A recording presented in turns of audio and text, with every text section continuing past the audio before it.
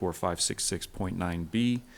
And item number 3, threat to public services or facilities pursuant to Government Code Section 54957, consultation with Chief of Hollister Fire Department. Thank you, Mr. Mayor. Thank you very much. Is there any speaker cards?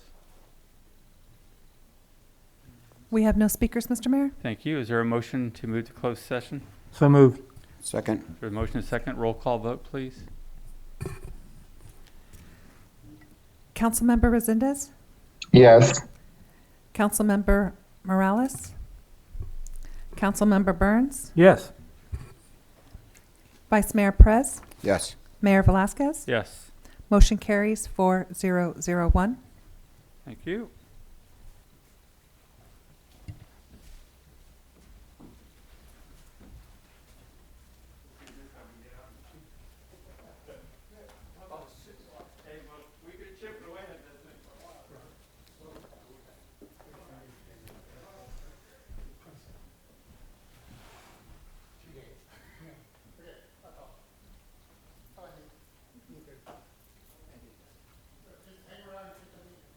You got it.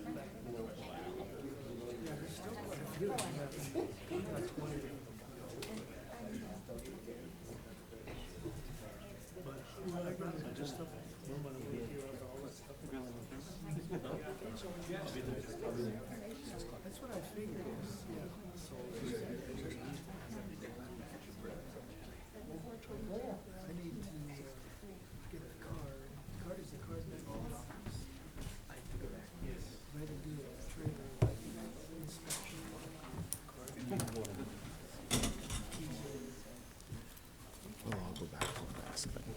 Yeah. Yeah. Crowd is full. And then what? Then we have full crowd. Yeah.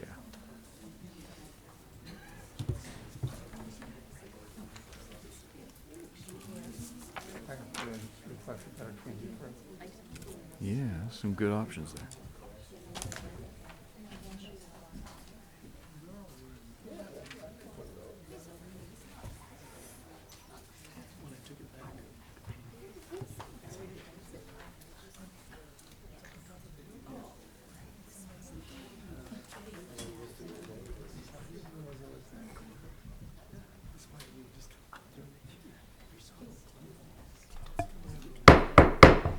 All right, everyone. At this time, we're going to resume the meeting of March 7th, 2022. Vice Mayor Perez will lead us in the Pledge of Allegiance.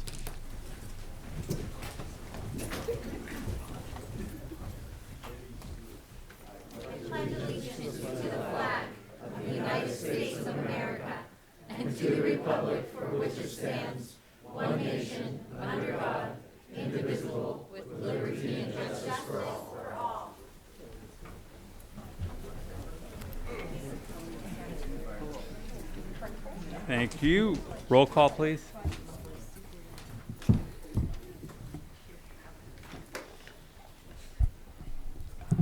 Councilmember Morales? Present. Vice Mayor Perez? Present. Mayor Velazquez? Here. Councilmember Resendez? Present. Councilmember Burns? Here. Chief of Police Reynoso? Here. City Manager Miller? Here. City Attorney Epperson? Here. Thank you. Verification of agenda posting. The agenda for the City of Hollister City Council regular meeting of March 7th, 2022 was posted on the bulletin board on March 2nd, 2022 at 1:20 p.m. per Government Code Section 54954.2. Thank you. Thank you. City Manager, will you please report out from closed session? Or City Attorney? All right. I'll give that duty up. I'm not possessive of it. The city council discussing closed sessions, those items agendized for closed session discussion, which I read into the record when the meeting began. Direction was given to staff, no other reportable action was taken, and the city council recessed from closed session at 6:48 p.m. That's all, Mr. Mayor. Thank you very much. We're now going to move to proclamations. We have one tonight for Red Cross Month. I see them all here. Who's coming up?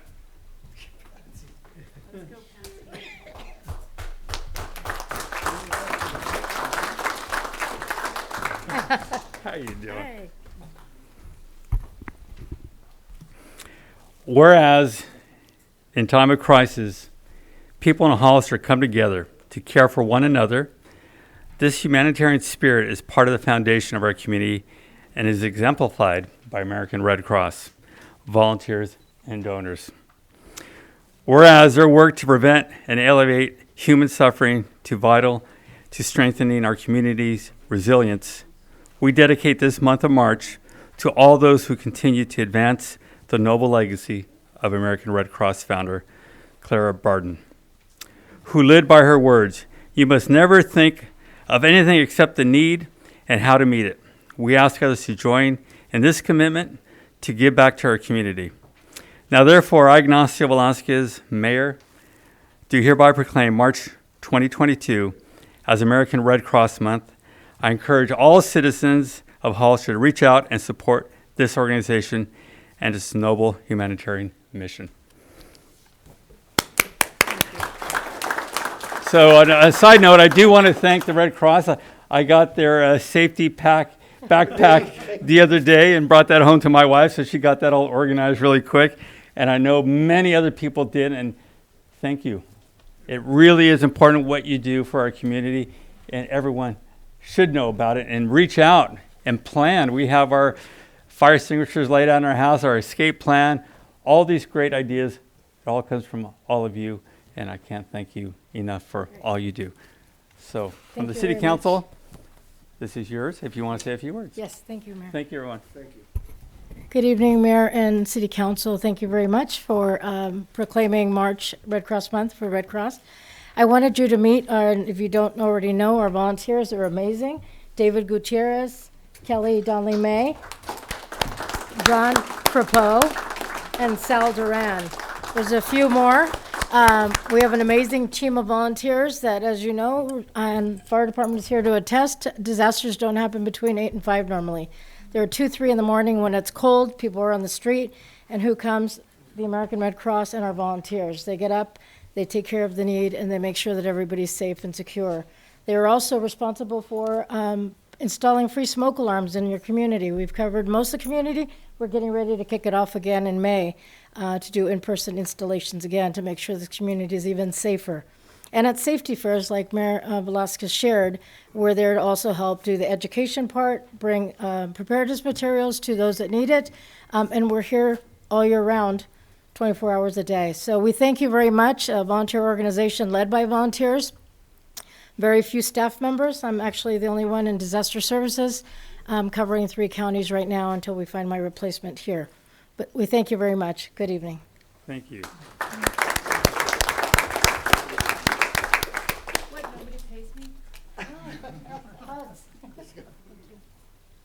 So we also have tonight a presentation from San Benito High School, Dr. Sean Tenenbaum. Doctor, so you know we have a 5-minute limit on presentations. So we can have the clock.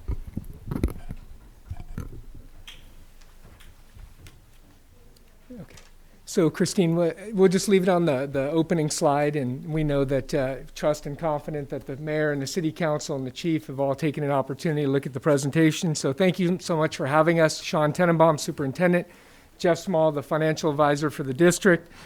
We appreciate the opportunity to come before the council and the mayor once again and continue our collaboration working with the city on behalf of the high school district. So our goal this evening is to continue our messaging and continue our efforts regarding the need for a second high school. We are at capacity in terms of where we are for our student body and enrollment is concerned, and the district needs assistance to fund the construction of the high school. We've shared that with the intergovernmental committee. We shared that with the county board, and we continue those efforts today with you as well. And our objective is simple. Our objective is to work collaboratively with yourselves to ensure that we have adequate funding for a second high school for the future of our community and our growing student population. I'll just kind of keep the high points. So it's really important that we continue to come before you to share that item as we move forward. One of the things that we shared earlier on in the school year, it was our school capacity. Our seabeds number was 3423 in the fall. Our capacity 3437, so we are right at that threshold. And then we're projecting out 237 more students. That's from existing construction right now, not new construction in the future. But we really appreciate that opportunity to share with you, and we're very confident that you've looked through the myriad of slides. Jeff? Yes, so back in June of 2020, the district did a facilities master plan. At that time, in 2020 dollars, a new high school would cost approximately $123 million. With state school funding, it's really supposed to come from 2 sources. One from developer fees, which are capped at a certain amount. Currently, they're capped at $1.75 per square foot. We think that would cover about 11% of the cost of a new high school, and not the 50% that it was originally intended. It is a stipulated fact that those developer fees are insufficient. Likewise, with state funding is obtained when the state issues a statewide general obligation bond. The district has the opportunity to apply for funding from that bond. District has done extremely well, has $28 million that it's gathered from as a result of the last two bond measures that were passed. But that state funding is not 50%. It really falls in the 35%. So what you see in the presentation, I'm sure you looked at it, there's about a $73 million shortfall that is left with the district. So I've covered a number of these slides together, but I think that the key is our level 2 fees of $1.75 are capped regardless of what the cost of the high school is. To give you some order of magnitude, approximately $8.6 million was collected in developer fees over the last 13 years. So I think one of the keys here is how do we work collaboratively together? As the community grows, our city grows, our school districts are growing as well, and especially the high school district. And one of the things that we really want to make sure is that we are continuing to partner, continuing to work together, continuing to look at projects and how we can best influence one another, whether that's a city project or a county project. I thank you this evening.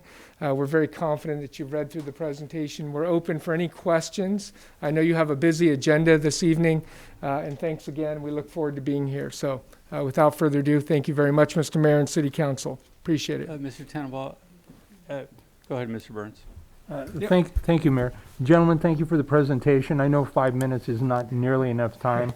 And I'm hoping that in the near future, we're going to have a development special meeting where we're going to look at projects, and I think it would be helpful for you to be part of that process and provide us with a thorough and intense presentation. I don't know if an hour is enough time, but I don't want to rush through something like this. And so I'm hopeful that you'll come back and attend that meeting and present at that meeting when that's scheduled. And I'm sure that the city manager will be kind enough to let you know and agendize you for that meeting. The other question I had is, have you gotten any input or response from the BIA and what their thoughts are? Because it sounds to me like they're going to be have a say in this as well, and it seems that those fees do need to be increased, and it's good to work collaboratively as opposed to in conflict with one another. Yeah, absolutely. We'd love to come and participate in the presentation. And yes, we've had contact from the BIA as well as developers, et cetera, on both ends. So absolutely. So please share the invitation and we'll be there. Thank you. Any other questions, comments from any speakers on this?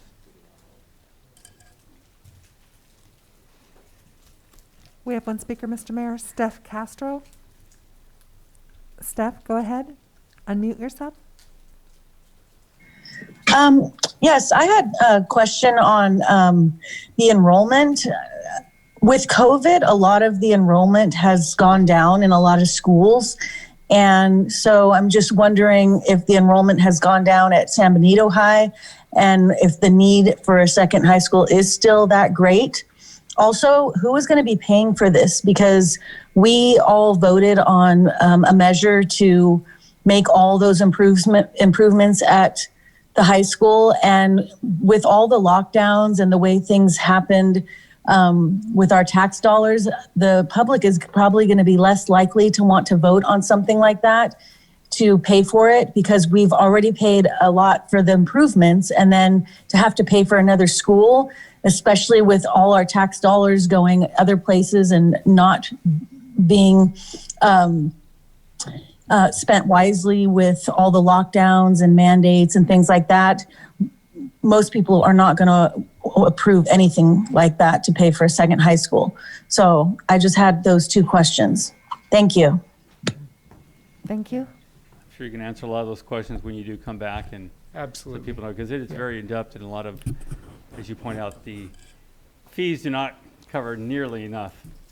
And It's a very complex issue. it's very complex and something the public needs to know about. Yeah. Thank you very much for having Thank us. you. I have another Thank you. speaker, We have Mr. another Mayor. one. We do have another speaker. Patricia Saucedo.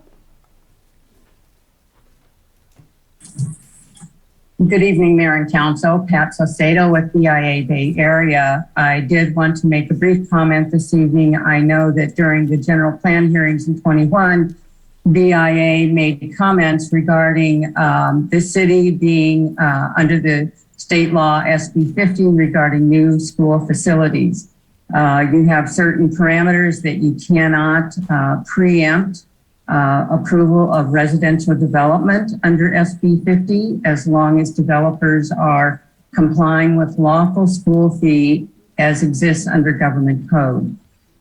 We still have those concerns. BIA has reviewed the full presentation by Dr. Tannenbaum, and there still are recommendations that he has saying that there would be a recommending that there's a requisite pre-approval or pre-adoption in specific plans, et cetera, in order to approve future residential development. We do have concerns with those kinds of recommendations. That's not changed since we've discussed the general plan strategies in 2021. I heard earlier at the talk of having a development meeting, BIA would welcome being a participant to that.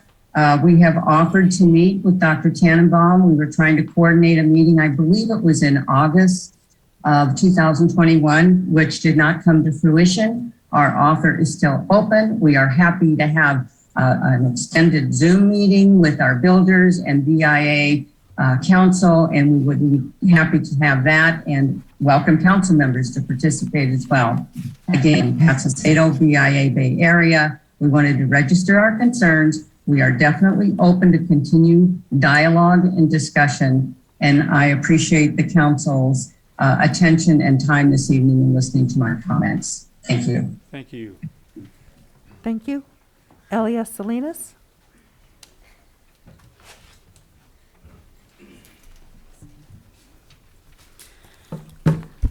Good evening, council members and mayor. So in 2020, there was Measure L for $30 million that was turned down by the voters in San Benito County. I personally asked Mr. Tannenbaum, when he was asking for the $30 million, the status of the high school and the population, and he said that was not a problem. That was asking for $30 million at the time in 2020. And then in June of 2020, after the election, or actually it was within the year, then I started reading about $123 million that would be required for a new high school. If the voters turn down $30 million, they're definitely going to turn down $123 million. And every day the school is not built, it increases in price. SB 50, the previous speaker mentioned, and it is required for developers to put a certain amount of money that's going to go to the schools.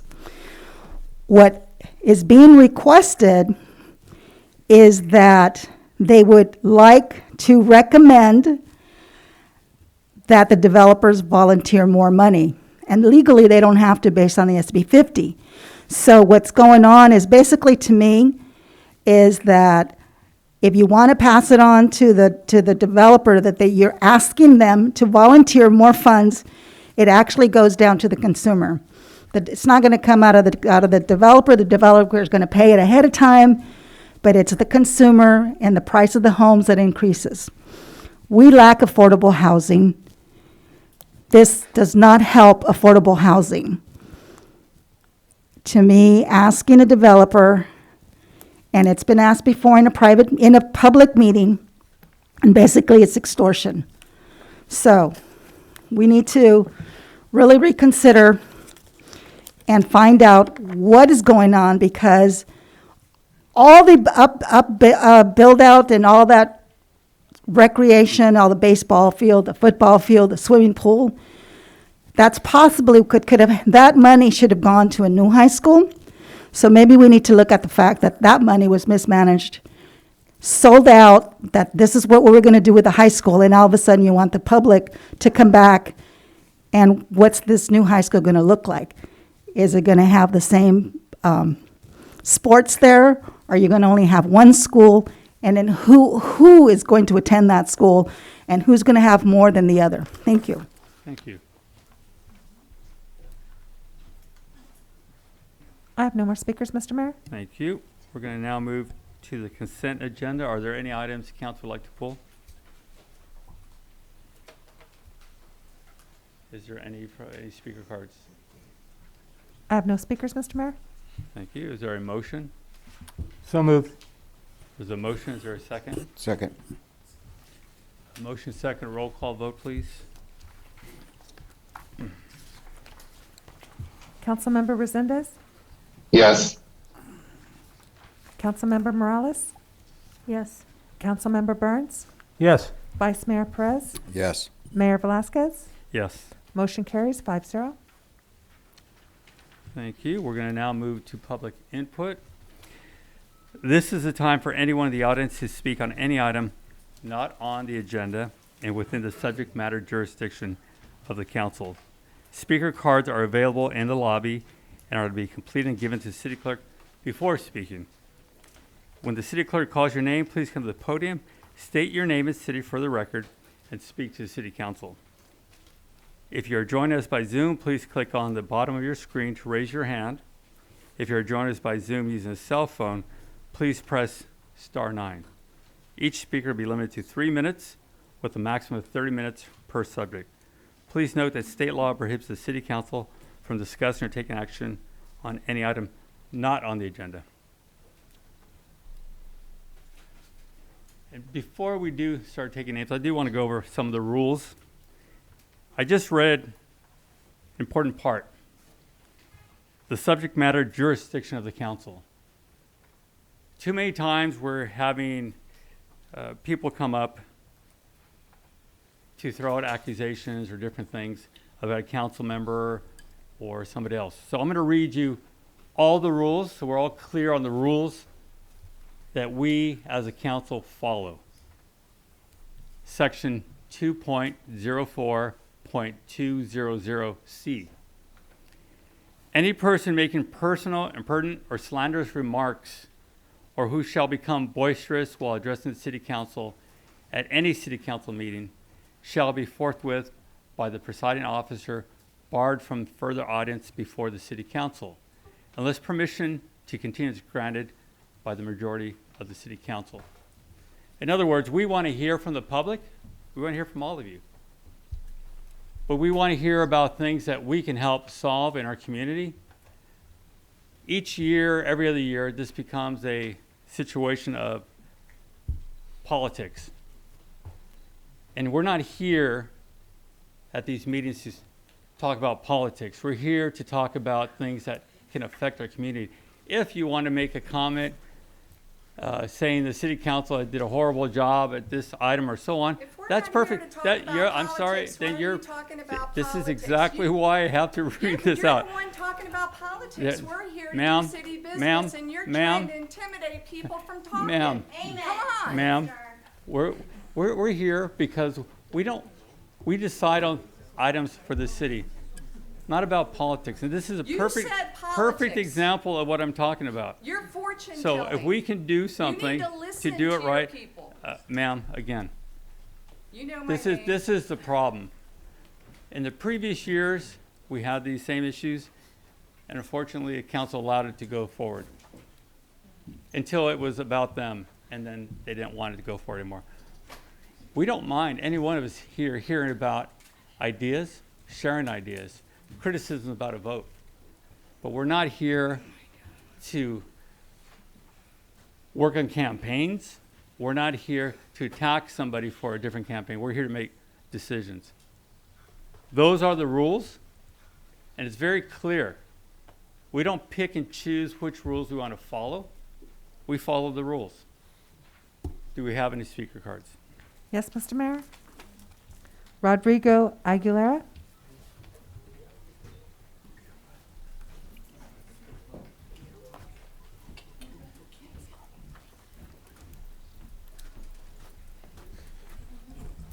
Good evening, council members. My name is Rodrigo Aguilera. I'm with chapter president or local 521. Today I'm here to reiterate the importance of duties performed during the heart of the pandemic. Sorry about that.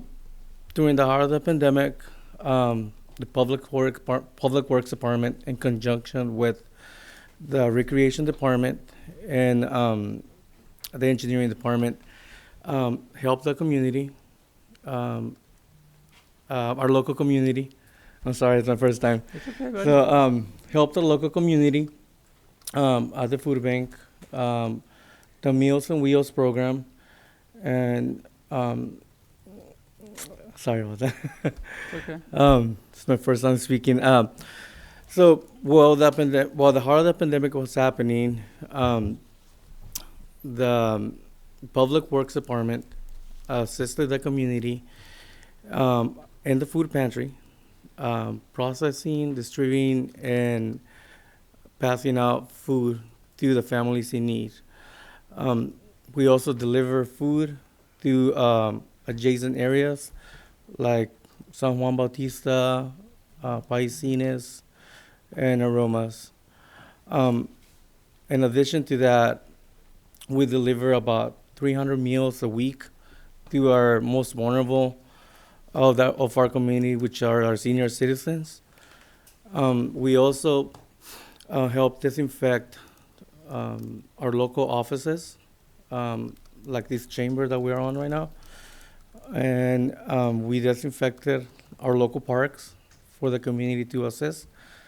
And I'm sorry, I'm very nervous today. It's my first time. I also wanted to thank all of our city employees, fire, police department, for all the great effort that they did throughout the pandemic. Thank you, buddy. Thanks.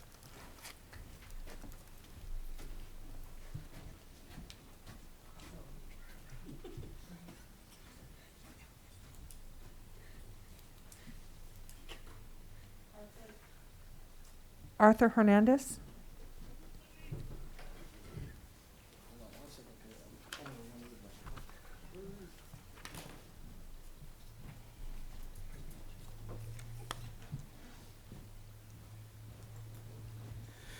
Good evening, City Council. My name is Arthur Hernandez, City of Hollister. I'm going to make this very brief. When COVID-19 hit, the pandemic a few years ago, we were told that this was something that's going to be very serious. They didn't explain to us exactly what it was. They didn't tell us exactly what it was, what it could affect, or how it could affect us. But we were told that we should take 2 weeks off and that we would be called as needed. We were called back 3 days later. We were called back to disinfect all the buildings, many parks, and to help, like my coworker just said, Rodrigo, go help over there at the food bank. We distributed 300 meals a week for jóvenes de antaño. Okay, we went into people's homes to feed them. Okay, then we went to the food bank where we distributed more than 3,000 bags of food a day. Then we distributed 200 bags of food to Aromas, San Juan Bautista, and Tres Pinos. Okay, and that's approximately 3,500 chances to get infected because we didn't know what was going on. We weren't told. We were just told to go and do it, and we did it because it's our job, and because we're professionals and we come back to work when we're told. Okay? And everything we do professionally, not only because it's our job, but because we care about where we live and the surrounding communities. I honestly believe it's about time Hollis starts caring a little bit about its employees. Okay? Treat an employee like he makes a difference, and he will. Thank you. Thank you.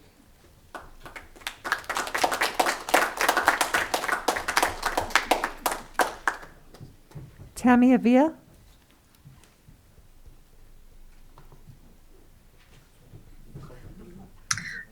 Good evening, Mr. Mayor, City Council, staff. My name is Tammy Aviles with the Coalition for a New Community Library and Resource Center. And a few years ago, the City Council had created a library subcommittee, and the coalition would like to request formally that the subcommittee be reactivated and I guess thereby put on the agenda. I'm not exactly sure of the process.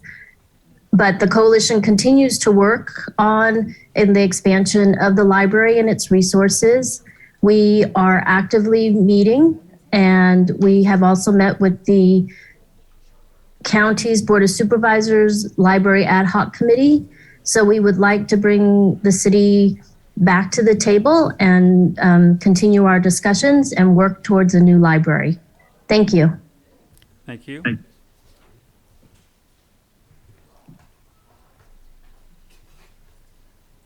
Steph Castro?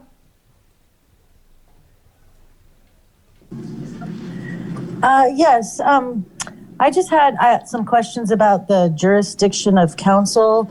I wasn't here at the last meeting where there was some animosity that was happening and somebody got cut off, but I just, the rules, I guess, are kind of gray, and so personal and slanderous remarks, I can understand that those would not be tolerated, but when you're just calling in to talk about things that aren't on the agenda and directing them at specific council people, I don't see how that would be personal and slanderous attacks. So I can understand attacks aren't, right, and that shouldn't happen, but as far as directing specific people, I think that would be perfectly fine. And so that's why the jurisdiction of council and remark on anything that you want, but only if the council agrees to it, I think is kind of suppressing freedom of speech. And we do have those are inalienable rights that we do have. So we should be able to freely speak, and our what we say should be listened to. And half the time, actually every time, we're not even allowed to ask questions. We're not allowed to have those answered. We're just allowed to speak, and then it's just taken. It's not even addressed. No questions are even answered. So I'm still don't understand what that jurisdiction of the council, and if we agree to let you speak on something, then you could speak. But if we don't agree, then you can't speak. Because what was read, that 2.04 whatever C, whatever, that I think pertains to like attacking someone. And yes, that would not be right. But as far as addressing council, it should be on anything that's not on the agenda. And nobody should be cut off or stopped from speaking about things that are not on the agenda, because that's exactly what it's for. It's to speak on something that's not on the agenda. And so I don't think anyone should be cut off and their speech should be suppressed because of it. And I don't know how much time I have left, but thank you. Thank you.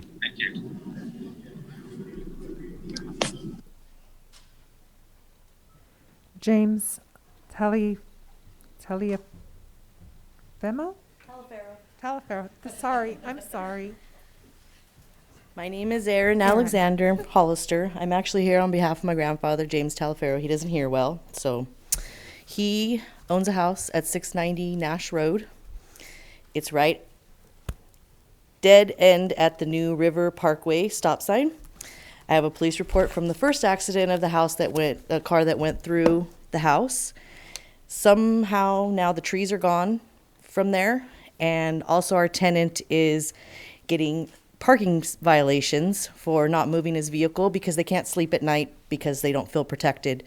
They were literally pushed across their house, the room. So I just need to know what is going to be done to remedy that stop intersection so that we don't have that problem again. Is there going to be a guardrail put up, rocks? What can we do to protect our tenants? That's pretty much all I would like to know. I don't know how to go about it, so. You just did. So okay. Perfect, thank you. That's exactly in our jurisdiction, so. Maria Casey?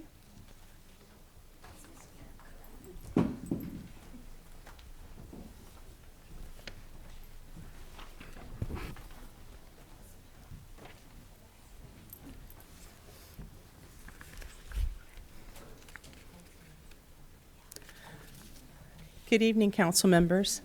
I'm Mia Casey from Hollister. The right to free speech lies at the heart of our democracy. At the last council meeting, that right was taken from me. A few council members questioned if the action was appropriate, and I'd like to clarify it was not only inappropriate, it was unconstitutional.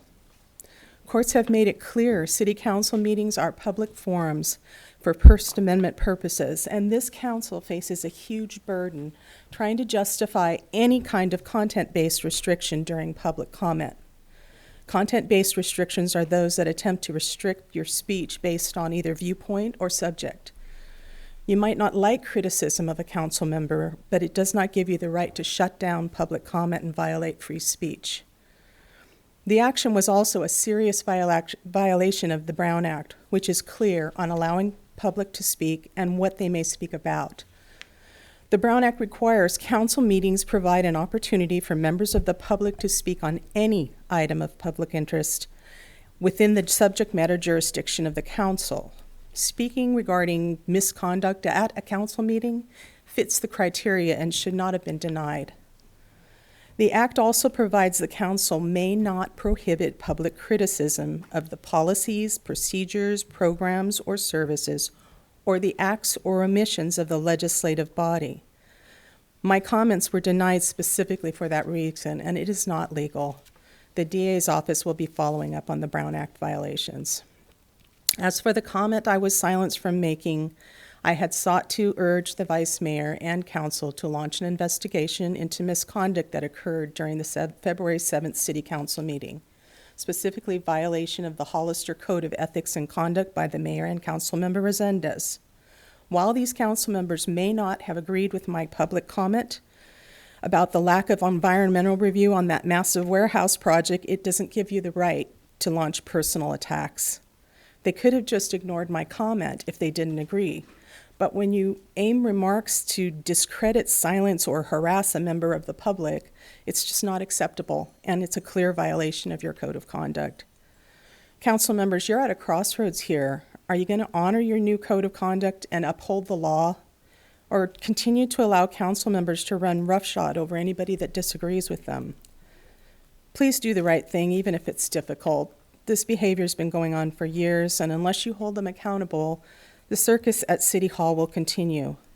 And while I never ever thought I'd be up here saying this, please remember each of you has a duty to prevent anyone, including the mayor, from violating of freedom of speech.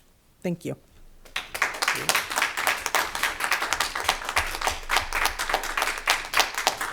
Susan Logue.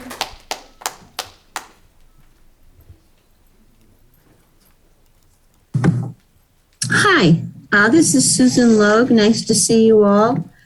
City Council members, thank you so much for being there and doing the best job you can.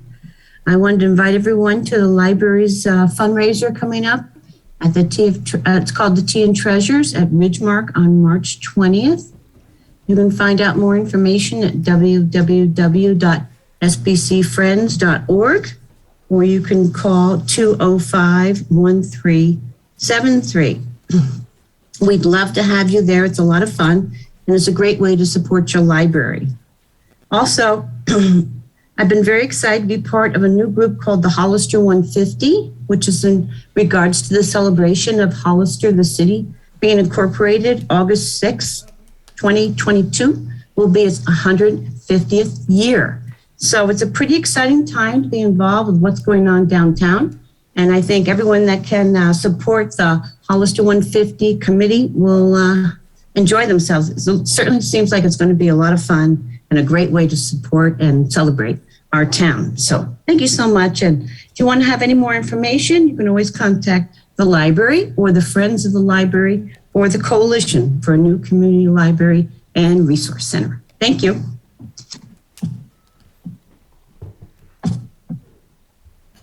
Kevin Henderson.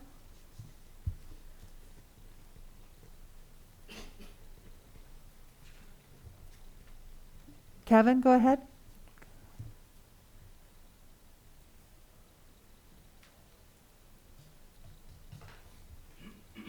Kevin?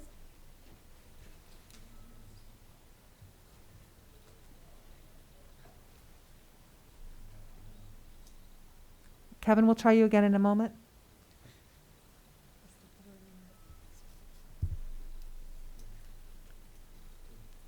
Christopher? I can't even begin. Thank you.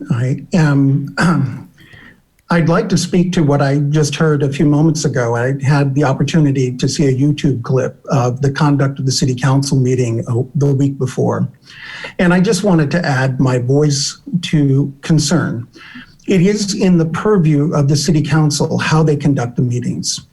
And I heard about a violation of the Brown Act. I heard about a violation of free speech. But the First Amendment also guarantees the residents of Hollister, California, the citizens of the United States, in the very last part of the First Amendment, the ability to redress grievances before government, and that was clearly what was going on a week ago. That is the purview of this council.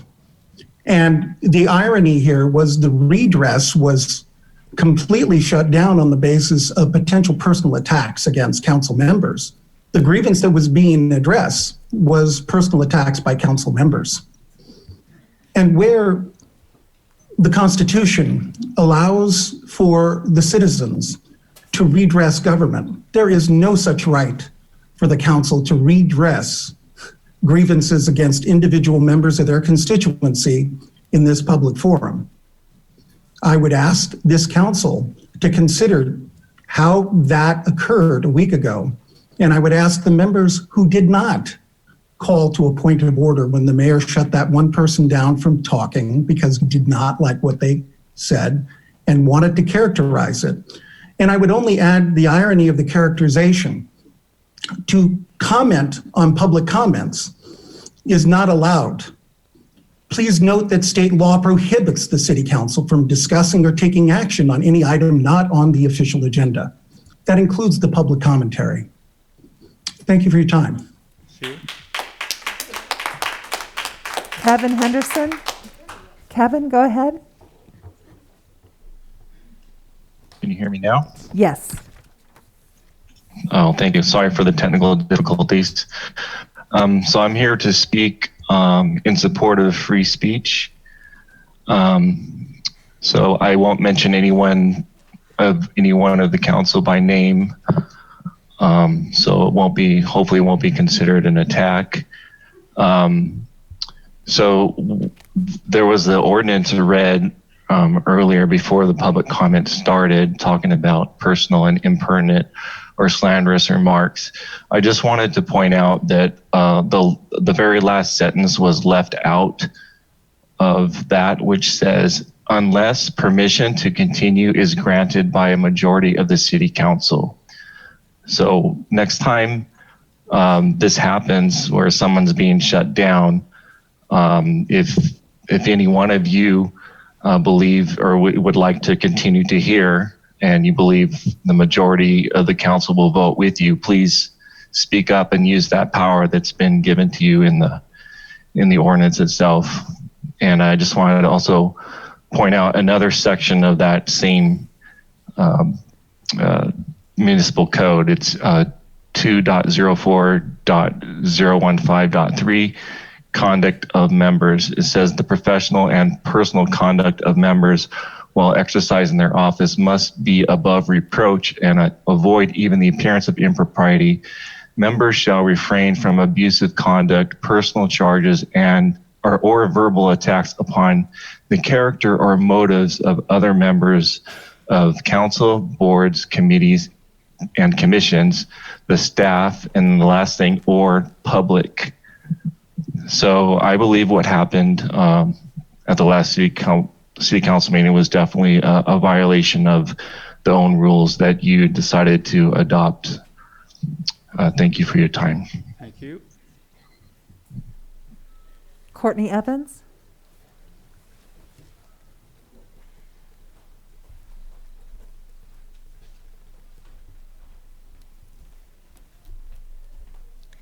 Good evening. My name is Courtney Evans. I wanted to remind us that education is not just for children. It's not just in books, and we don't just educate ourselves for letter grades. We need to learn how to fully participate in this nation. But in order to participate, we need to know our rights. Otherwise, we may lose them. Or worse, somebody may sit across from us and try and take them from us. The highest law in our land is the U.S. Constitution. They have amendments. These are known as the Bill of Rights. The Bill of Rights guarantees that the government cannot deprive people in the United States of certain fundamental rights. And look at that. Free speech is very clearly mentioned. The First Amendment guarantees our right to free expression and free association, which means you do not have the right to forbid anybody to speak. I've lived in this community my whole life, and no one has acted inappropriately, and if so, it's been very rare. So to treat this community as if they come to attack you is absurd. I will speak names. I will say I have proof. Mr. Mayor, you slander people. I have proof of it. You're not allowed to comment, sir. No, It is the law. I'm going to read you the rules. Mr. again. Epperson, I sent you an email this week that said, when a city attorney learns that the conduct of a city official or employee is or may be a violation of law, you need to report it higher. I asked questions about this. So how can we, the people, hold you accountable? Whether it's you, or you, equally, you are here for us. We pay our tax dollars. You are here to listen to us. So follow your rules. Don't treat people that way, because we will come, we will stand up, we will stand together for our rights, regardless if we agree or not, regardless if we're right, left, or straight in the middle. Amen. Please know your place. Thank you. Elias Salinas.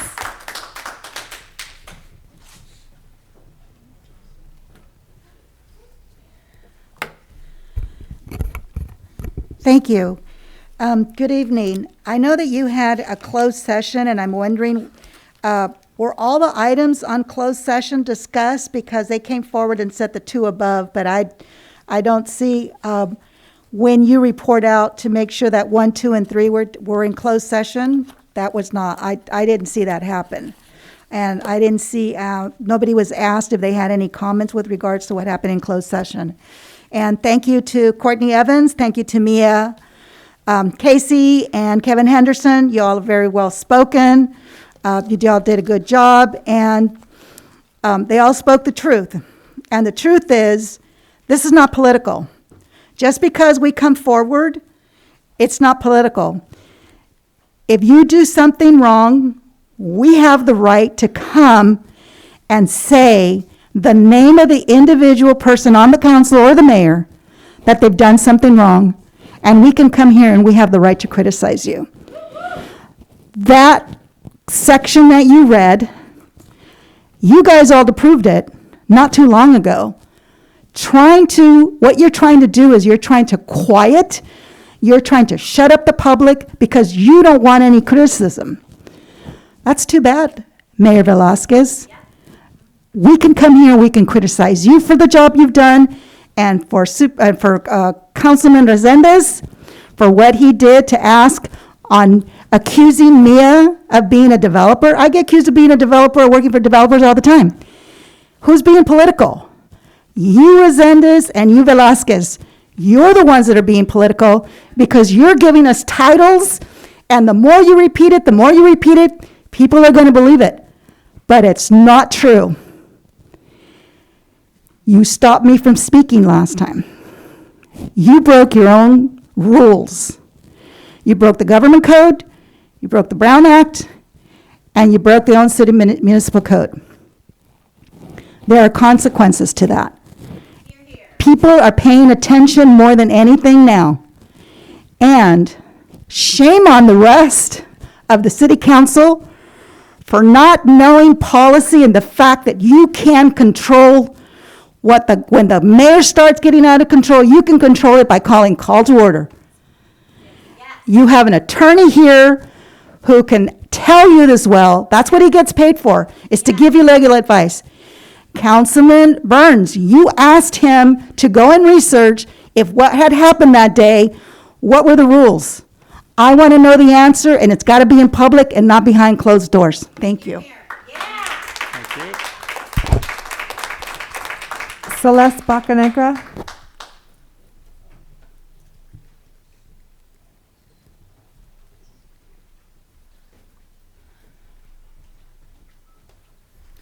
So my speech won't be as well as the others, but I do want to go back to January 18th, 2022, when I was announcing my candidacy for City Council District 2. But I was basically turned off because you stopped my speech because you said I couldn't speak about my candidacy for that position. So I'm just here to say that today I'm running for District 2 City Council. And so otherwise, I think these ladies did an amazing job explaining and, saying everything that needs to be said. That's why you're here, manager. We expect you to do your job. You work for us. And, the chief, I know you work for the public, community, and you should also stand up and say, hey, Mayor, even if it's not in front of everyone, take it to the back and say, have a good man-on-man talk. I don't know what, I'm not a man, so, right? You would have to do that on your own.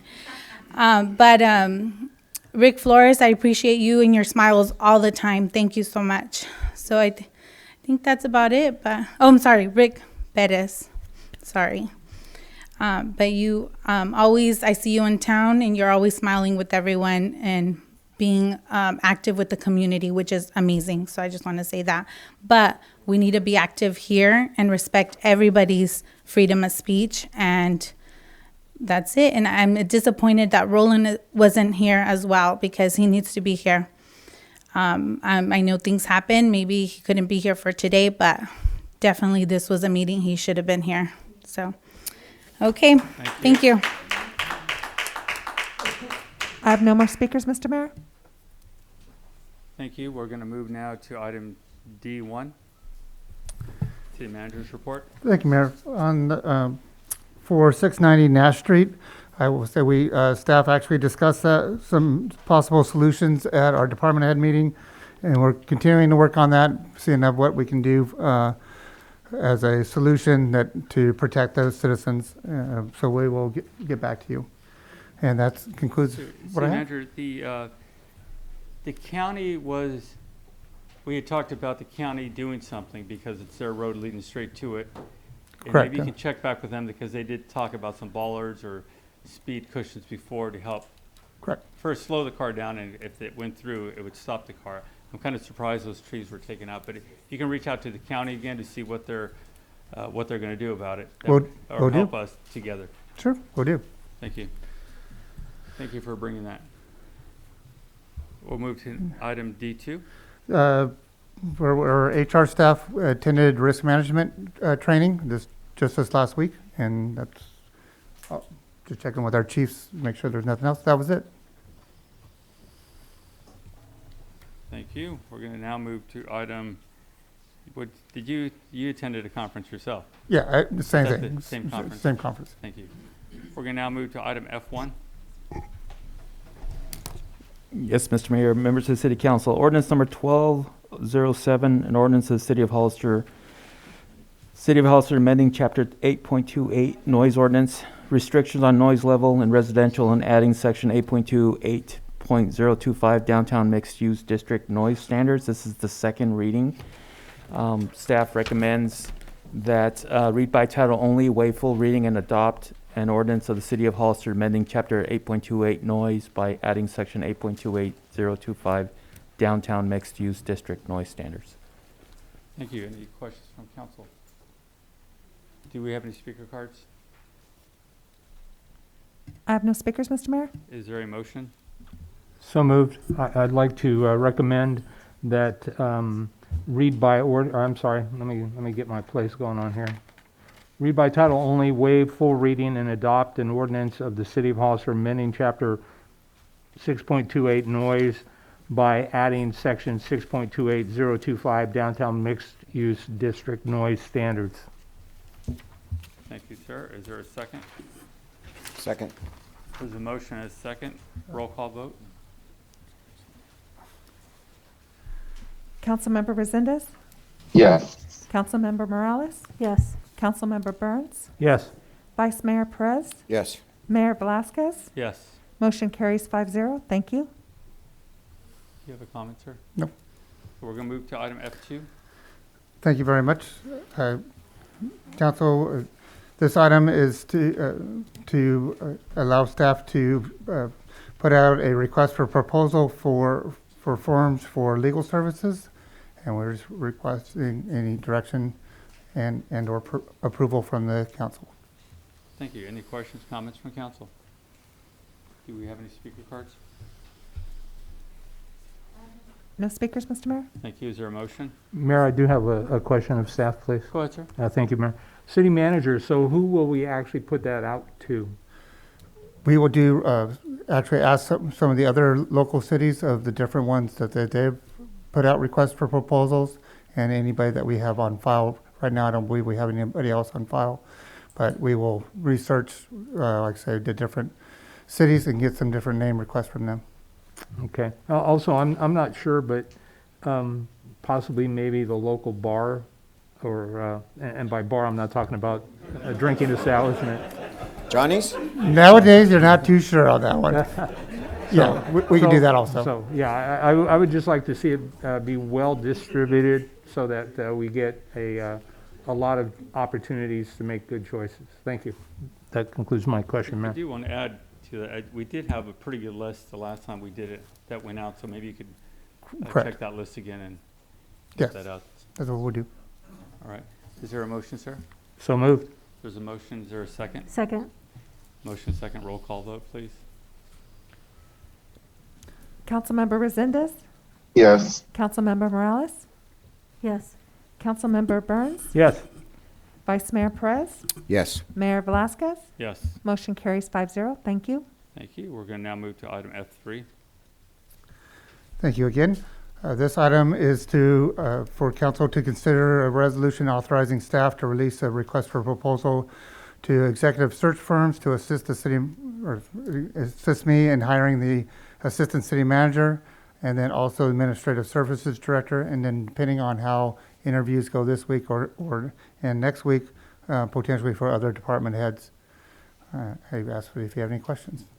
I will add that we have a pretty good list of executive firms to put this out to. Okay. Any questions from council? Go ahead, Ms. Morales. I'd like to see the process be completed ideally in 3 months, but no later than 6 months. Ideally 3 months. Perfect. I'm going to emphasize that. Yeah, sooner the better. Okay. Do we have any speaker cards? I have no speakers, Mr. Mayor. Is there a motion? So moved. There's a motion. Is there a second? Second. Motion is second. Roll call, please. Councilmember Resendez? Yes. Councilmember Morales? Yes. Councilmember Burns? Yes. Vice Mayor Perez? Yes. Mayor Velazquez? Yes. Motion carries 5-0. Thank you. Thank you, council. Thank you. We're going to now move to item F4.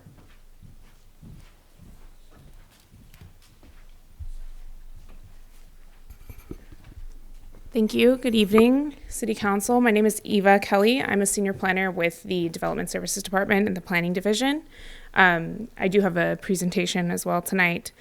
While that comes up, this item before you tonight is a request to authorize the city to enter into an agreement to implement the Acela Civic Platform, which is a permitting system, and it would be for the entire Development Services Department as well as aspects of the Fire Department for permitting.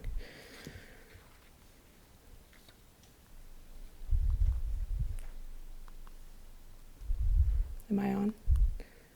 There we go.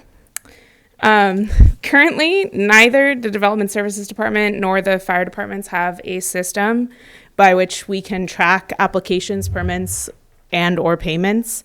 The Building Department does use an older version of Tyler. There's an example of a report, which you'll see kind of in the middle of the screen there, and that's the best report our entire department can produce.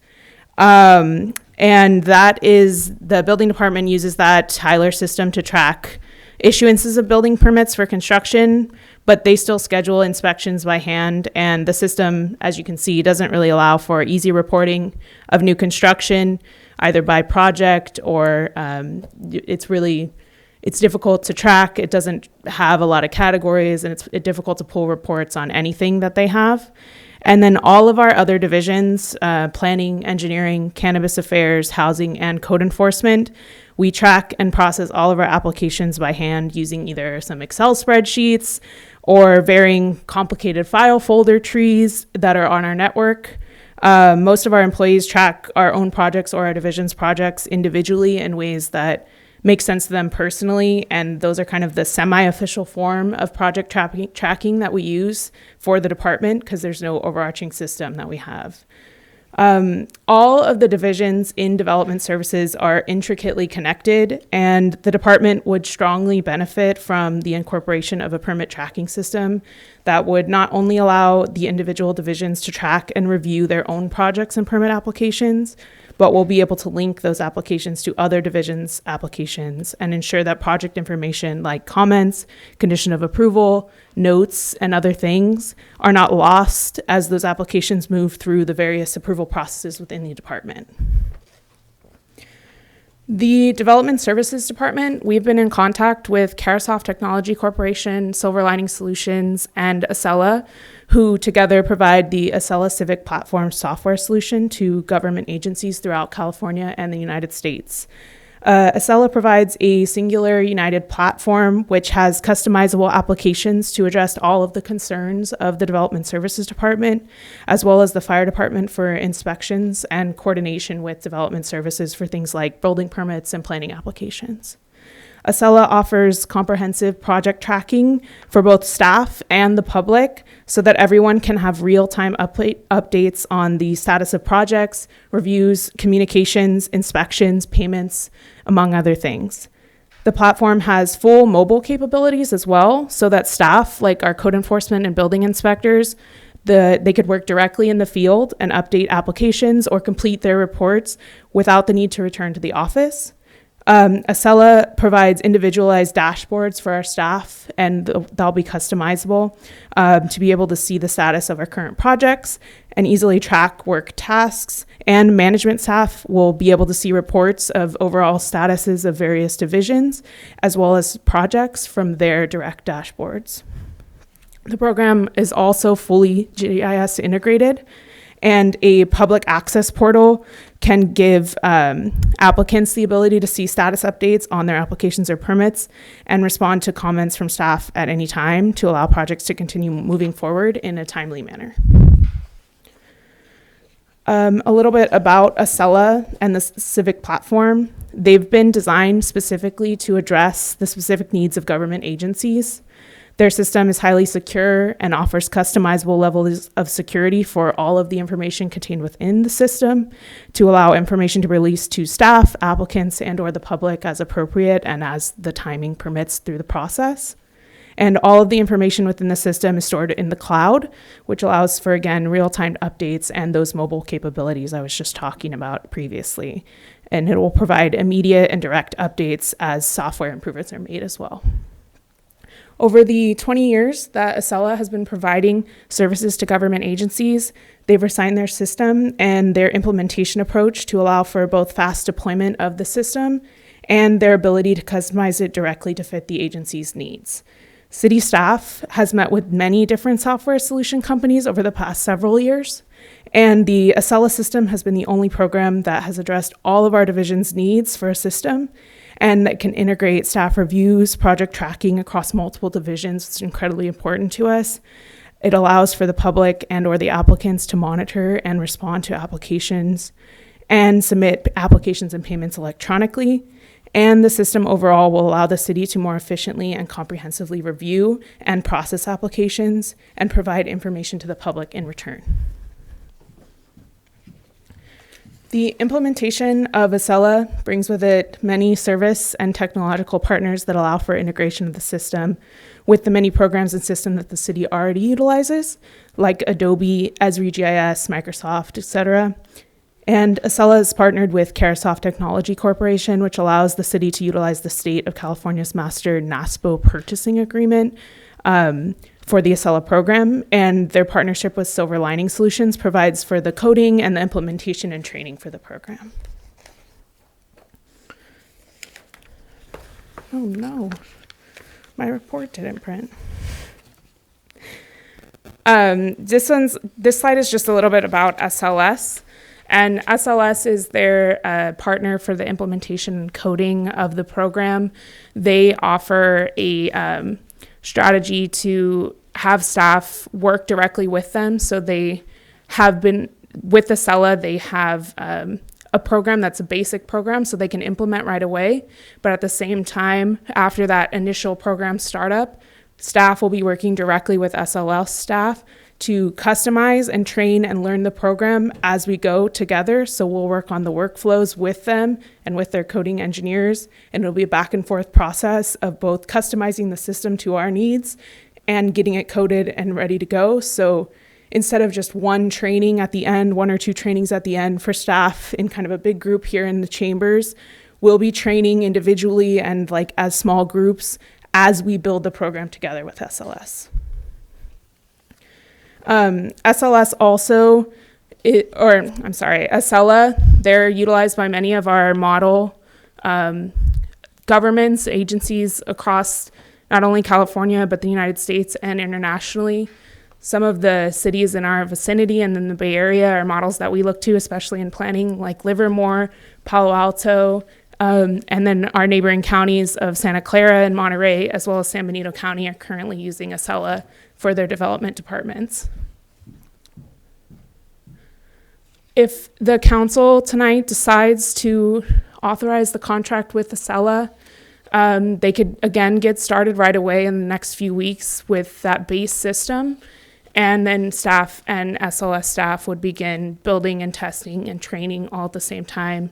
And we would anticipate, based on the schedule that we've talked about, maybe a fall or winter 2022 implementation, just depending on the kind of back and forth of building the program together.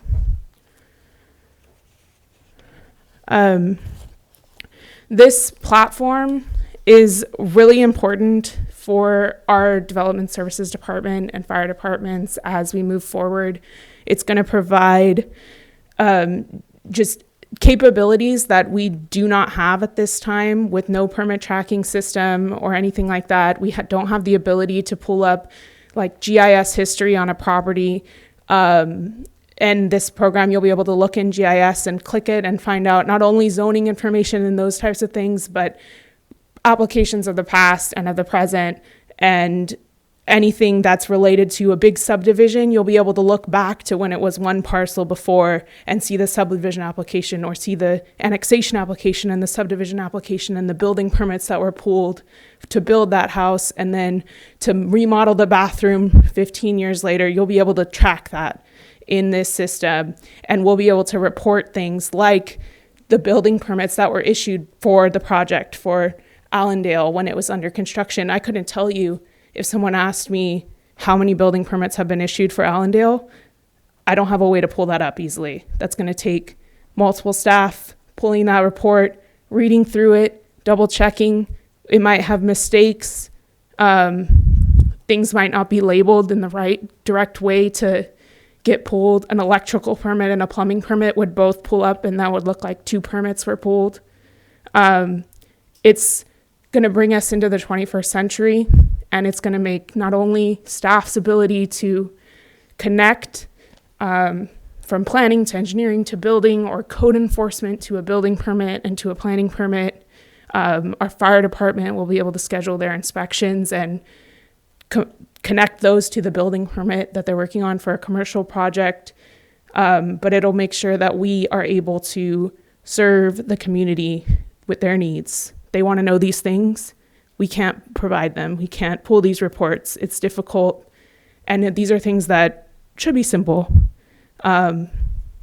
So I went into detail on some of the kind of individual divisions' needs in my actual staff report, and I'd be happy to go over those if you're interested in kind of what individual departments have been talking with Acela about implementing over the past few months that we've been talking with them. But I'll just finish up quickly with that. As you might be aware, the council implemented new user fees for our department recently, back in July 2021. And these included a 4% technology overhead fee. And the intent of that was to allow the city to purchase and then update technology for the department to better serve the community's development needs. And this included the purchase and maintenance of a software permit tracking system like Acela. I did check the budget available as of today, and that account contains just over $109,000. So while it's not enough to cover the cost of implementation that we're requesting tonight, the history of this count, it was created in September 2021 after the fees were adopted, and it indicates that over the 5 months that we've been collecting this fee, it's accurate, it's in line with the cost of maintaining a system like Acela, and it's going to allow us to provide high quality services and streamlined permitting process to the public for years to come.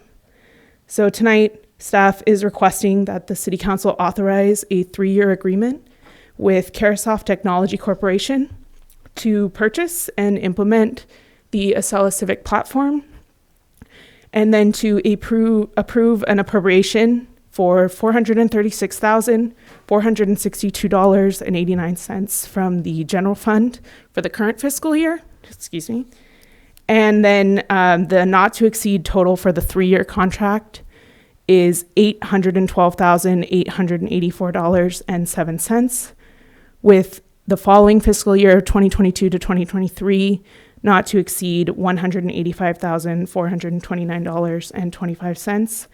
And the third year, which would be fiscal year 23 to 24, not to exceed $190,991.93.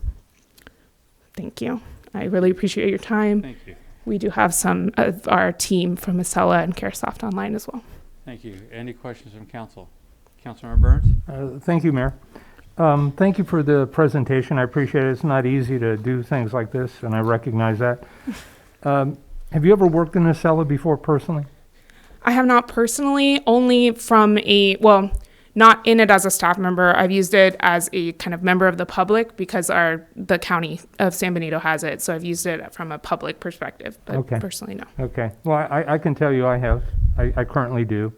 And I've had really good experiences and I've had not really good experiences. And so I have a lot of concerns. Have we looked at other providers recently, not years ago or 3 months ago, or well, maybe 3 months ago, but? Yes, so we've looked at Trackit, iWork, Tyler Technologies. None of them have been able to address the questions in particular for planning. I'll speak on behalf of my division and the questions that we have. Acela provides the ability to connect applications to other departments in a way that the others don't. So that's been one of our biggest concerns from a planning perspective, is the planning is kind of the beginning of any entitlement, any project, right? And we want to be able to have our conditions of approval as well as our review process, our DRC, to be able to, when I send it to police and fire and engineering and building for the initial reviews of the project, a way for them to track comments and provide those comments back to us, as well as to have standard conditions of approval and write up kind of a draft, kind of conglomerate those comments in a way that planning can receive them and then turn them around to applicants. We kind of operate in email and phone calls to our DRC. We try and have our DRC meetings, but we're a staff of 2, especially with Abraham being our director as well as our planning manager. So it's difficult to not only have time to get those things out, but to get them back and then to get them out to applicants. So we're really looking for a way that we could include, in particular, kind of standardized things to help everyone along the process, and then track those comments, track those conditions of approval through the Planning Commission, and then on to engineering and improvement plans and on to the building department. So everything is together from the start to the finish. Well, I absolutely understand, and it is a sad comment that in essence, maybe when I worked here 20 or so years ago, we were probably using a chisel and a scribe, but a tablet maybe. But I have some concerns about this particular program and maybe not really looking at others. And when I look at rough math, dirty math as I'll call it, so in essence, as I read the staff report, you're proposing to do this for 44 staff members to get licenses, if I recall correctly. 50 staff members. This does include 4-leaf consulting building. Okay. Well, I base my numbers on 44 for city staff specifically. And so in essence, for each staff member, 44, to have a license the first year, it's $9,920 per licensee. The second year it drops dramatically because you don't have the startup fees, but it's still over $4,000. Third year over $4,000, fourth and fifth years both all after over $4,000 each. I really can't buy into Acela for. It seems to me like there are other programs that would be far more manageable and more financially responsible. I heard your presentation. I read the 4% technology fee. But it sounds like we're trying to buy a Cadillac when we should probably be trying to buy a used car. And so for me, I have some real concerns. Tell me about IT. The one place I worked at, we had 4 IT people that were specialists and a manager to just work on Acela on a daily basis. The place I currently work, we tried to get an IT person. We couldn't find one that was capable and willing. And our internal IT spends a lot of time dealing with fixes all the time and workarounds. And so I've had really mixed experiences, and for those reasons, I can't support it. Did the building department, which we outsource, are they willing to pay anything towards this in their contribution, or are they just assuming they get it if we buy it because we already contract with them? I don't know that they'd be paying any more on the topic of IT. The contract does include ongoing support services from SLS. At an additional fee, correct? Yes, but it's included in the total suggested. So right. Yes. Right. Okay. All right. I just can't support it. I want to support you guys. I think we need to move to the 21st century, but I don't believe Acela is the right product for the city of Hollister based on my experiences, and I would like to see you move further and look in other alternatives. It's my experience, it feels like it's predominantly driven by planning and development, and everybody else is kind of on the coattails. And I get the value and the benefit in that regard and holding people accountable, and I like that. But it just seems like it's a thing that we'll continue to throw money at year after year after year in addition to what we're already contracted for based on my experience. Thanks, I appreciate your time. Thank you. Councilmember Morales? I was going to ask, what is our internal capacity? I know that a system like that is very complex and it does communicate, so it is mostly designed for like larger jurisdictions. I do believe and I do agree that we definitely need to move to something, because I think what you showed is it's unsustainable. I know that your department has had increases at about 300 or plus % in terms of people submitting applications, and there's a great demand, not only of your time, but your ability to connect and answer questions, which then translates into a lot of frustration and that user and customer satisfaction, which then creates a ripple effect. So I get the frustration, I get the need. I think if Councilmember Burns, if you have recommendations for software that meets our needs, knowing and understanding that we've had a significant increase in terms of requests, like I said, not exact, but potentially 300 to even 400% increase. We definitely need to move to something.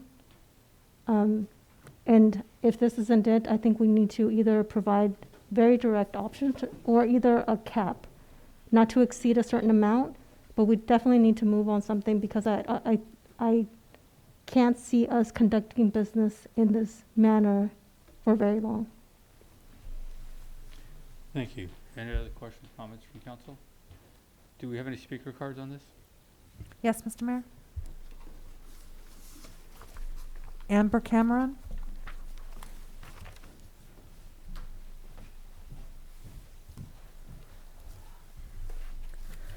Good evening, Mayor and City Council. My name is Amber Cameron. I'm a senior planner. I'm here tonight to advocate on behalf of the Development Services Department as well as the Fire Department for the implementation of the Acela program. For the past 3.5 years, myself, my colleague, senior planner Eva Kelly, and IT director Paul De Silva have been searching for a permit tracking system which will uniquely satisfy the needs of our division and our department.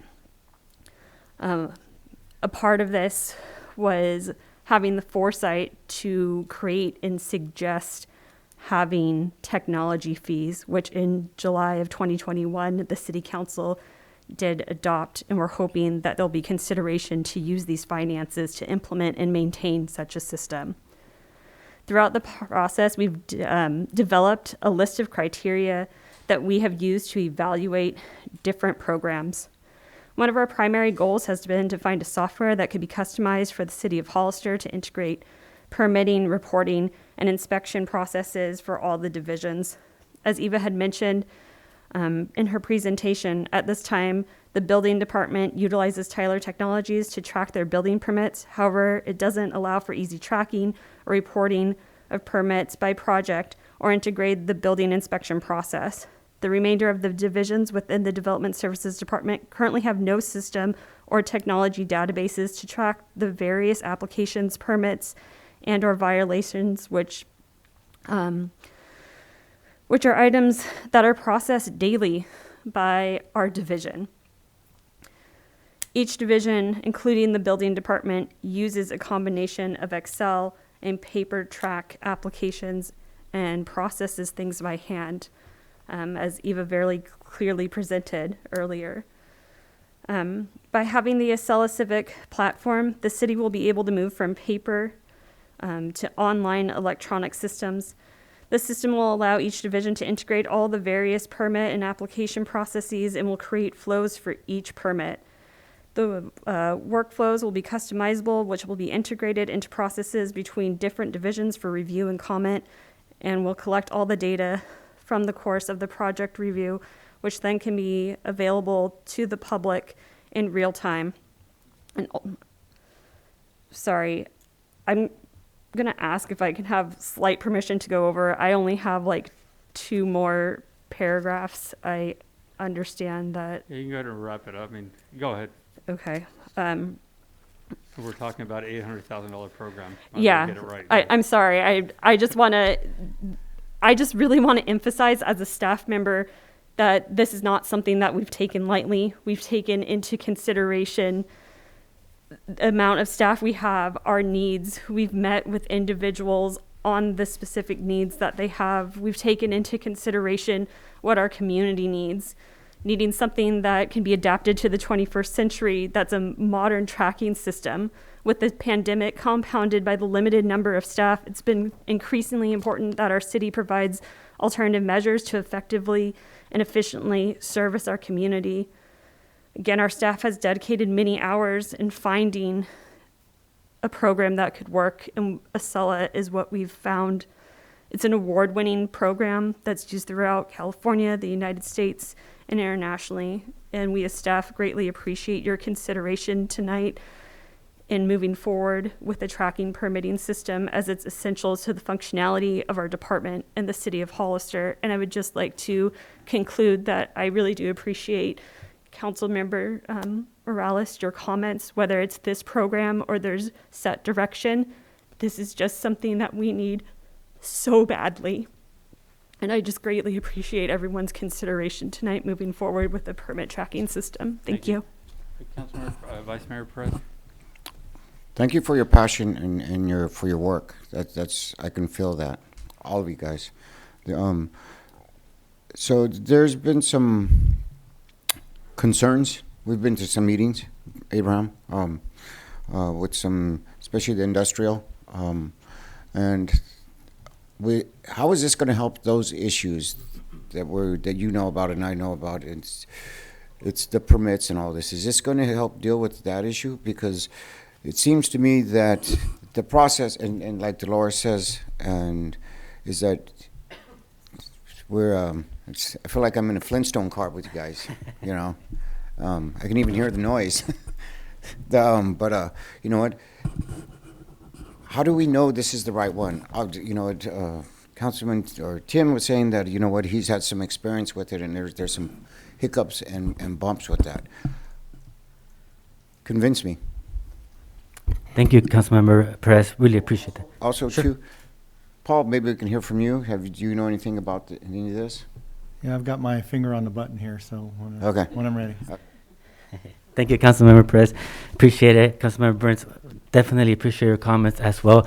I can assure you that we have been, like my colleague Eva indicated, looking out for different informational technology for our department. And like Eva indicated, when we were in July, prior to July, when we were looking at the update of the fees, we wanted to make sure that we had that technology fee implemented because we desperately need some type of system, an electronic system that can help us.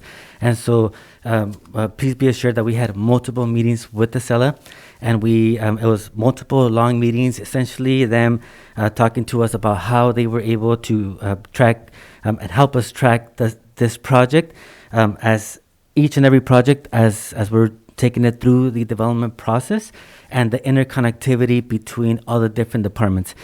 We work very hard since the beginning of when we first get a call from a developer who wants to do a project, we usually do a pre-application meeting. We meet with the different members of the different divisions, police, fire, building, planning, engineering, public works, to make sure that we provide all the comments that are necessary. And so, like my colleagues mentioned, it's everything that we do. We discuss it. We type up a report or whatnot and provide comments. But this system would help us essentially keep everything in track, keep everything in order from the very beginning, from the inception of the application, pre-application submittal, pre-application meetings, keep all the comments in track, and be able to record all that all the way throughout the process, whether it be comment letters that are generated. We do all that. We do all that. Don't get us wrong. That's part of what we do now. But this system will record everything in real time, have everything, the process ready to go. So that way, we're clear and we know what, we're from one step to the next, all the way through the entitlement process. And even beyond that, like even after the planning commission, usually who you have entitled to make a determination whether a project is approved or not. Even after that, we still have the submittal to the engineering department for civil plans, and that takes a lot of back and forth. Very important that the plans are complete and are submitted and are done right. If not, there's going to be comments generated, and so all of that's going to be tracked in our system to know exactly what are the issues. And we work with multiple. Our engineering department, our planning department, our building department works with one applicant, but the applicant has their architect, their engineer, and the engineer they manage stormwater management, structural engineer, all these different divisions within the applicant's team, that we want to make sure everything is tracked and everything is good to go. Eva mentioned, my colleague mentioned. North Street. One of the things that we have is, for example, we have a big fault that was uncovered, and so we have setback requirements, non-buildable zones, and so as we have developed property owners who want to do an addition even to their property, if somebody wants to come in and says, I would like to add a few square feet to my home, we would have to look through the file. We would have to look through through the seismic study that was done, and then look at the maps and see where everything is at. With this system, it's going to be tagged to the assessor parcel number. So we will click on the APN, and the fault should appear, and the non-buildable zone should appear. And so we know right off the bat, on an instant, basically to tell the property owner, hey, you are able to do an addition of so much. You can now increase it over this much, because then you'll be in the non-buildable zone that was adopted by by the Planning Commission. And so those are the things that it's going to save us a lot of time on that. And ultimately, if we feel that it's not going to meet our needs, it's not working out, we're asking for a 3-year contract. And so at that point, I think we'll know ahead of time. And at that time, we'll start notifying you to start maybe looking at, requests for proposals for other firms. But as my colleagues indicated, this would definitely be at least for these 3 years. And based on our meetings with them, we feel that this will likely take us beyond the 3 years with the CELA. Respecting, of course, that there's always ups and downs with programs, but we want to make sure that it's right. And so far, for our needs, it sounds like that's the case.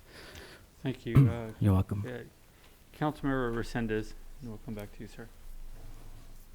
Thank you, Mr. Mayor. So I'm not familiar with the program, I'll be honest with you, but I am concerned about some of the comments that I'm hearing from the council that have used it. I know in the past, and you can correct me if I'm wrong, we were looking into Oracle. Is that the same type of program? And if so, why aren't we going with that? And what other programs are there? I'm a little hesitant from what I'm hearing, and then I'd like more options to consider. Have you looked into other options like Oracle? Are there any other options that you can bring back to us? I'd like to have different options, I guess, so that we could do a little bit more research on those.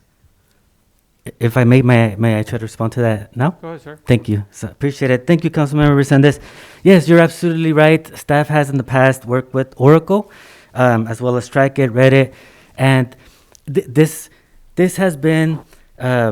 We usually they're very meetings that are very lengthy in time. I mean, we have a multiple departments. It's a big process that we have, and so with all of these different companies that come in and we've looked at and researched, once we sit down with them and start working with them, there are multiple meetings. I mean, it's just we try to meet every other week or so for 2 hours at a time for a period of about this. In this case, it's probably been about 4 months, maybe 6.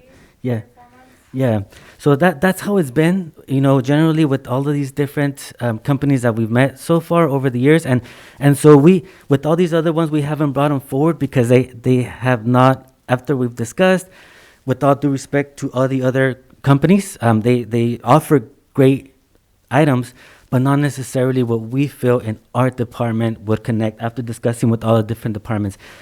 Acela has been the one that we feel so far that will take us to the future, at least the way that we've felt so far after meeting with all these different companies. And so definitely we can continue to look at other companies, but it is very time consuming for us.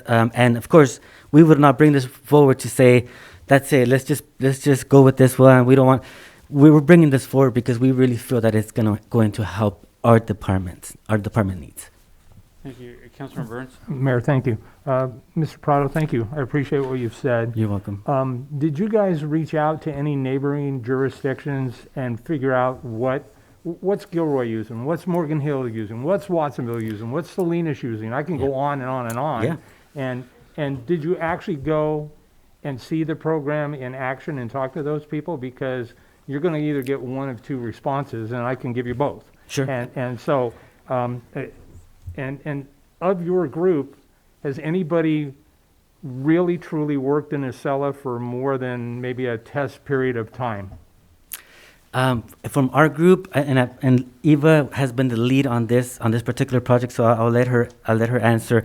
But from our group, just based on the tutorials that we've had with the Acela, with their team over the past 3-4 months, and meeting every so often, hours at a time, that's kind of been what we've been discussing. They've indicated to us from the very first meeting, what is your needs? What do you do? And so we started with that. This is our process. This is how we interact with other departments. This is what the community has been asking of us. They want to be able to go into a system and be able to get that information. I understand that, but sure. Do you know what Gilroy's using? Do you know what Morgan Hill's using? I know. If it's okay, I'll leave my colleague Eva respond to that. I know she's been doing a little bit more research on that. Thank you. I was just going to say that Jamila Saka, our housing coordinator, she has worked intimately with Acela. We talked a lot. She has worked with it both with San Benito County as well as the County of Monterey. And she has a similar experience, and I'm sure she'd be willing to speak tonight if you so called on her. But she has had the same experience as you had with, in one jurisdiction, she loved it, and in another jurisdiction, she did not. And we've talked about that with Acela as well. And we talked about kind of the Honda versus the Cadillac or somewhere in between. And that's kind of part of our request. It includes some optional items that aren't required to have that basic Acela system, but it allows us the opportunity to work with Acela on some specific items like custom coding, so a little bit more funding for custom coding, as well as for working with SLS and their experts who have been doing this for years to talk about our processes and process improvements. So there's some funding and a line item for that as well. So we've included some quote unquote optional items, some data migration items to assist us with that, particularly for our building department, who is a little bit online, whereas the rest of us aren't super online. But we've opted for slightly better than the Civic because we've heard the same thing that you've talked, particularly from Jamila, who's worked intimately with the system in multiple jurisdictions, and that the basic Acela system isn't necessarily the best one to work with as a staff member. But when you opt for a little bit more work, a little bit more coding, a little bit more customization, it can really be key in functionality of the system. So I don't know if she's willing to speak during the public comment period, but we've talked a lot with her. I won't put her on the spot, but Yeah. but again, I mean, Mr. Prado, I heard you say that in 3 years you can reassess. Well, I think we've already jumped down the rabbit hole at that point, and it's pretty hard to go back on an $800,000 investment, and sometimes it's hard to tweak it to make it work. And what I've seen is there's often a lot of staff that are creative enough to create the workarounds. But that's not what should be occurring. And for me, I just, at almost $10,000 per licensee to start with, $9,000 to $10,000, that's a huge ask. And I agree. I absolutely think you guys need some technology. Again, I mean, 20 years ago, I was doing what you're doing now, and it didn't work so well then, but we didn't have options and we didn't have money. So now I think we need to be wise in how we choose to invest our money. And I would encourage you to go look at all those jurisdictions in Santa Clara County and maybe Santa Cruz County and see what they have to say. Sit down and ask them, because at the end of the day, you're only as good as your reputation. And unfortunately, what I'm hearing you say is you got sold. And so in my mind, we really need to have more options. And I very much want to be supportive, but I just need more, as the other council members have suggested as well. Thank you very much. I don't mean to be critical, but I am. And Mayor, thank you. Councilmember Morales. I'd like to hear our IT director, his evaluation, and then possible recommendations. Yes, hi, thank you very much. Paul Da Silva, IT director. I worked alongside planning and staff to evaluate several different products. I mean, we talked to Tyler Technologies. We actually started down the road with Tyler Technologies, and only to find out that, it didn't do half of what the departments needed. And we looked at iWorks. We looked at Oracle. Oracle was a big one. They're very expensive. It was like $1 million a year. That's probably another reason we didn't go down that way.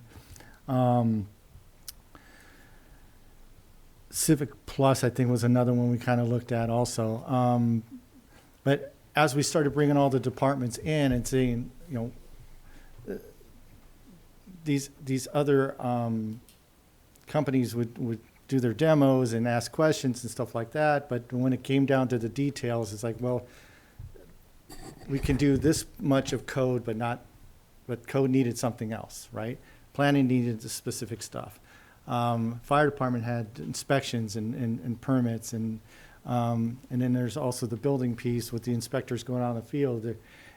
Some of the options that would work in the cloud, where staff can go out in the field and do do what they needed to do. Other options were it's like, okay, well, they can get the information, come back to the office, put it in the system, and there's time wasted there too. Excel actually sat down. It's not just the Excel piece, but it's also the project management piece. And with SLS, actually sat down the project and went through the project and asked the questions and wanted to know everything that, the processes that not just planning, but code, fire, building, even housing and cannabis got, sucked into that too, because, everything's kind of integrated in one way or form. And out of all the ones we looked at, Excella was the one that can answer all those questions and kind of put everything together. We do understand that, there are some hiccups as far as, I think the county uses it to a certain degree, right? So they're not using its full potential or even half the potential from what I understand. And so there's some challenges there. Councilman Burns, I don't know at what extent, how you've been using it, how involved it is. I really appreciate the comments with the IT thing because, there's only myself and Eric. And with, all the other programs we have to support too, we're constantly on the phone with support and working with, on small fixes to big fixes, and other projects and stuff like that. There was a lot of time put into this project to get something for development services who really do a lot of things manually. There's really interaction. The public can't just go online and apply for a permit. They have to come down or email us to make an appointment. Yeah, and COVID made it worse, and we weren't in a position to just hop to do things virtual and online, and it's sad. It put a lot of stress on the staff, and so that's why we were kind of pushing a little bit more to get a solution in place. I'm pretty confident with the project team that put this together and was asking the questions and spent a lot of time with each of the staff and each of the department to really understand what the processes were. And, it does cost money, right? And it's not, let's just, here's Excel out of the box. There's a lot of customization. There's a data migration that gets thrown into there too.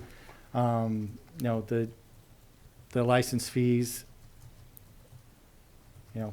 they are what they are, right? And it's not just a seller. There's, everything's subscription, everything's licensing. It comes down to per user, per device, or whatever. But the main thing is having the staff to have the tools that they need to do it. We're here to support it the best we can. We have, the partners in place to make it happen. I completely support what they're going for. If there's any other questions. Yeah, Vice Mayor Perez had a question. Go ahead. Yeah, I'd like to just add to it and answer Councilmember Resendez's question on Oracle. We did look at Oracle, and it was going to be about $1 million plus for 1 year. All the different firms that presented always kind of had that same sales pitch, as Councilmember Burns said, everything that they can do, everything that we requested. Like I say, it was just, you could just change the name, same presentation. When Excella did their presentation, they were asking questions of staff, and when staff responded, they appeared to have solutions and good answers. All the other companies just didn't have that response back to staff. And I will say, planning staff have really been vetting these firms. Yeah, I mean, they probably should have gone to the different locations and sat with them. But remember, you've got a very small team that that they go to another location and they're being pulled away from a project that now you're going to get complaints about. But if that's something council would like us to do, is take a quick pause and then go to those locations, we could do that. But like I say, your staff and IT have really vetted this project for the last couple of years. Thank you. I think- Vice Mayor Perez? Actually, I think Dolores is first. So I know, in my other hat, we've had a lot of failed projects, and Tyler was one of them, actually a couple of them. So, and it's really challenging and it's extremely expensive. So I know the hesitations, and I know no system is perfect unless you actually have the coders to be able to work in-house, which I don't think we have. I also want the council to consider that this is an investment, and if you look at it from a cost analysis or return rate, we have limited staffing, we have a dramatically increased demand. There's more complex systems where there needs to be more communication. There needs to be for us in terms of what is best for the community, what is best for kind of minimizing frustrations which lead to other things. It also protects our community. So even though this is very expensive, and in comparison to everything else, in reality, I don't think it's that expensive because it sounds like it's going to be a customized program. But we're not going to get more staffing, at least for now, that I know of. They need to be able to handle the workload. The only options you have is either increase staff or automate as much as you can. So it sounds like we're trying to automate as much as you can. They need something. So I'm going to recommend that we approve this. I know it's a lot of money, but I think we do need to invest, and we need to trust our staff that they did the due diligence. We also have recommendations from our IT director. They know that we have high standards and that we expect that a lot of the customers, our client, our user end, their concerns are going to be addressed, not only with heightened awareness, but also the software. So I'm looking at it as an investment in terms of resolving a lot of issues and expediting the issues that we have to deal with, and be able to protect our community at the same time and minimize time. I'm not sure what any of the failures or the cons that you guys face in Fresno, but I like Dolores, say, if this is what my staff needs, and this is going to expedite the process of getting our industrial going, and you guys have done your due diligence, and you got support from the IT, and it's expensive, but you know what? Sometimes when I'm working, I have to go spend money on a tool because it's like, I'm only going to use it a couple of times, but I need it.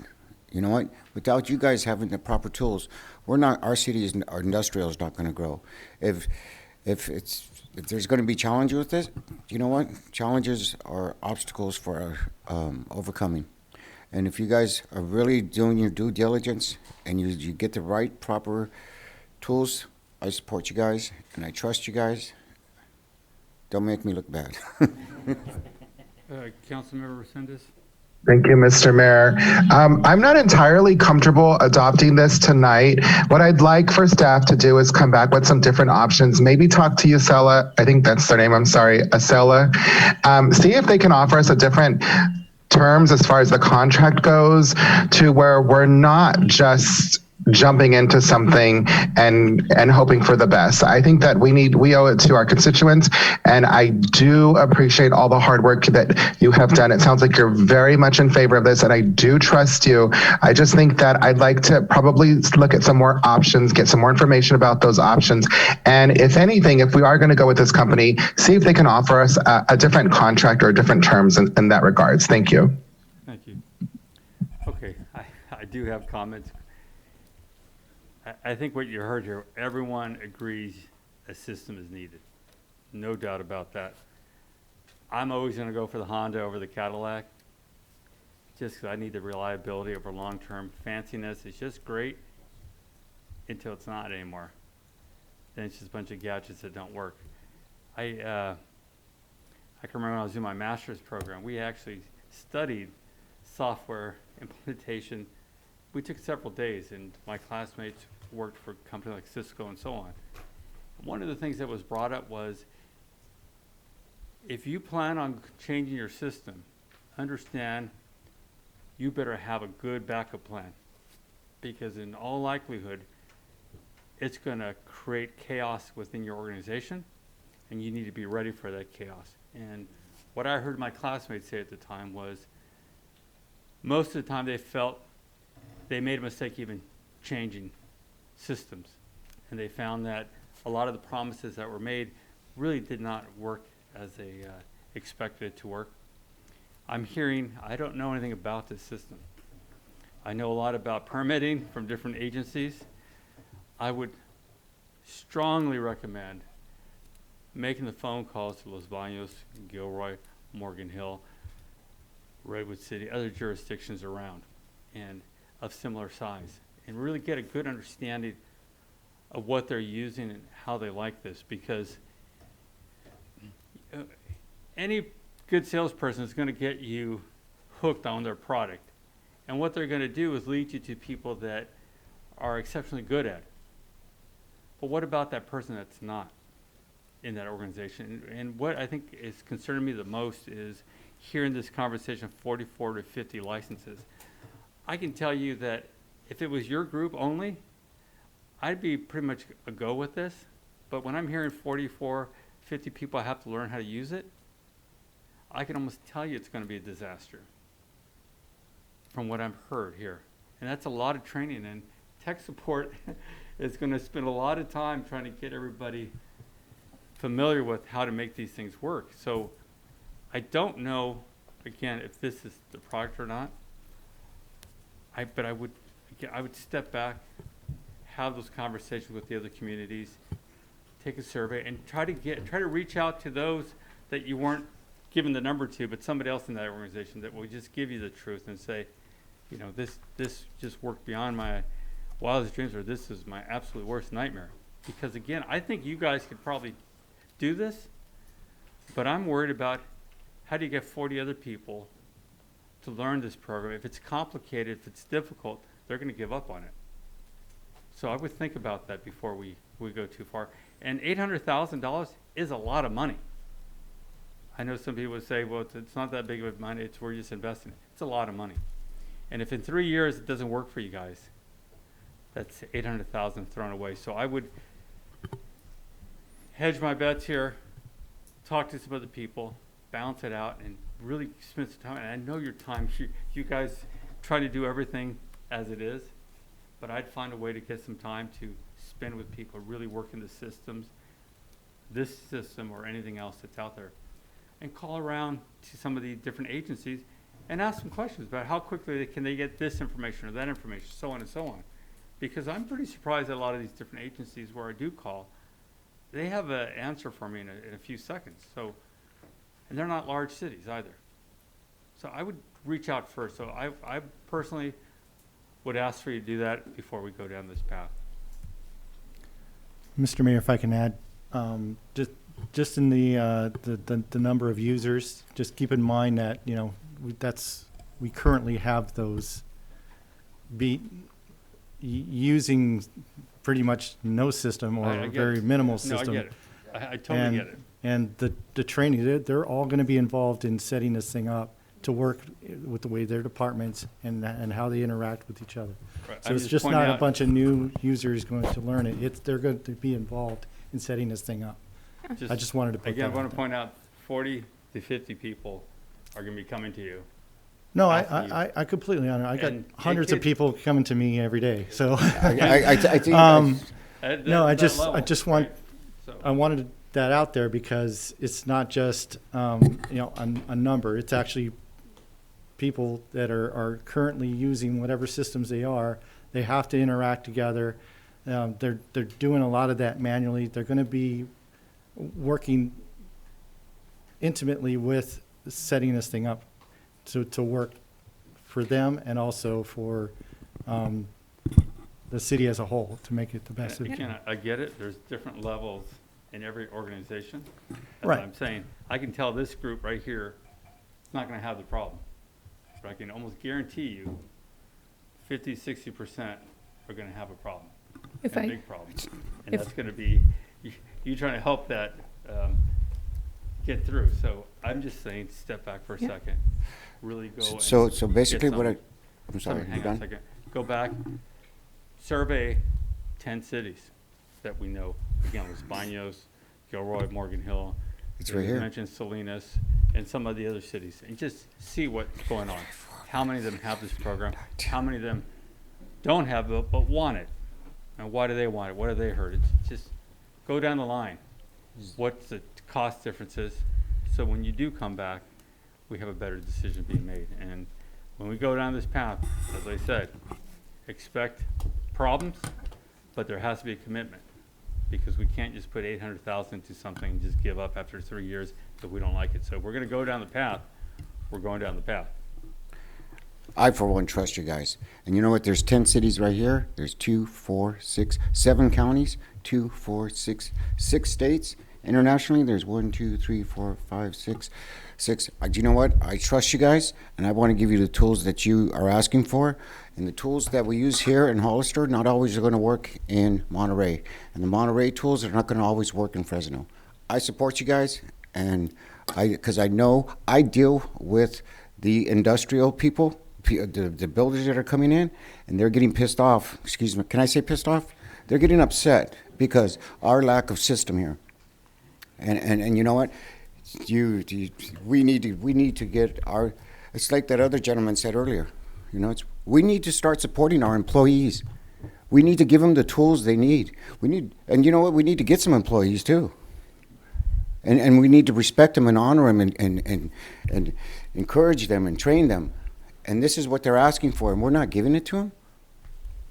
Because you can guarantee that 50% of the people, I'm talking, Explain I'm what talking. you want to, but don't And make it because personal. someone says that they can guarantee that 50% of or 60% of the people are not going to be able to do this. Vice It's Mayor. like, so that's, I don't. Make a comment about the system. You don't have to bring it back towards me, sir.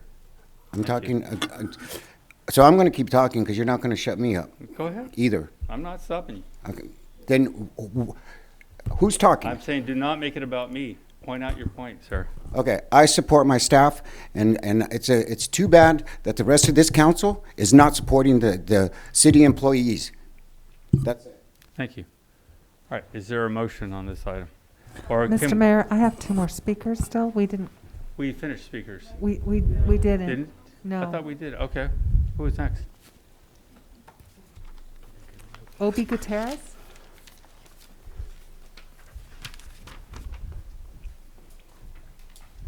Good evening, Mayor and City Council. Hope you all are doing well. I am an employee with a city government in the Bay Area. Although I don't do permitting, I do inspections, and we do a different type of program, which is not really relevant to the type of inspections that are done here. I can say that we would not be able to do our job without our database, and in a way that allows us to track everything, track all the permits coming in, track all the inspections, the violations. It makes, I wouldn't be able to do my job if it was just with Excel and Word. To kind of, I think we all see the importance of a database or some kind of system. To your point, Mr. Burns, like you were saying, like you've seen it work well in some areas and not work well in other areas. Like they were saying, it is customizable. A lot of databases are, and some are customizable to a point. And after that, it is what it is. And after other programs add a little more. And Sella, it sounds like, is adding a little more, and it's value to multiple divisions and not just one. So if you decide to only restrict it to a certain divisions to get new database and like to kind of cut down the cost, you're kind of leaving the other divisions out to dry. And essentially they're going to have to come up with their own requests for proposals for databases and to essentially come up and ask for their own database. And so it'll be multiple databases interacting with each other. And then IT is going to have an even bigger issue trying to get them all to communicate with each other. if Mr. Burns, like you had mentioned, there have been a lot of issues, and other staff members have experienced like issues with the county or with other, but it was good at one place, it wasn't good in the other. If you have suggestions of what did work in this particular case or what doesn't work, as they're building it up, those suggestions can also be taken into account, and they can customize it to make sure that those issues don't come up or to mitigate them as best as possible. And if you can go and create this or implement this resolution, and you're able to train multiple divisions, and we have a staff of hundreds of people, and we all use this database. So it is going to take training. It is going to take some investment up front, but in the long run, it's going to make life so much easier for both your residents and for your staff. Thank you for your time. I appreciate it. Elias Salinas?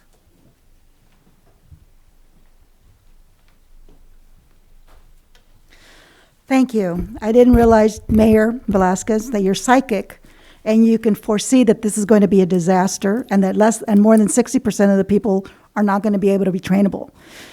It's insulting for your staff right here tonight, for you three right now claiming that you all know better than they do. They've done their homework. They didn't do this in 2 weeks. They've been doing this for months. We're talking about different departments being able to communicate with each other. What part do you all not get that they've been working really hard?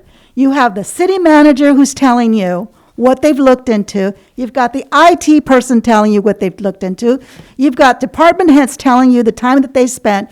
You've got another person in the planning department telling you that this is a program that they want because they've done their research. Do not disrespect the work that they've done and the titles that they hold and the work that they do every day for the city, and show up and tell them, no, you can't have this. You said earlier you want them to go to look at cities the same size as Hollister. Salinas, Gilroy, Watsonville are not the city of Hollister. San Benito County uses this. Hollister is bigger than San Benito County, yet San Benito County can use it. And you're telling the staff here that they can't make a right decision because you all are smarter than they are after they've done all this work. It's just insulting, and they're not going to tell you that. But they started, they're really proud, coming here, giving you a presentation. Look at all the work we've done all our homework. However, you don't want to spend the money, but you're going to talk about $409,000 for an engineering. You're going to talk about $3.6 million for a design engineering service. Ma'am, we're talking about this item. I am speaking. Ma'am. I am speaking. You don't just listen, you want. No. I am comparing the cost of this project to what you're willing to spend on, and you've got $1.3 million for McKim Corporation. So take it into consideration that you can make a decision tonight to allow this program to be accepted. And you all know that when you buy a license, when you work for a firm, you have to buy a license for each worker. That's been going on forever and a day. This is nothing new. Support your staff, please. Cheryl Von Booth. Hang on a second. I want to make sure we're clear. We're talking about an item. We speak on that item. There's no need for screaming, shouting. There's no need to misrepresent what was said here. Nobody said we disrespect our staff. We love our staff, and we know how hard they work. We're asking for more information. So please don't come up and misrepresent the conversation. This is the point I'm making about spreading false information. Thank you very much. Who's next? Cheryl Von Booth. Hello, my name is Cheryl Von Booth, and I wasn't really going to speak tonight, but listening to this presentation reminds me of 20 years ago in the nursing field. So everybody was losing their mind over going to a computer system. People aren't going to understand it. Patients are going to die. It's going to be too complicated. It's going to be too expensive. The entire health world is computerized. Hollister is 1 hour away from an international airport, 1 hour away from the most tech-savvy area in the world. And these people have to work pushing papers? Makes no sense at all. And I agree with Elia. Everybody that was supposed to do their due diligence looked into what they wanted, and they're presenting it, and you're like, nah, let's hold Hollister back a little bit more. I don't understand why you would want to hold it back. Unless there's a reason you don't want stuff to be easily accessed. Just that. Okay. I have no more speakers, Mr. Mayor. All right, we'll come back to it. I think, again, we step back. I'm hearing this idea being spread out now that we want to stay in the Stone Age. No, that's not what that conversation was about. Conversation is about we know we need software.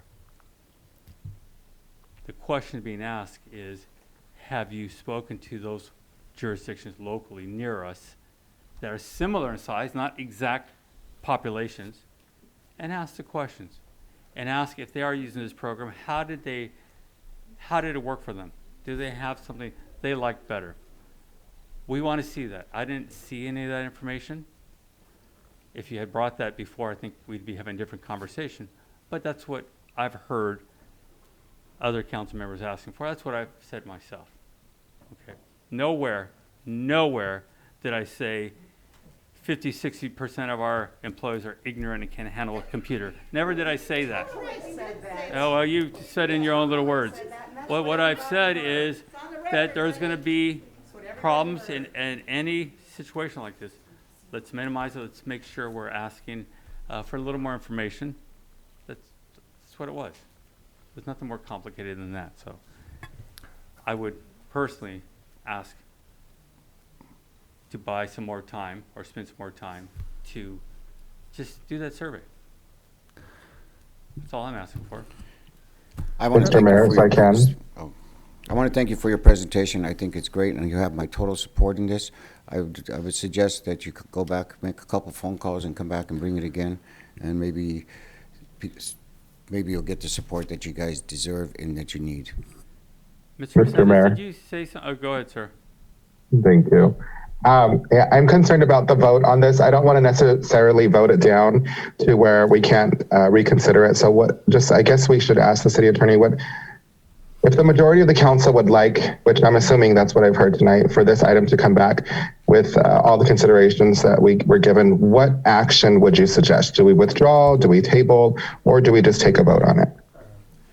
It could be a motion to withdraw it and bring it back at a date in the future, if that's what the city council Thank you. wants. I'm prepared to make that motion when it's appropriate, Mr. Mayor. How much time do you guys need?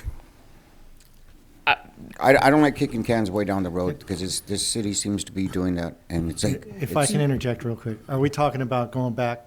Call 10 to people. to the drawing board and going right back to a bunch of 10 cities. I think it was 10 cities that are besides the ones that are. And we right come here. back with 10 cities that say Yeah. 10 different answers. Yeah, I mean, if you come up 5 that say, yeah, hey, it's good, and 5 that say no, then we'll come back to wherever we're at. So it's like, and then Okay, I we'll just deny want to you know for the sure tools that you need. because we've spent a lot of time on this already, and then we're going to go That's right what- back. that's- So Yeah. okay. Yeah, Mayor, can I request that the motion be to withdraw it?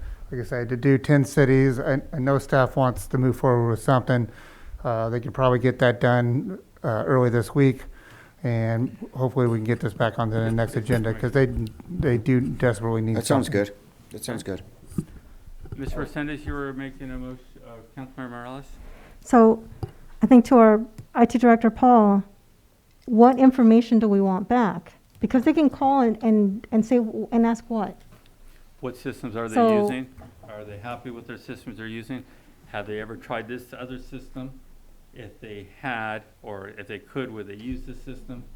Question is, do you understand Mayor, where it sits? I would like to see Paul, as our IT director, drive this project. And he gets to own it, good, bad, or indifferent. And I would like to see you reach out and call IT people in cities that have Acela and have a clear and direct conversation, because at the end of the day, all I need for you to do is come back and say I did and I'm good, and I'm good. I also would like to know costs.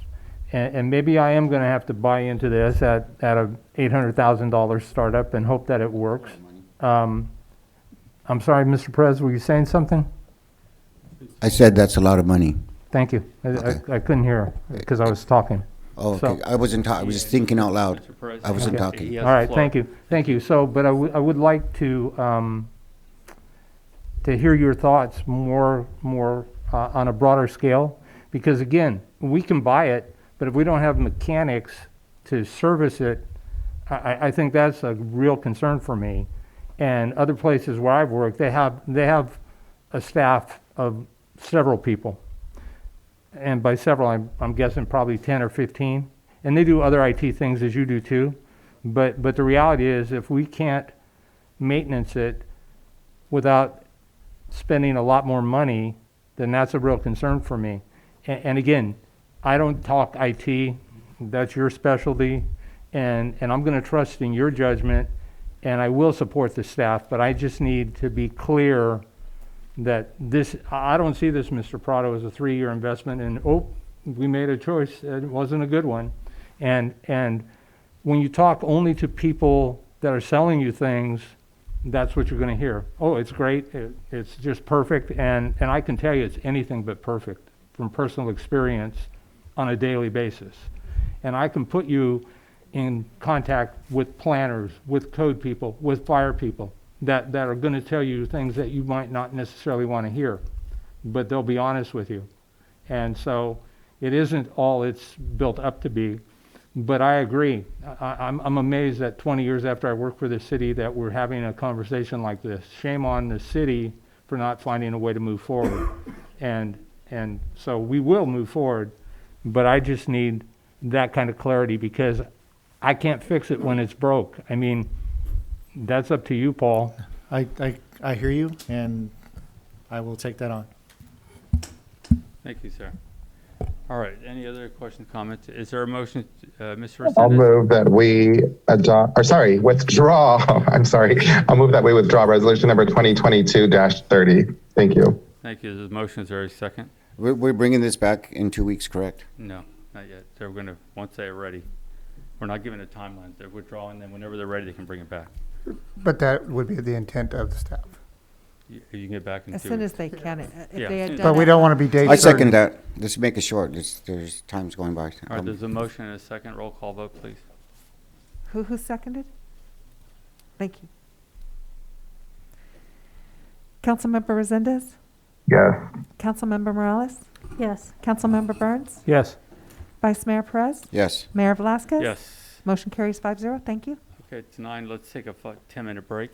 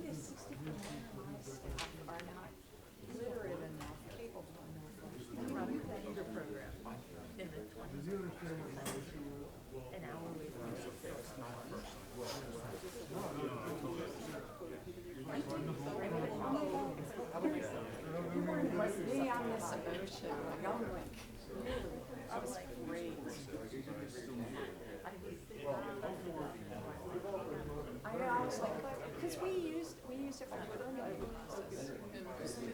it does. You put all the information in, it comes back to you and tells you you need to do this, and that. I can't even imagine who does that.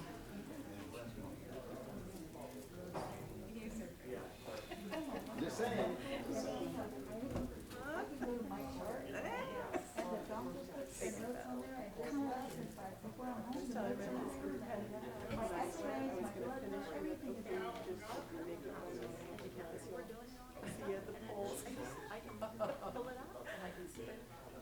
Everybody that's, I reviewed her comments, just thinking about, we just need, I know.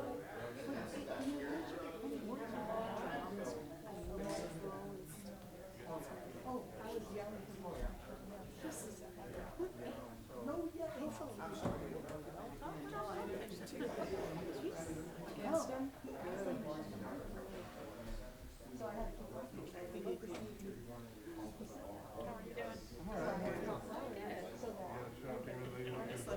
I don't have to. I know, I was every time is different. Sometimes it makes sense for the continuity. Let me, because I got a big mouth, but I hate enough big mouth. It's hard to stay in the loop on, it's hard for to update you on everything. Right, that pissed me off.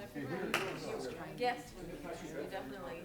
And I wasn't letting that get in. A month later, you're like, oh, I know what they're talking about. What are you gonna do? I'm like, I don't mind it. They couldn't have moved too quick, all those weeks of cleaning up with some things that we talked about. Not a bad thing. Agendas like these this long would be like, you know, in the morning type of thing. Because every month was a certain essence. Some of it's more. I was on a city council meeting in 2020. Saying you work for the We were the only, no, we were the fourth item, last item, 4 in the morning. They talked from 8 at night till 4 in the morning on their clock. Deliberating, trying to figure out how to get the through. And then at the end of the day, they voted 5 out of 4. It's like, freaking sick, we just spent 8 hours for that? Yeah, I mean, it's like, at some point, it's like, this is ridiculous, man. Like, how do you even keep yourself up? That's crazy. And we're all working from home, so we're all on Zoom. Like I'm sitting in my little extra room, you know, just kind of bouncing the ball against the wall. That makes sense. Yeah. That's a long time.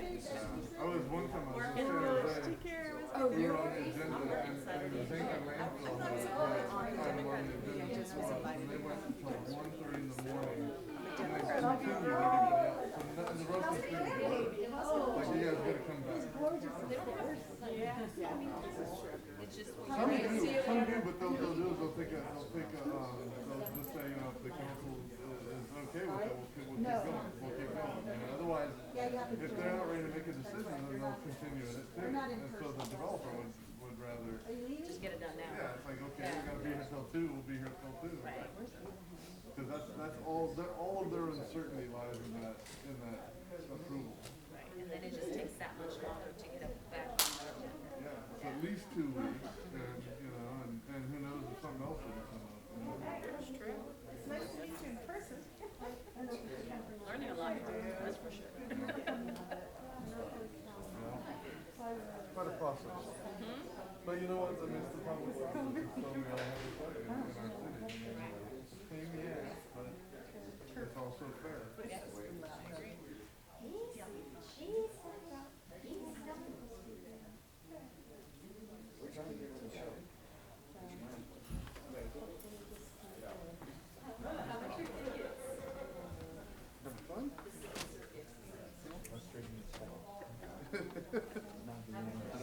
And you wonder why. Yeah, thank you for that coffee. And you put your rough one I know, I'm more like, I got it, still drink it. Yeah. You understand how much There's some willpower tonight.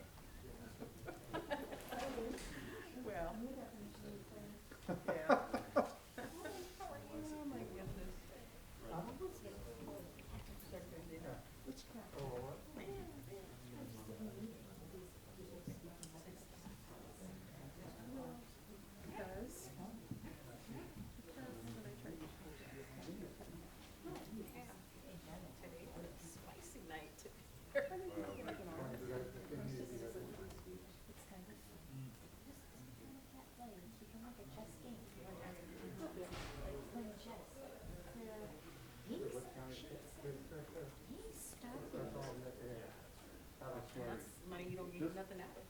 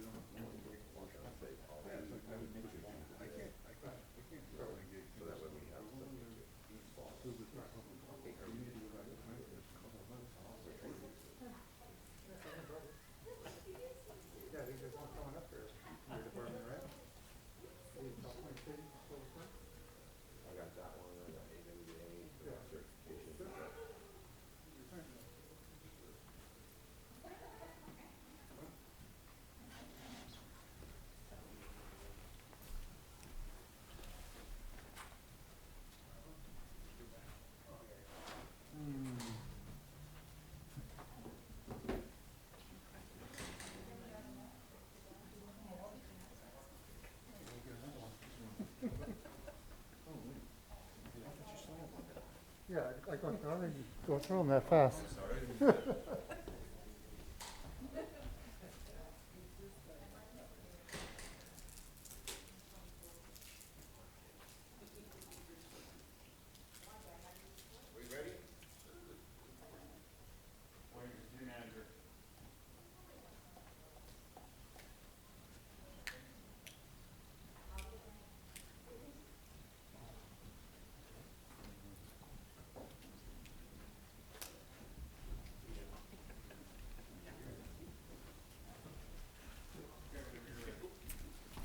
You want a cold one?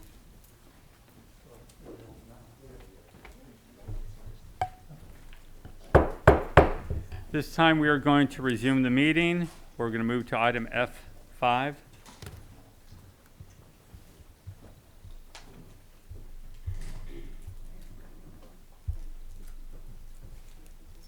Who will be presenting on this item? Good evening, Mayor Velasquez and City Council. Tina Garza, your Recreation Services Manager. The item before you is resolution number 2022-31, a resolution of the City Council of the City of Hollister authorizing an appropriation of $34,000 for the Hollister Fireworks Show on July 4th, 2020. In addition, it would be a kickoff for the City of Hollister's 150th year celebration. In addition, staff recommends City Council approve a location for the event, and the two locations in consideration is Vista Park Hill or the Hollister Municipal Airport. Up at Vista Park Hill, We would need some brush to be cleared in the area. And at the Hollister Municipal Airport, there will be permits that are required of us. Are there any questions? Any questions from council? I have one. Go ahead, sir. How long is the fireworks show? The fireworks show would be a 30-minute show. And we are asking that the community kind of stay in their, reside at their home. And they wouldn't be able to visit the park if council chooses the park or the airport. And the fire department, you guys are okay with Park Hill? I mean, this is a special event, and it's nice to be seen throughout the city. I'd like to see your input. Thank you, Vice Mayor, Mayor, council members. Our only concern is if we're able to do a good weed abatement in and around the area. We are concerned because it's in a densely populated area of the city. We were going to offer up and maybe give into consideration Vets Memorial Park, where they hold the because it's central downtown location also. I know the airport's a bit far and away for people who aren't, going to drive out there or avoid them from parking on San Felipe Road and blocking the traffic. But, the command staff is considering and reconsidering Park Hill because of the density of the population up there, especially with Allendale and the other communities that are in and around. So it would be your discretion on where you want to host it. I really would consider Vets Memorial Park because they host fireworks events there on a regular basis. Yeah, and just kind of throw out, and airport's kind of difficult too because we do have to shut down air traffic to that location, and the FAA frowns on that. So that'll be one issue. But a location can be determined between now and July 4th. City manager's right, and keep in mind that CAL FIRE does have the Black Hawk there. The Black Hawk has night vision, so it will be operating at night. And there's a lot to take in consideration. And a firework display for this weekend, especially, or that weekend, especially after, celebrating 150 years, maybe we should consider Vets Memorial Park. Isn't Vets Memorial Park surrounded by homes? It is, but the location and the amount of space that it has to include Memorial Road has afforded it to be a safe environment. And for, I want to say, over 20 years since my sons have been playing, they've always had opening day with airborne fireworks, and it's been successful and uneventful. It's a nice show. It's a good show. And I'm just wondering, because of the numbers, I mean, this is bigger than opening day for every year that happens. I mean, this is 150th year anniversary. So are we going to be able to put all the numbers of people there in the parking lot and in the surrounding area and still keep the people and the houses safe? Good question. There'd have to be a little bit of a study on this for that. I mean, maybe Tina can speak to Vets Memorial Park and the amount of people that have come out and celebrated, especially when she was in charge of Hollister Heat and all that good stuff. Tina, do you have any insight on that? Yes, during that time, the public was allowed to be there, but my recommendation would be to not have the public involved. They can watch the fireworks show from their home. If we were to use Vets Memorial Park, we could lock the gates or request that the county lock the gates and not allow anyone to visit. That's actually a good consideration, is the Vets Park. It is centrally located, and they have had a great success having fireworks shows there. Mayor, also, we might be able to talk to Dr. Sean Tannenbaum and see if we can use it at the high school also. No? Well, I was going to say no. The high school won't, because they have synthetic fields now. So that's right. Oh, wow. Expensive fields. My concern is, and thank you, Tina, is if you close the parking lot, where's everyone going to park? Where is everyone going to be? On Memorial and Hillcrest and Sunny Slope? I mean, I and then also because I hear the fireworks going off, and I've been to the first day after all the fireworks shows. They're nice and it's good and stuff, but are the fireworks that we're going to be getting, this is for you, Tina, are the ones that we're getting going to be going up higher than the ones that they usually have? Because you can't see them from my house.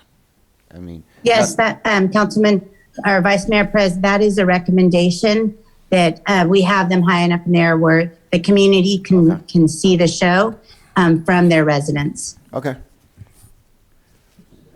Okay, any other questions? Do we have any speaker cards on this? I have no speakers, Mr. Mayor. Take it back to council. So that way I can go to Park Hill and watch the fireworks. I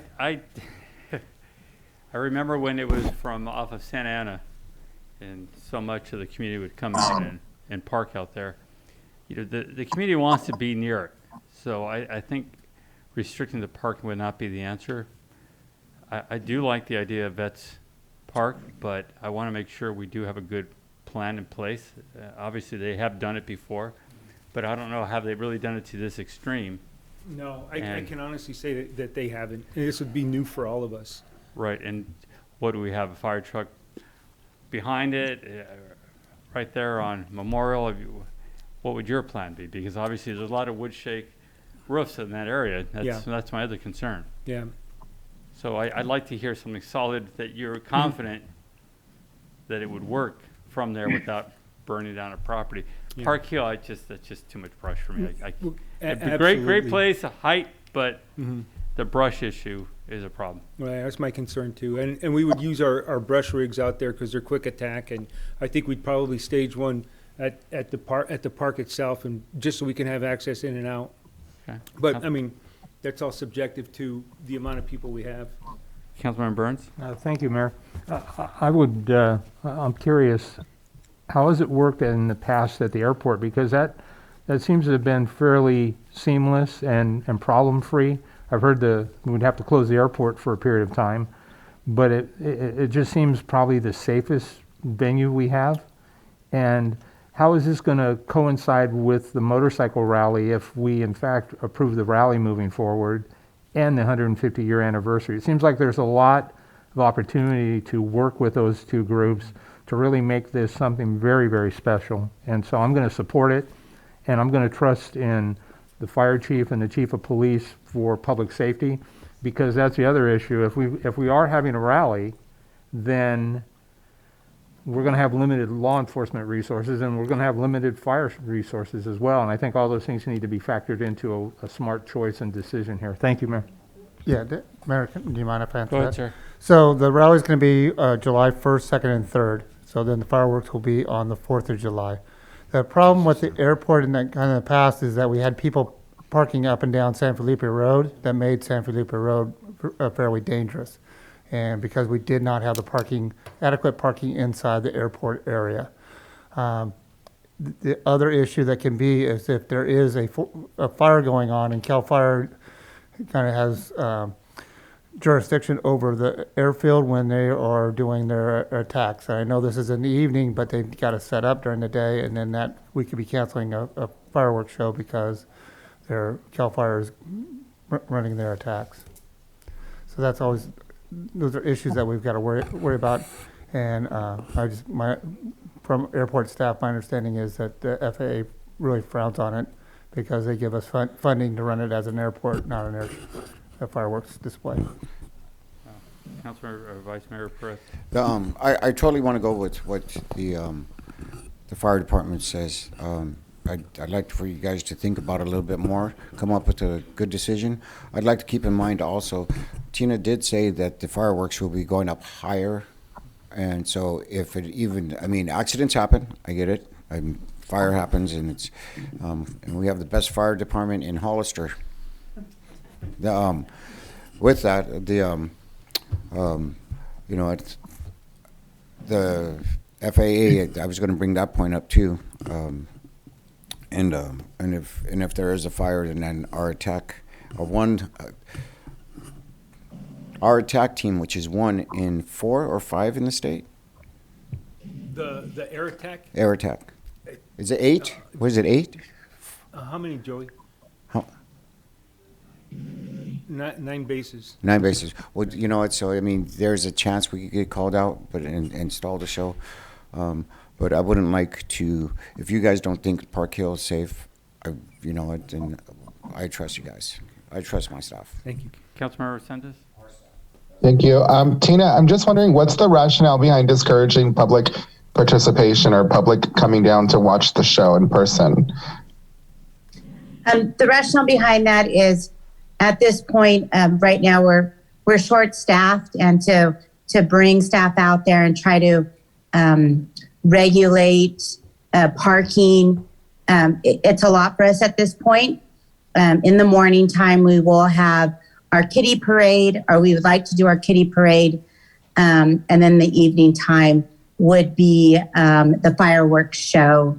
So, at this point, we're just really short-staffed, and unless we can get more staff, maybe we can reconsider, but that's where we're at this point right now.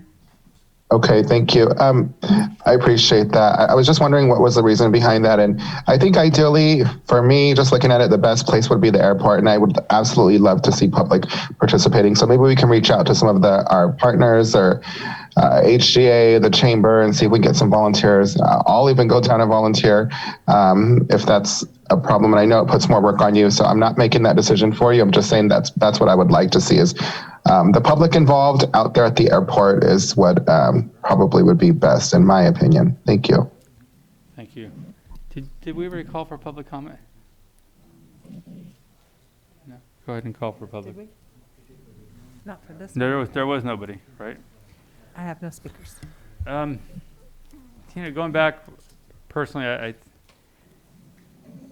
I think what you're hearing, everybody, I think we hear a consensus for the show and like a little more feedback on your location, but I'm perfectly fine with any of the locations, but remember, the public does want to go up, they do want to park, and that has to be one of the factors you're considering.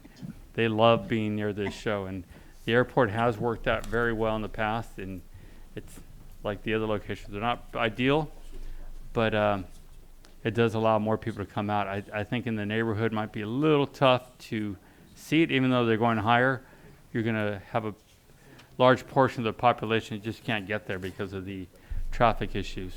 I want you to, again, analyze some of the traffic patterns.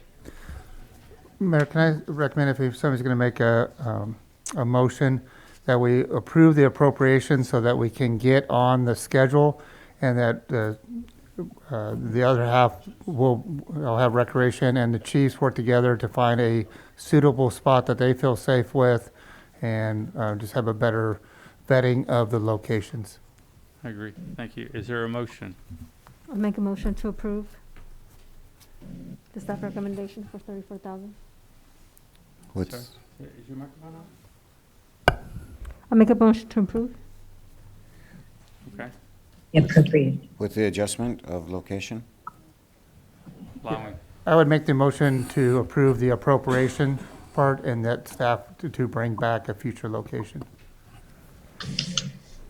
So moved. Okay. Second. Motion and a second. Roll call, please. Councilmember Resendez? Yes. Councilmember Morales? Yes. Councilmember Burns? Yes. Vice Mayor Perez? Yes. Mayor Velasquez? Yes. Motion carries 5-0. Thank you. Thank you. We'll go to F6. Thank you. Thank you. This will be Renee, Paul.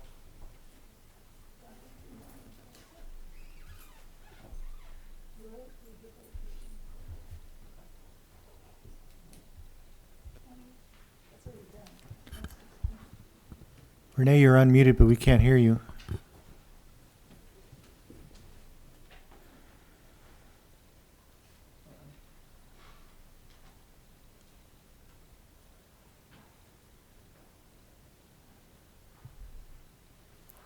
She's Can you hear me Oh, there you go. Yes, we can. Okay. Good evening, Mr. Mayor and City Council. Renee Perales, CIP Manager, Administrative Services Department. Tonight before you is Resolution 2022-32, which will accept the bids received, approve a supplemental appropriation and award a contract to McKim Corporation for the Road Rehabilitation Program 2122 project CIP C2101. This project was approved by the City Council to go to bid back on December 20th, 2021. And on February 16th, 9 bids were received. The bids ranged from 1.39 million to 1.7 million. And the engineer's estimate was 1.79 million. As I mentioned in my report, there was a minor error in the bid tabulation for the low bid. However, the correct total bid was actually lower than what they had submitted, and so it remains the low bid. Staff is requesting that the City Council accept the bids, award the contract to the lowest bidder, and authorize the execution of a contract and change orders if needed with McKim Corporation. Do you have any questions? Any questions from council? Councilmember Morales? So it says that there's a supplemental bid. Is that coming from, where's that coming from? I mean, supplemental added. So where are those funds coming from?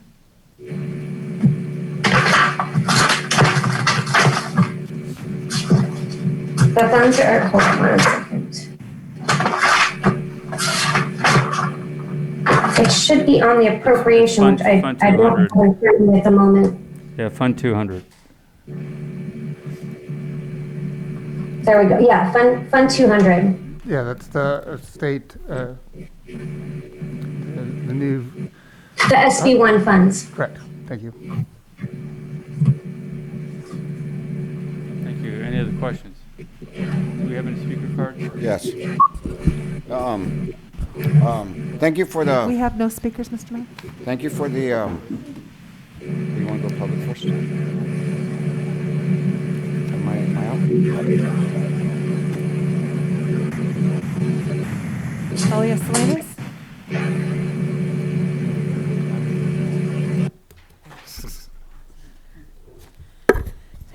Thank you. So SB1 funds, yay, finally here in the city of Hollister. Is that what I'm hearing? That's where the funds are coming from. But I want to understand, it says Road Rehabilitation Program 2122. Are we talking about the year 21, the year 22? It was only if is that correct? If it was approved in December to go out for bid, is this money for just year 22 going into 23? I don't understand those numbers and what they mean. If someone could answer that, please. Yeah, I can answer. That's fiscal year 21, 22. That would be the projects that were approved for that year. So that must the funds be used up before the end of the year of 2022? No, they can be rolled over if we want to, but the projects have to be approved by council at an earlier council meeting, which they did. I can't remember the date offhand, but this is to approve the funding part of it. Thank you. Thank you. I have no more speakers, Mr. Mayor. Vice Mayor Perez, go ahead. Thank you for the printing out the copies and sending out the emails of the plans. Renee, I forgot what they were like. You know what, I'm all for traffic calming. That's the next item. Oh, okay.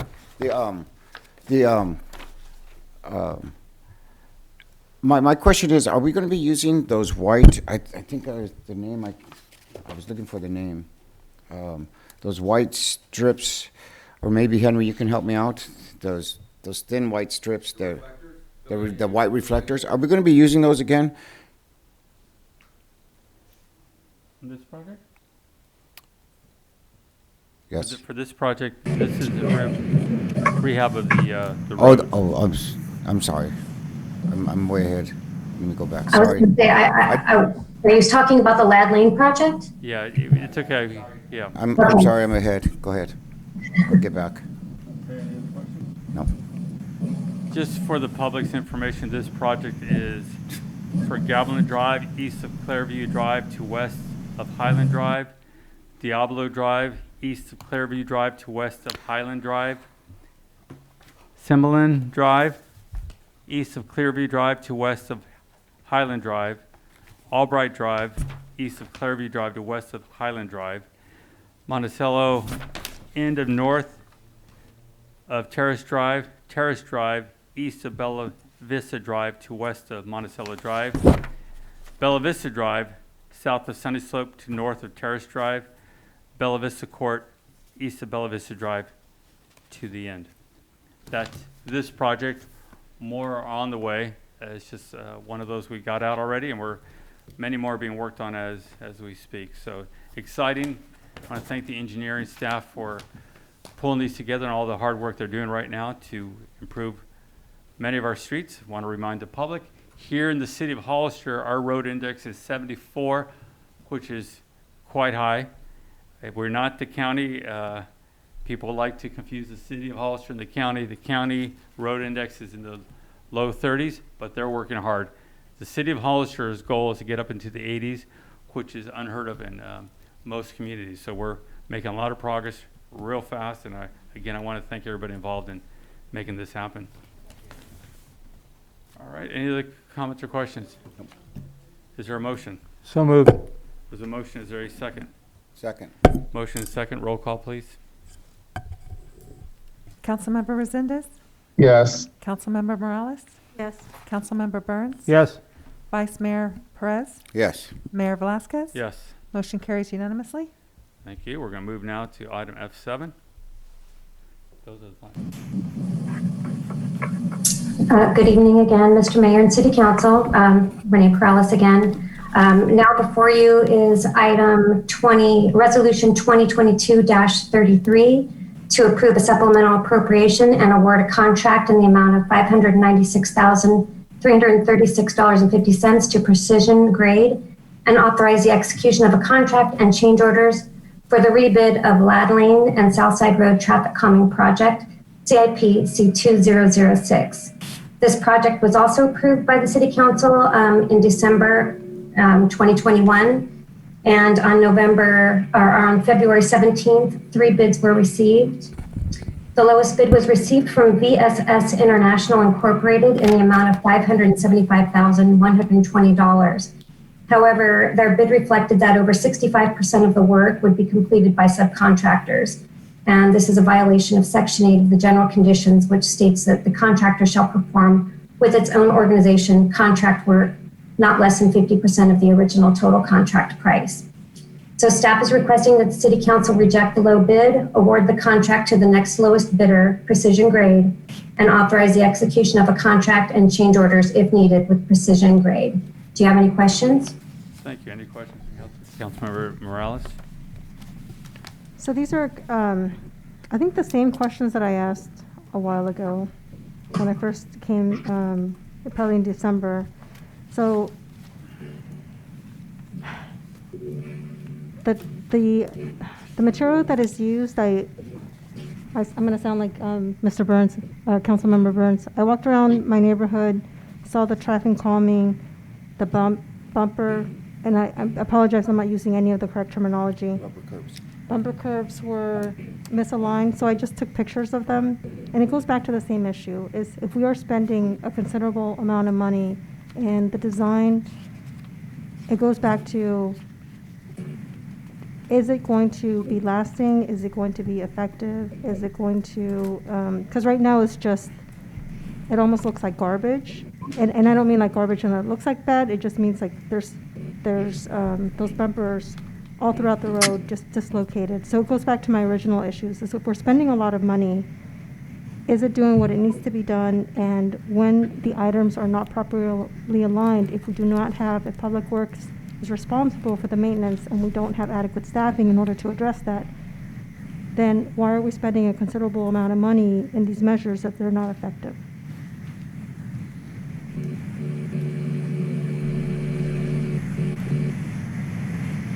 Did you want to answer that, sir?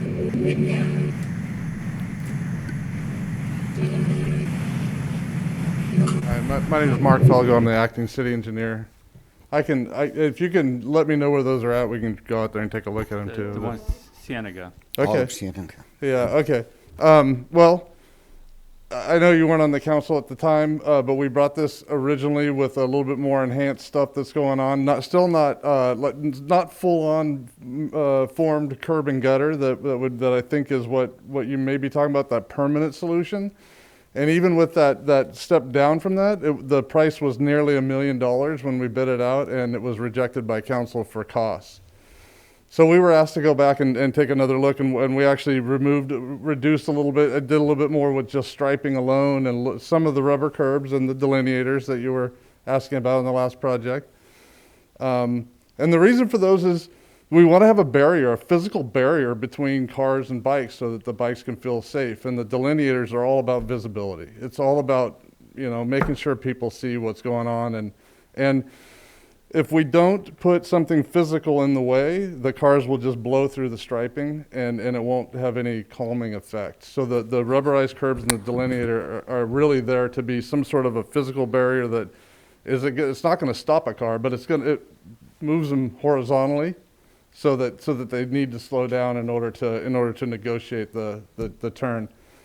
They do require maintenance. They do, yes, they do. They're much lower cost on installation. They require a little bit of maintenance, but if people hit curbs and break curbs, those require a lot more maintenance to turn them out and to replace them. So this is the middle of the road solution, the little bit less expensive solution that we were asked to find for the city. Vice Mayor? So this is the least expensive, actually, correct? No, I mean, we could just paint out there. Besides painting, I mean, we want to put a barrier. Because I think I sent some pictures to Abraham, and I don't know if he forwarded them to you, because there's actually some other types, I call them buoys that go on boats. That's the green ones, the fat green ones. And I will say that San Jose has a ton of those in, and we are actually helping them remove them because they're tired of them. So I will... Those are another form of delineator. It's just a little fatter and different color, and a little bit more aesthetically looking. Why are they taking them down? They don't like them. They same problems with the other ones. They get hit, and the way that they place them is some of the placements weren't great, but they're not happy at all with them. They're just removing them. They're not even trying to readjust them as far as. So what are they doing? I don't know. I don't know any more than that. I know we're helping them. Not me personally, but I know that my company is helping them to relook it and remove all those. I just when you go down Cienega and you go down Central, it's like the turnabouts, whatever you call them, Traffic to the roundabouts. Circles. Those are paved. I mean, not paved, bricked. Yes. All the other ones are not. The rubber curbs. Yes. And it's like, to me, it looks like it's not finished. And you know what? I think that our citizens of Hollister deserve something that looks a little bit more aesthetically pleasing. And if they were bricked, what do you call them? Turnouts? The pop-outs? Pop-outs. Yeah. The pop-outs. If they were bricked and then they had the rubber curb, they wouldn't be breaking because they're support. And I know we talked before, and you said that the reason we don't do the curb and gutter is because it's expensive, and if the cars hit it, they'll break the cars. And it's like, well, that's why you're not supposed to hit them. But I don't understand that answer. But I'm just saying, I would like to see. I support this.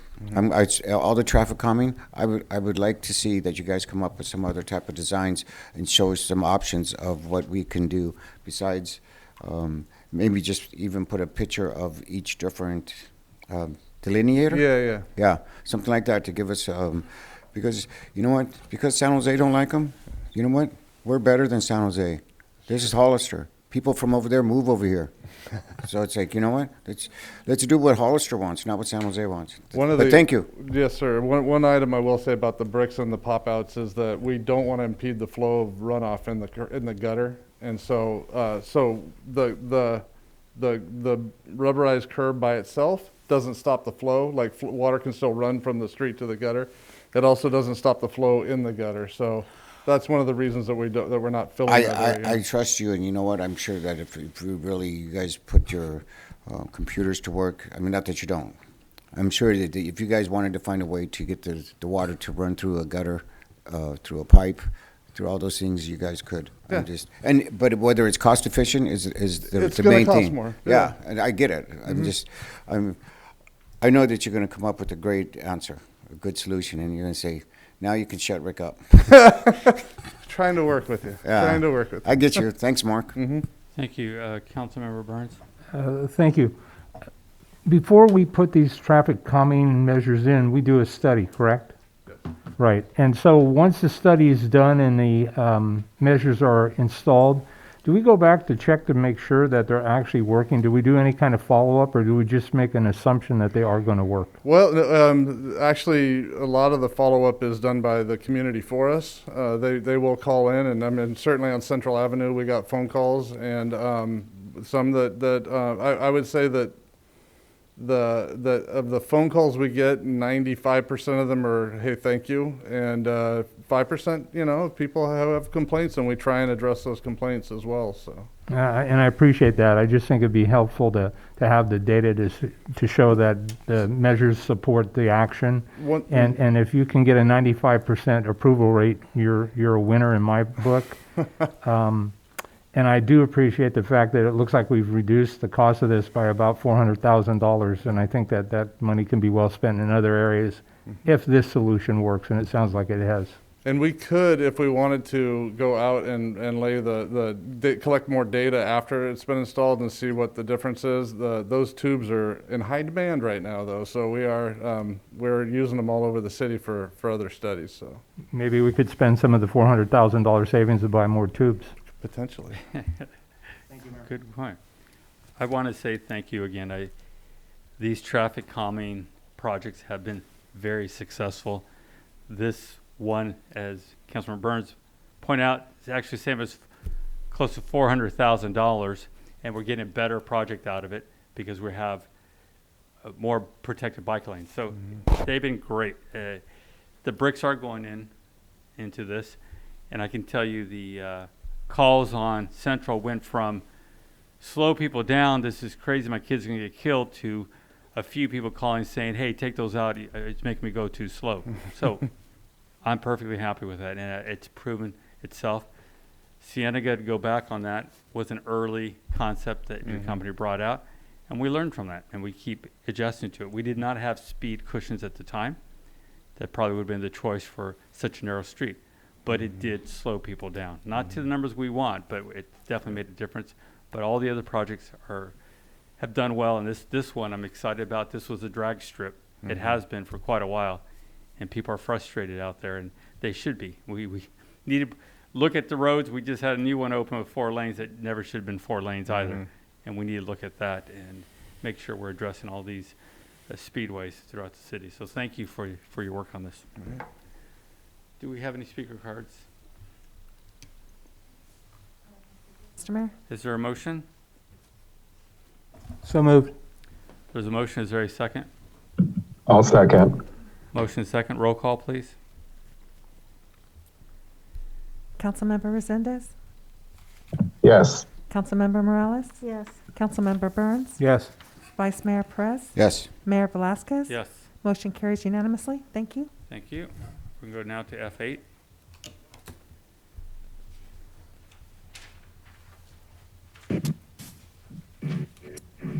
Good evening, Mr. Mayor and City Council. It's still Renee Perales. Now we have before you Resolution 2022-34, which will approve a supplemental appropriation in the amount of $3,680,897 for design engineering services for the preparation of plans and specifications for multiple capital improvement projects, as indicated in the city sanitary sewer, water, and storm drain master plans, as well as the pavement condition evaluation.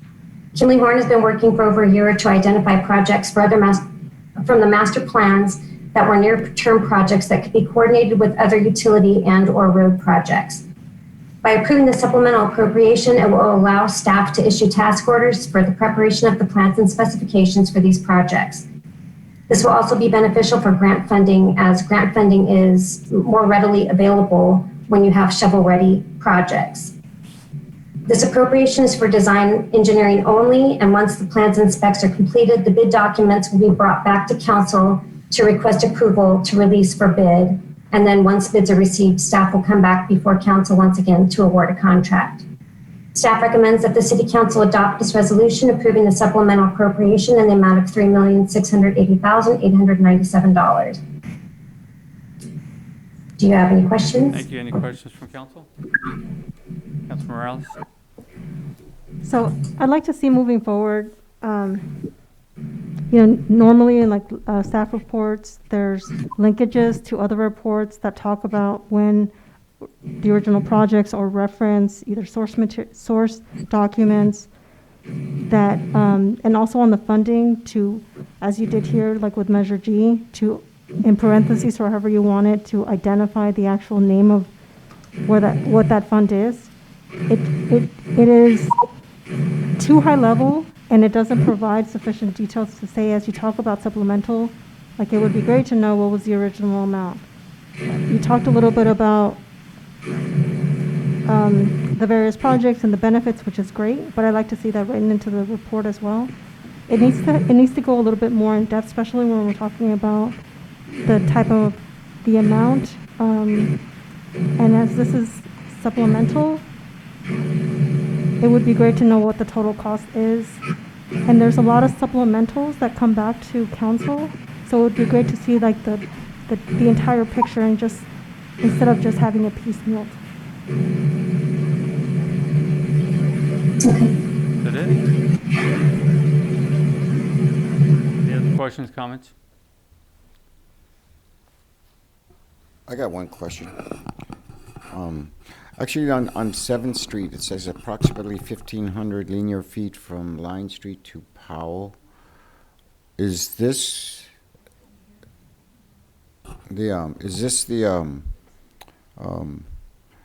so this isn't including the, what did we do a couple years ago on 7th Street? What do you call it? The surface. Chip seal. Chip seal, yeah, chip seal. So we're not going to go back and seal that up eventually or anything. We're just going to let it run that way. The chip seal, that was the wrong surface to be putting on 7th Street. I mean, that was the plan, but we'll monitor it, and it should be, we'll just move it up sooner on a project to get it back to a smoother street. Okay, but for the rest of it, it's just going to be total asphalt, correct? Yeah, I believe this was a grind. All right. Grind and overlay. Okay, thank you. Oh, I'm sorry. So yeah, no, I thought it was more of a comment than a question. Yeah, we will definitely make sure that the instead of just the fund number, that we'll put the fund name, and then we'll work on a better description of the project for you. Can you speak to like the original amount and what these funds are? I mean, I'll write them down for reference, but. Yeah, no, Fund 216 is our Transportation Development Act fund where we put the Measure G funds.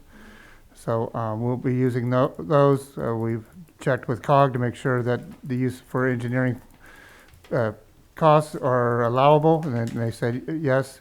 So 621 is the water impact fee because we'll be enlarging some water lines. 661 is the sewer impact fee, so same thing, we're increasing lines, and then 303 is the traffic impact fee, and that we'll be using some of those funds that are associated with this project. What's the total amount of the original? Can we make sure to turn the microphones on when we're speaking because we can't hear? What's the amount of the original project? There is not a, we picked these items that need to be fixed throughout the town to make sure that when we do our road project, that we're actually taking care of the water lines and sewer lines underneath so that we can maximize our dollars, our road dollars. So we do not know what the total construction costs are going to be, but this is the cost to design those projects and to also get them ready, as Renee said, to get the shovel ready for any federal funds that are out there. Okay. Thank you. Sure. Okay. Any other questions? Do we have any speaker cards? No speakers, Mr. Mayor? Perfect. Again, thank you. This is, again, the conversation we've been having about getting the infrastructure repaired, and this is those big steps we've been working on the past year, and I'm excited to see this and all the other ones coming up in the very near future. Is there a motion? So moved. There's a motion. Is there a second? Second. Second roll call vote, please. Councilmember Resendez? Yes. Councilmember Morales? Yes. Councilmember Burns? Yes. Vice Mayor Perez? Yes. Mayor Velazquez? Yes. Motion carries unanimously. Thank you. Moving now to item O. If we can't get council consensus to go past 10 o'clock. Is there a Fine. consensus? Yes? Yes. Yes, okay. Sorry, I was asleep. Just kidding. We'll move now to item F9.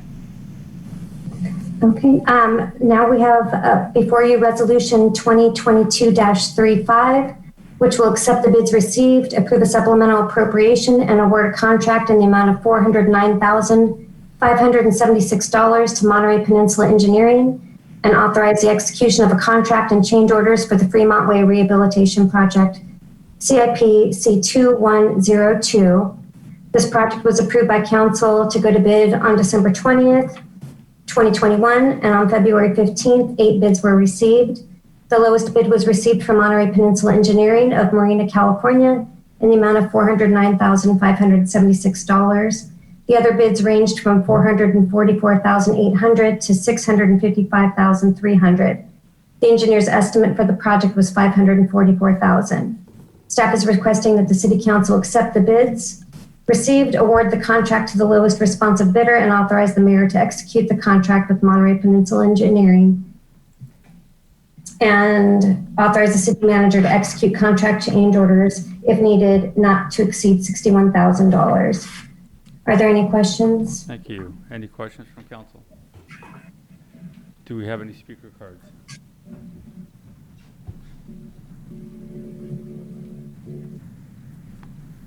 Elias Salinas? Thank you. Did I just hear that if it comes back, you're going to approve no more than 61,000? I missed that. My question was, if you're going to approve tonight the 409, and I need my glasses, I guess. If you're going to approve tonight this amount, where on the contract is it going to be where they can come back and ask for more money? Do you set them straight? Because that's what a lot of companies do. They give you the bid, and then they come back, and then they ask for more because now they figure out, oh, it's going to be a little bit more. And it's, it happens a lot. So if you're going to approve this tonight, how can we protect the city from them coming back and going over? And if they're going to come back, how much is the city going to approve the amount over the original bid? Thank you. The contingency is for that reason. Projects like this are bid with their specs. The only time there's extras, change orders, is because it's been requested by the city. Something was found that's not going to work with the design. And that's normal in the construction industry. And that's why you have the contingency to help cover that. That's why the total amount is at 470. And if they find something very large that they have to do that was not in the specs, that would be a different conversation. Do we have any comments or questions from council? Any other speakers? No more speakers, Mr. Is there a motion? So moved. There's a motion. Is there a second? Second. Motion second. Roll call, please. Councilmember Resendez? Yes. Councilmember Morales? Yes. Councilmember Burns? Yes. Vice Mayor Perez? Yes. Mayor Velazquez? Yes. Motion carries unanimously. Thank you. Thank you. We are going to now move to reports from council members regarding their committees. Councilmember Burns? Nothing to report, Mayor. Thank you. Thank you, sir. Vice Mayor Perez? Nothing to report. Councilmember Morales? The 3 CEs have asked the cities to provide a letter of support. I'm going to pull up the actual legislation in a minute. Sorry, I had it in front of me and then lost it. So other than that, if you'd like to come back to me, I would greatly appreciate it. We'll wait for you. Go ahead. I'll have to look it up. That's it. Okay. Councilmember Resendez? Thank you, Mr. Mayor. I attended the Intergovernmental Committee, and there was a lot going on there. So I hope that, I guess I haven't had a chance to talk to Brett and Abraham, that you guys connected. I know Brett was out at a conference and you connected as to what was covered at the meeting. And one of the most important things, again, was homelessness. Where are we at with that? Because I think it's the assumption that from the county and the city of San Juan Bautista that we're the ones taking the lead on forming the JPA to start looking at a different approach when talking about homelessness in our county. We had a Health and Human Services Director there, and she spoke about some issues that they're facing. But I think ultimately what I took away from it, Brett, is that the majority of the intergovernmental meeting is hoping that we take the lead on helping to form a JPA. They're all in support of it, but I think that they're kind of leaning on us to take the lead on that. There was a few other things that we did speak about. I'm going to have to lean on you for this, Mr. Mayor. I was not prepared, I'll be honest. I know we took a vote on something, but I'll defer to you if you can help me out with that. That's all. Thank you. Thank you, sir. So you go back as finishing the homeless conversation. The other agencies are looking to us to create the framework for the JPA. Everyone is in agreement that we're better off working together rather than just one agency. So we all have input in it. So I think at this point they seem excited to move forward in that. The other conversation was the fire committee within the other agencies and encouraging them to finish or select their members so we can start with the meetings on that front. I had a meeting with my mobility partnership. That is a group between Santa Clara County, VTA, and RCOG, work together to find solutions for our major highways. The new interchange, again, on 25-101 is still scheduled for late 23 for the new interchange. Santa Clara or VTA is paying about $120 million to install that new intersection or the overpass over ramp.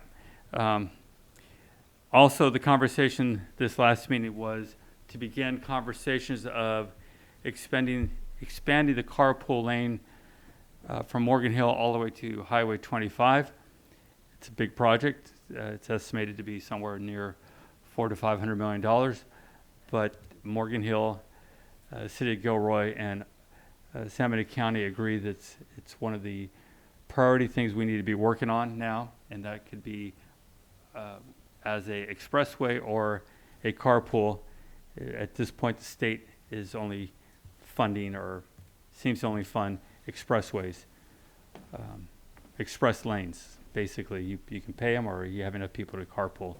So that's good progress, and we're excited about that. And we're still working on the remainder of Highway 25.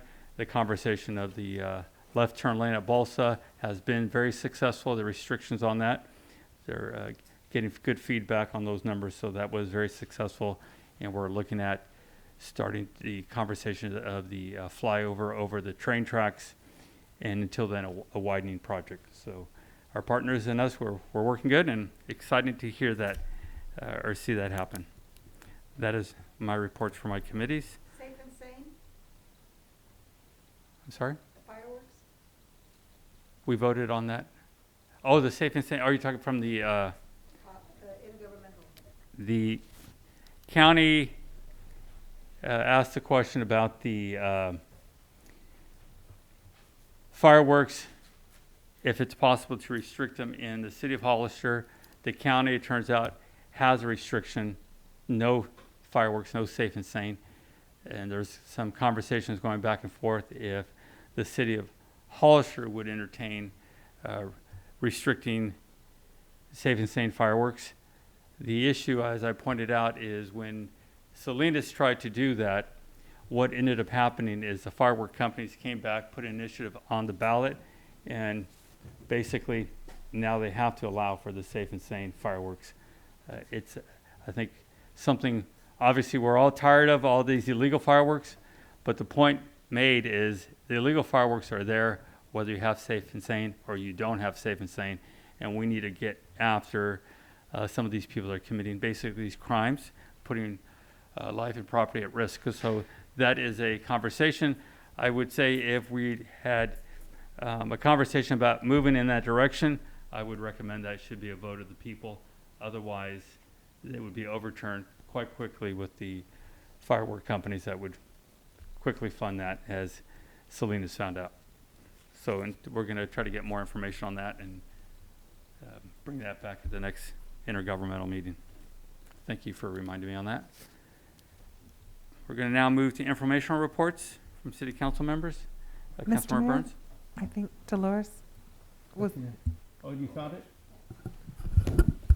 Thank you. Thank you for entertaining. Thank you, Christine. So the legislation is actually California Senate Bill 612. And on February the 17th, the 3Cs Policy Board passed the attached law. They're asking for the cities to send a letter of support to be heard by the Senate Appropriations Committee on May 17th. And it would be addressed to our District 12 Senator, Ana Caballero. The background on this bill is it's a solution for a lot of different issues, and I'll forward this to council, but the bill actually addresses the fall electrical policy in California that does not reflect current market realities. It provides customer equal access to legacy products in proportion to what they're paying. It requires the CPUC to recognize the value of greenhouse gas-free energy in the same way that renewable energy and resource adequacy are recognized. It requires IOUs to be annually sell by remaining unused excess legacy resource products so that their value can be realized. So there's templates of letter of support asking the city council to make a motion for us to submit this to our Senator Ana Caballero for budget appropriations. Because that would be a consensus item. Do we bring that now, or do you want to recap? Sorry, is there a strict timeline on it? Ideally, it would come back as an agendized item. It needs to be submitted before the Senate Appropriations Committee on May 17th. Oh, so it sounds like there's plenty of time. Yeah. Okay. Anything else? That's it? Okay, we're going to go back to informational reports. Councilmember Burns? Thank you, Mayor. So, first of all, I'd like to thank Tina Garza and the Parks Department and her staff for the great work at Clower Park. I'd like to thank the police department as well, and the Clower family for their generous donations. I think it was a really good event. It was well attended, and it's nice to see us getting back to some sense of normalcy in our parks.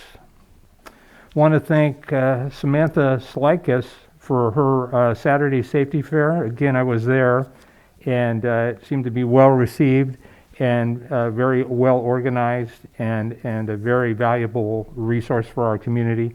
And I only hope that she will do it next year. So,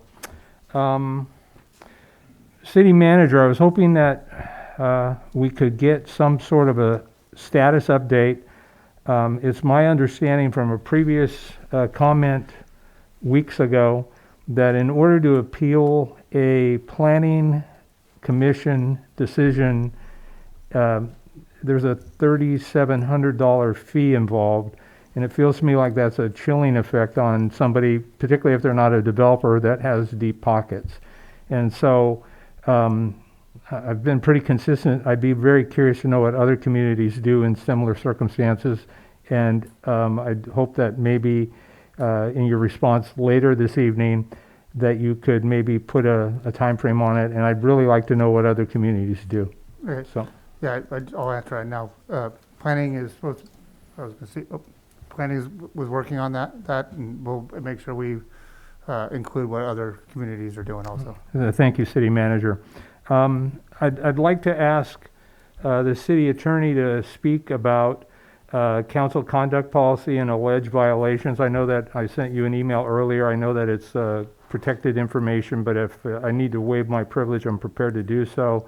And I'd like you, Mr. Epperson, to speak to the concerns of the community and council behavior.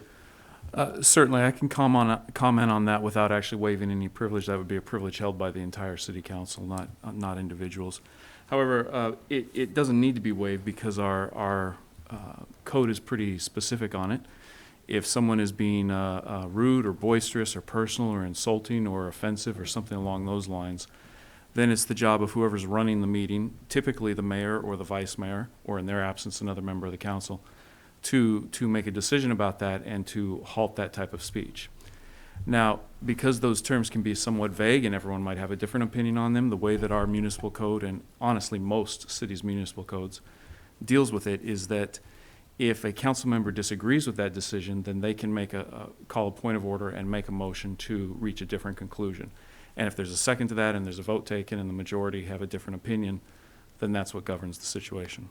Thanks. So for future clarity, I understand everybody has an opinion and we're entitled to it. More often than not, we're entitled to express it. But just because we have an opinion doesn't necessarily make us right.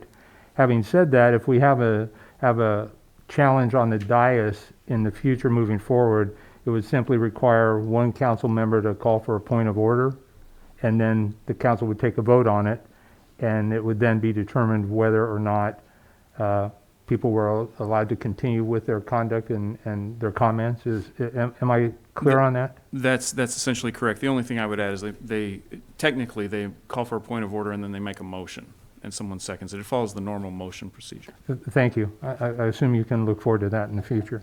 So, also in regards to the code of conduct, City Clerk, I'm hoping that in some point you can give us a progress report, an update on that. I know that I sit on a committee with you and the city attorney and outside counsel, and it would be nice to have a report at the next council meeting to what the status is on that. I know that there's a lot of work that's gone into it, a lot of research on elements to make our code of conduct more consistent and have a better process for enforcing it on ourselves and anybody that chooses to violate it. So if you could bring that forward, I'd appreciate that. I could do a quick update right now. I know that we are working on language, and we are working on trying to obtain administrative hearing officers. And we apologize because the consultant that I'm working with has been working on redistricting, and now that that's kind of been put to rest, he's able to concentrate more fully on this. And he said he hoped to have something to me in a couple of weeks, so.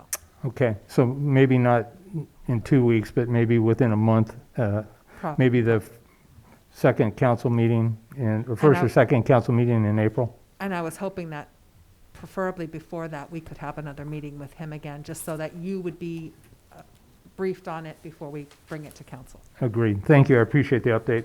And then the final thing that I wanted to bring up is I'd like to have council consider on our community or unity poll to raise a Ukrainian flag.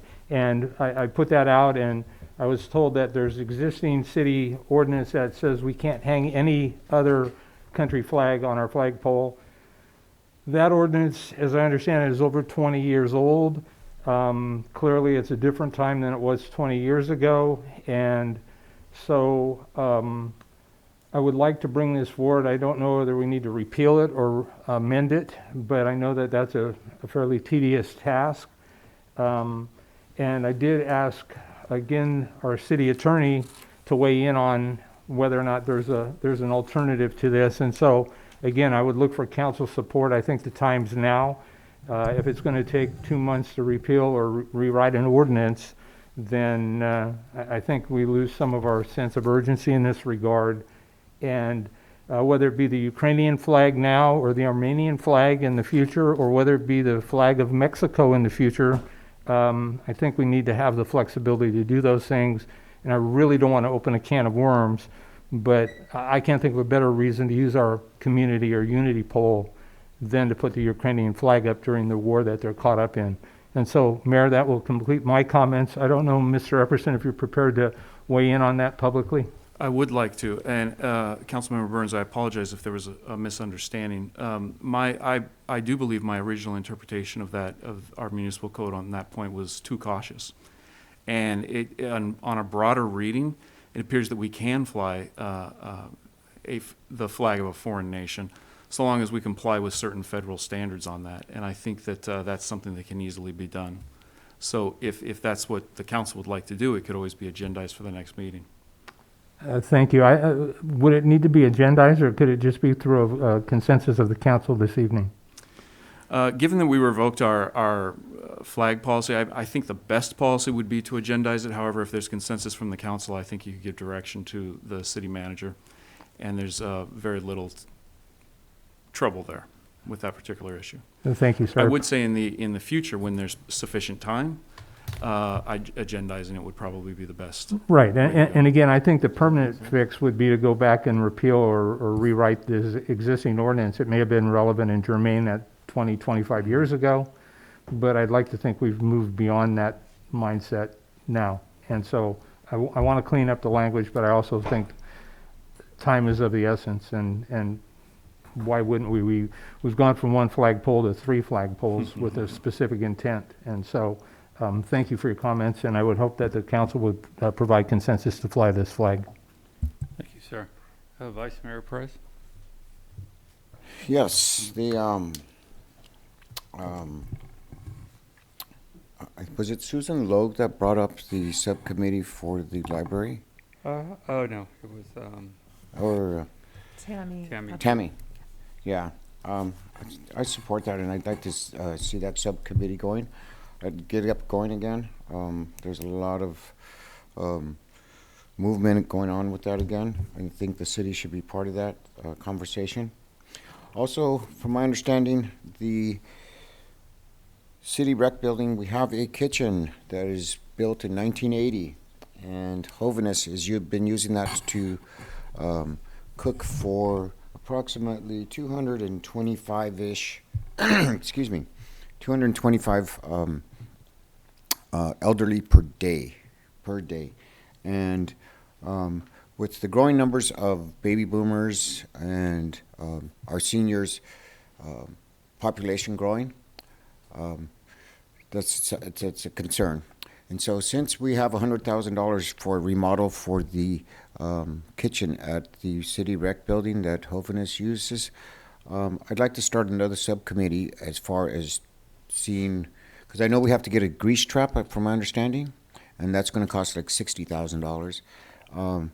And I think the AAA Area Aging Agency, talking to Clay Kempf and to Britt Bassani, they'd be willing to discuss how they can help out. And also B. Gonzalez is on the AAA Area Aging Agency to get a combined, see if we can get a combined effort going here to not just, excuse me, not just remodel it, but to make it so that we're looking towards the future of our seniors' numbers growing, that we need to take care of our seniors. Because when we think of our future, you know, it's not just when we're 10 years old and we're going to be 21 or 35 or 40. It's actually, the future is when you get to be 80, you know, if we can make it that long. So I'd like to get a subcommittee going on that.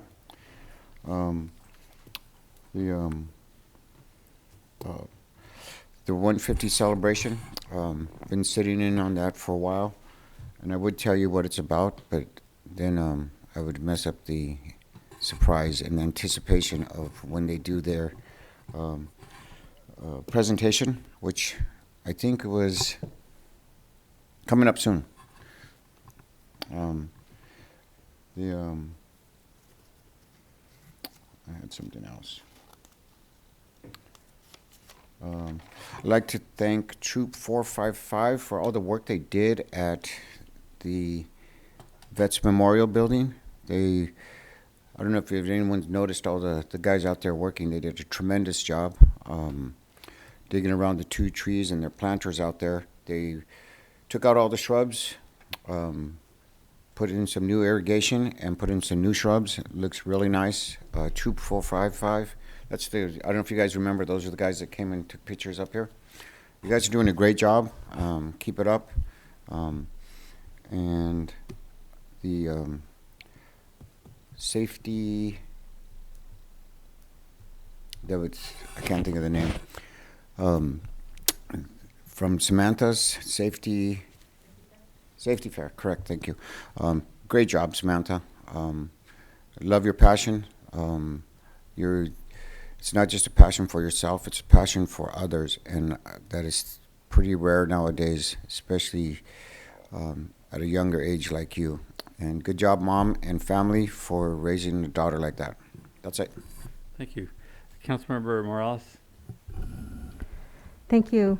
I know it's getting late, so I'm just going to say ditto in terms of the kudos to parks and the various activities that were done over the weekend.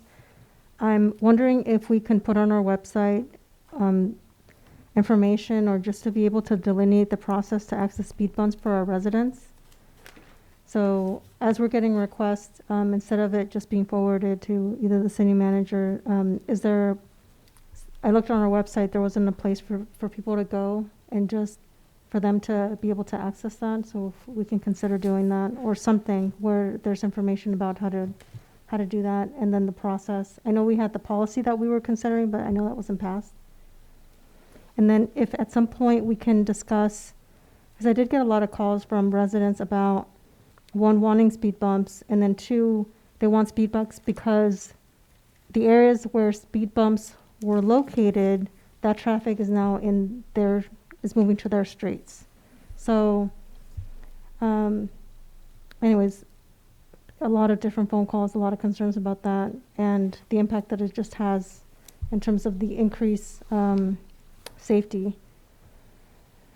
I know at some point we talked about term limits, so if we can actually get a date certain on when we're going to bring that back. And I'm in support of the subcommittee for the library. There's a lot of reports that were on just abandoned buildings, graffiti, so all those I'll just send an email to code enforcement to just address that. Perfect, thank you. Is that it? Councilmember Resendez? Thank you, Mr. Mayor. I think Councilmember Burns covered it very well about the events this weekend that we were all in attendance. So thank you for that. I'm just wondering what happened with the biker rally, Brett. I guess I could have had that conversation with you earlier, but I thought we were going to see it on this agenda, and I was surprised not to see it there. So It is on the agenda. Oh gosh, okay, it's getting late. Another cup of coffee, sir. Another cup. Thanks. And then I certainly support Councilmember Burns' request, and I'd like to get that taken care of tonight. If we have to add an action item, whatever we got to do to get it resolved so that we can have that taken care of tonight before we leave it. I very much appreciate it. Thank you so much. Thank you, sir. Councilman Burns, you covered it all. A lot of great events this weekend. 100% support your idea of the flying the Ukrainian flag, but I'd also like to have a resolution brought forward. And I think what we could do to make this work correctly is have a special meeting, online special meeting, special in the next week or so, put together a resolution approving flying of the flag and a resolution that goes out so we can get this done without issues. That's what I'd like to see happen on that, if Mr. Burns is all right with that. Of course. Yeah, okay. Because it is urgent now to show that support, and I 100% agree. The speed cushions obviously have been a great success. I'm getting calls throughout the community. They want their speed cushions. I think we need to put the order in for another set. I think we're going to be through this pretty quick. But also we can get a focus to first around the parks and around the schools to take care of those areas first where people are speeding still unbelievably, but hit those areas first and then go back to each council member, figure out where their priorities. We can kind of line them up so it's a fair distribution of these speed cushions throughout the community. Be helpful. That's all I have. City Manager? Thank you. You answered one of the questions on the Ukrainian flag. Do we have I know I have two so far for the library subcommittee. I'll get into that one next. So do you have support to bring that one back? Okay. And then the senior, sorry. So, well, I'm in the same sentiment in terms of the Ukrainian flag. I know that some of our residents may not necessarily have the same mindset, and they would, one is notice, which is what, you know, we're a government organization, so notice to residents. If we were going to have a discussion on an item, we should put it on the agenda and provide proper notice.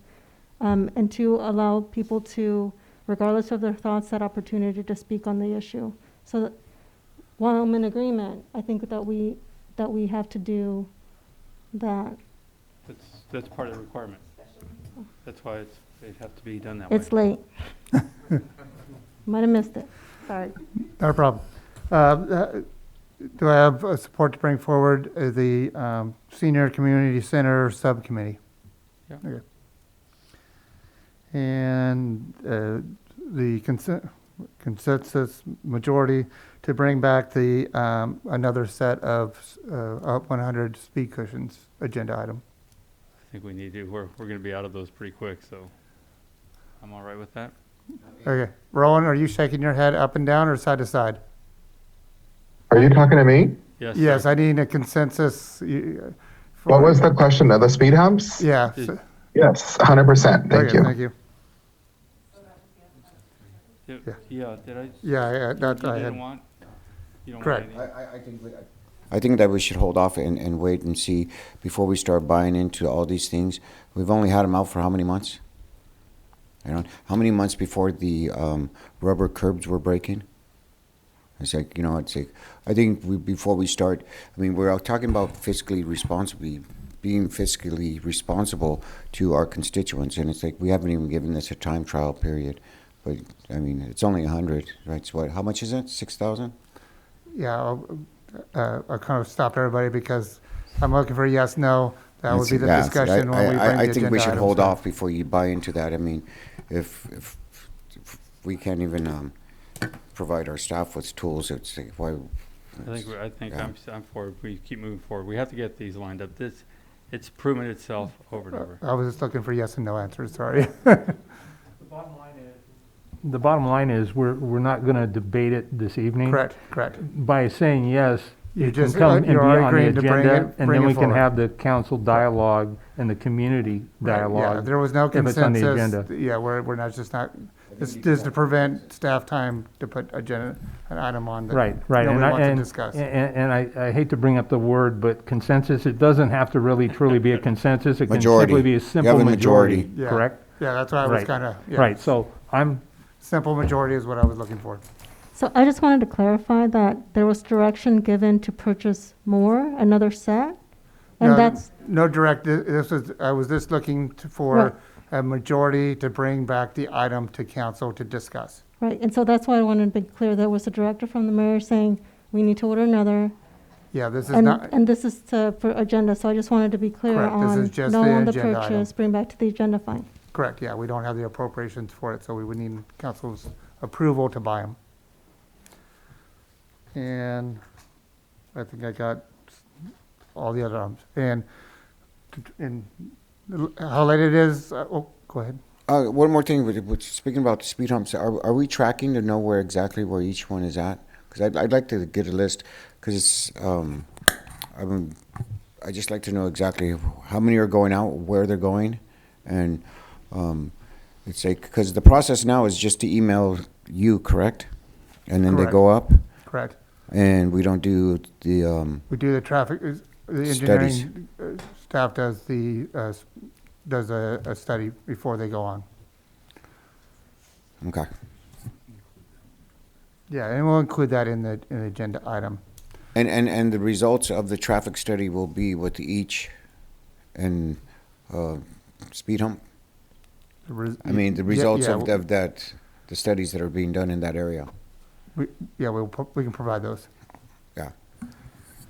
Okay, and then to echo everybody else, the Clower Park, the safety, no, I can't even say it.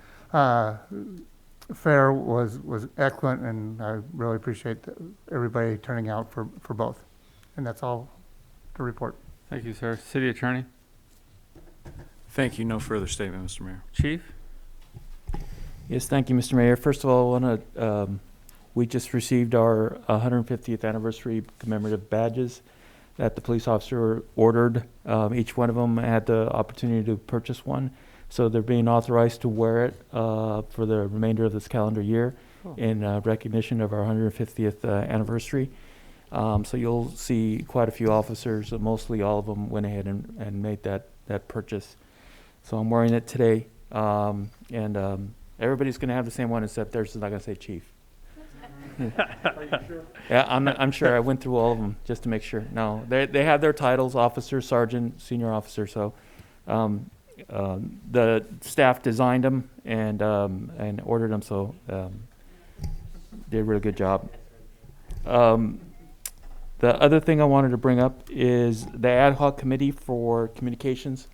What would be the best way to schedule a meeting? I believe it's Councilmember Rosendez and yourself. I think our staff is back.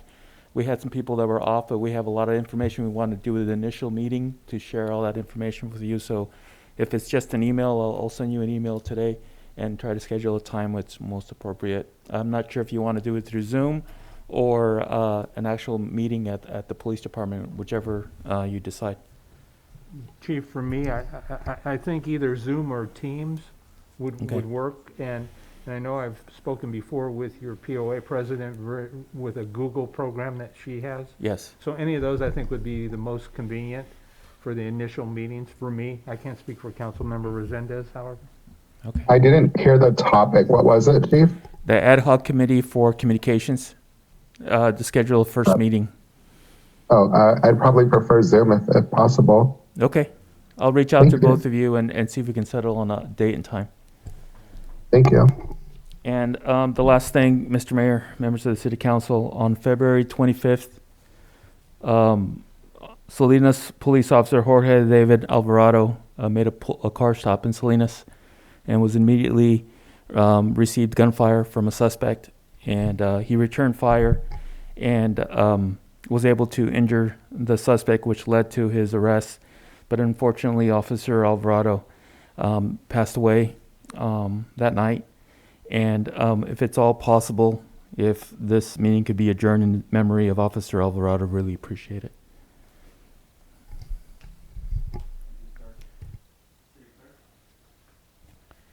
Thank you.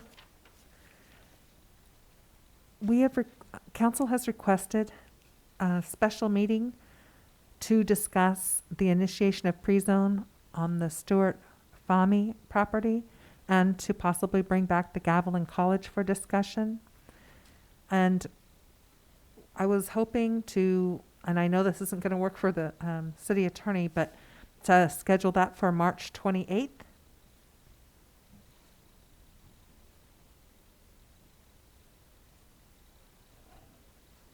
Unless there is a better day. If Tuesday we can't do the 29th because there is a Parks and Rec Commission meeting. I'm fine with that.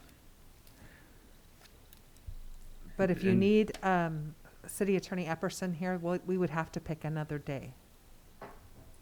And I think it probably might not be a bad idea to have them, given the discussion we might be having on. Oh, okay. So if we could. Yeah, I think, I mean, these are supposed to be presentations to the council and the council to give us direction, not a decision. So That's true. So, I mean, that's up to everybody. It's your choice. Christine, remind me, what are the projects again? The first one was the one that Victor Gomez requested we bring back, the initiation of pre-zone on the Stewart Fahmy property, I think it was. Mm-hmm. The second one was the Gavilan College. They wanted to speak, and we're going to combine those two. And then There's possibly another semi-development. Okay. and perhaps we could even put the high school on it. Yeah. Right, that was going to be my follow-up that comment on that. And I'm wondering, is there a reason we couldn't do it on a Saturday? And the reason I ask is, it would be, the likelihood would be we'd probably get more people from our community than coming in. You know, it takes a pretty dedicated, loyal individual to sit at city council at 10:30 or 11 o'clock at night. And so for me, Monday night is fine, but Saturday is finer. If you want, we could start this sooner, Because a special meeting, it wouldn't be, we could do it at 5:30, 6, because it is a special meeting. I can go either way. You know, for me, Saturday works, Monday works, you know. A lot of coffee, I'm good. I personally like my weekends. I mean, I'll go either way.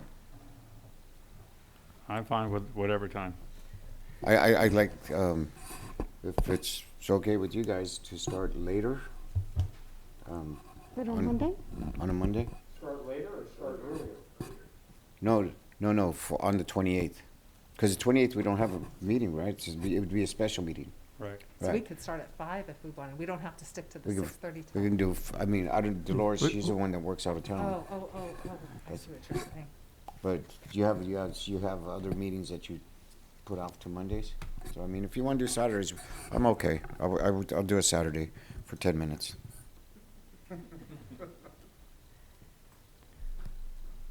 Would April Did 2nd, you want to send us the emails and try to get a, April 2nd, would that work? It's a Saturday? You sure that's not April 1st? Well, we don't want to do that. April 2nd's a Saturday, if that works for everyone? Yes. I'll play. Yes. I have 1 yes, 2 yes. yeah, I'm fine. Yes. Can we have a couple of dates? Because, I mean, we'd have to also see if the applicants are available those days. Why don't we too. send Poland, once you get that Okay, information, all right. pull that. Okay. It's hard to make a decision without that information, you're correct. And then I was going to say on the Ukraine flag for a resolution, I could bring that back on the 21st if you wanted to do it on a regular meeting at a regularly scheduled time for the public to comment.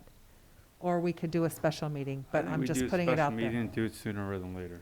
I would prefer sooner than later, and you know, if it's noticed, which it will be, they certainly have the opportunity to comment. I will say that I've had nothing but positive responses from well over 100 people in support of it, but, you know, at the end of the day, the process is a process, so. Then it wouldn't take me long to put a resolution together. I don't think it would just be a matter of scheduling you all for a special Zoom council. Mr. Mayor, if I can. Go ahead, sir. Thank you. City Attorney, maybe you can speak to this. Can't we add an action item on an emergency basis to the agenda? And if so, what does that process look like for tonight's meeting? Oh, thank you. That's the question I was going to ask Councilmember Resendez. There needs to be certain findings in order to do that, and I'm afraid that those findings just don't exist in this situation. Okay, thank you for clarifying. Is there anything else that you can think of that we can do to address the concerns of the council? This evening, I'm afraid not. I think a special meeting, if it wants to be done quickly, is probably the best option. Otherwise, agendizing it for the next regularly scheduled meeting. Very well. Thank you so much for that. Is there a day next week that would work? Or do you want me to pull that as well? Yeah, just pull Okay, that, send all right. everybody an email, we'll pull it together. Is there a reason we have to wait until next week? I mean, No, we could actually do it this week if it works. you know, and what's proper noticing? How much advance notice? For a special meeting, I only need 24 hours. So this is something we could do special meeting on Thursday or Friday if we chose to? So I would prefer to bring it forward. Thursday or Friday? That'd be my preference, and recognizing that it can be a Zoom meeting, I don't know how it can get much more convenient. I certainly support that. With just the one item, yes? The resolution was of support. Right. And then. Oh, and the letter of support? Letter of support, and then to fly the flag. So it'll be 2 items. That would be your letter of Yeah. support? So if we do it this week, it would have, if you can do it on Friday, because I already have, Okay, booked the whole Friday. night. And would you forward me that information so I could type up? Awesome, thank you. The county is putting together one for tomorrow, so we can take whatever they're doing. Yeah, Christine, Support. Yeah. Councilmember Morales' letter is different from the Ukrainian flag one. Oh, Yeah. I thought it was the one that she was talking about. No, Mr. Burns, Okay. to fly the flag, and then letter of support to the Ukrainian people. And again, the county's doing one tomorrow, so. we could follow in their lead. But we could bring Councilmember Morales' item forward too on that special The meeting, right? 3CE, right? The 3CE We one? have plenty of time. Okay, all So, right, okay. Okay. it's not- I mean, we have plenty of time. I'm not going to say that often, by the way. Thank you, that's all. That's it. All right, we're going to move to item G3. Thank you, Mayor. I have Gracie from the county to discuss the information on and presentation regarding California Assembly Bill 626 and 377 on micro enterprise home kitchen operations, and to discuss the next steps. So we can get Gracie up.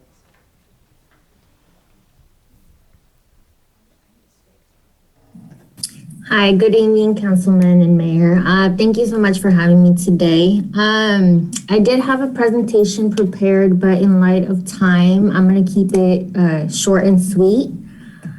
And I'll be skipping some of the slides just to move it along a little bit quicker, but I'll be hitting some of the key points. Let me go ahead and share my screen.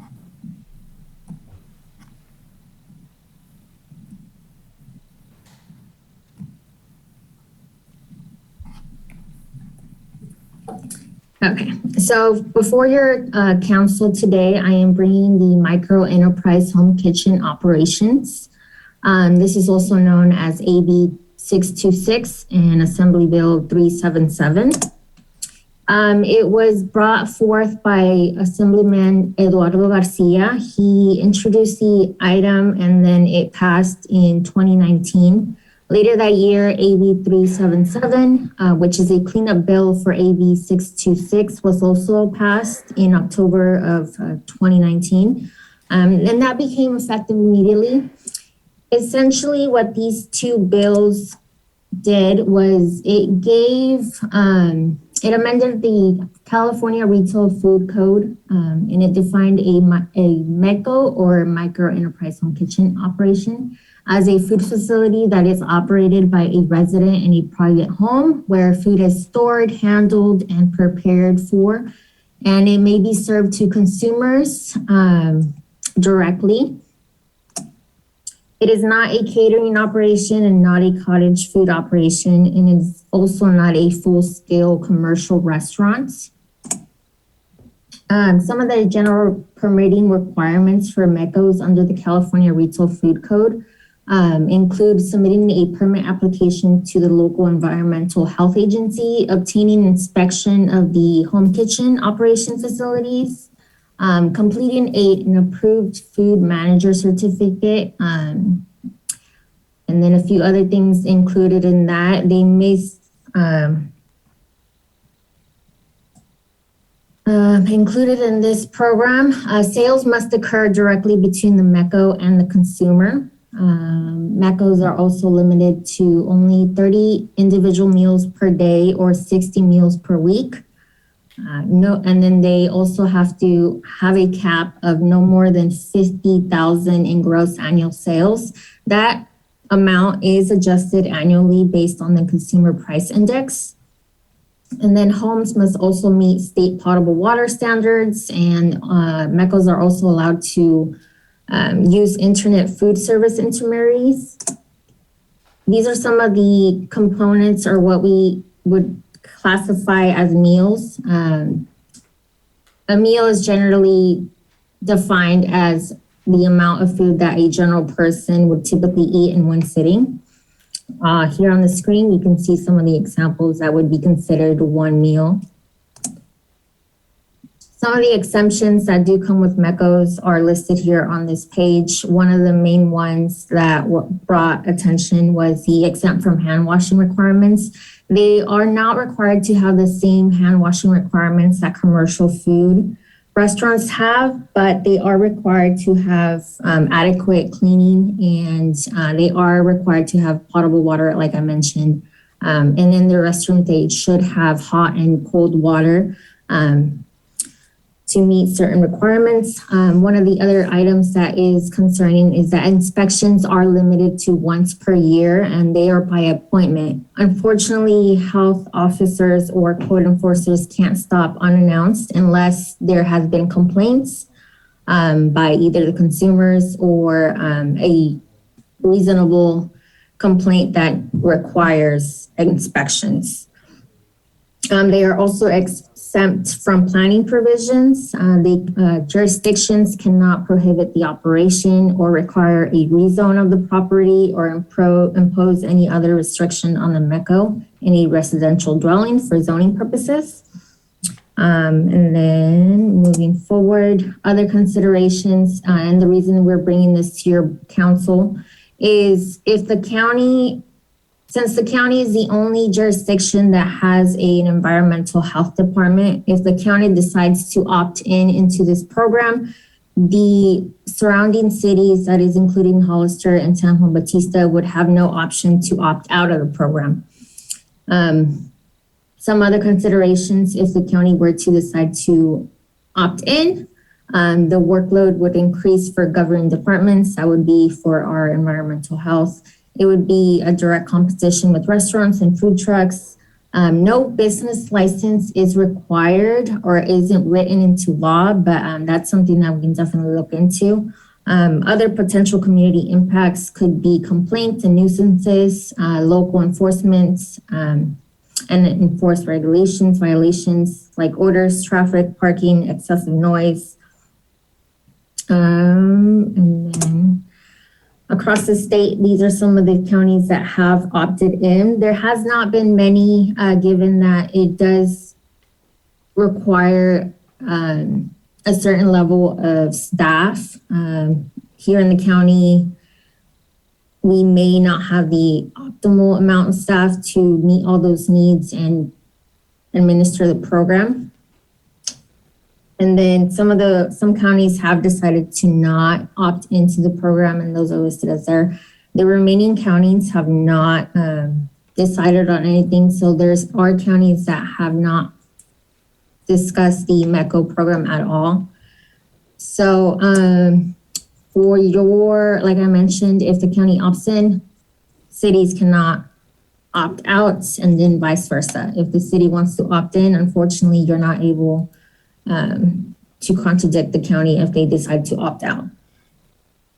So for your board or for your council today, as we are requesting feedback from your council on whether the MECO program would be something interesting or something that you would want to pursue. Thank you. And just a quick follow up on that. The board is going to be hearing this item tomorrow at the board meeting. We are going to be having a staff member from Eduardo Garcia's office to speak on that topic as well. If anybody from either your council or the members of the public would wish to comment on that item as well. I will take any questions at this time. Thank you. Thank you. Any questions, comments from council members? Mr. Mayor? Go ahead, sir. Thank you. I do recall that the county did already hear this item, if I'm not mistaken. So I'm surprised to hear that it's going before them tomorrow. And I would just say that we need to see what the county is going to do in order to help determine what we're going to do, or maybe guide us in a sense, because it sounds like if we do something, then it's going to impact them and vice versa, right? So I'd really like to see what the outcome of that meeting is going to be before we make a decision or before we have it back.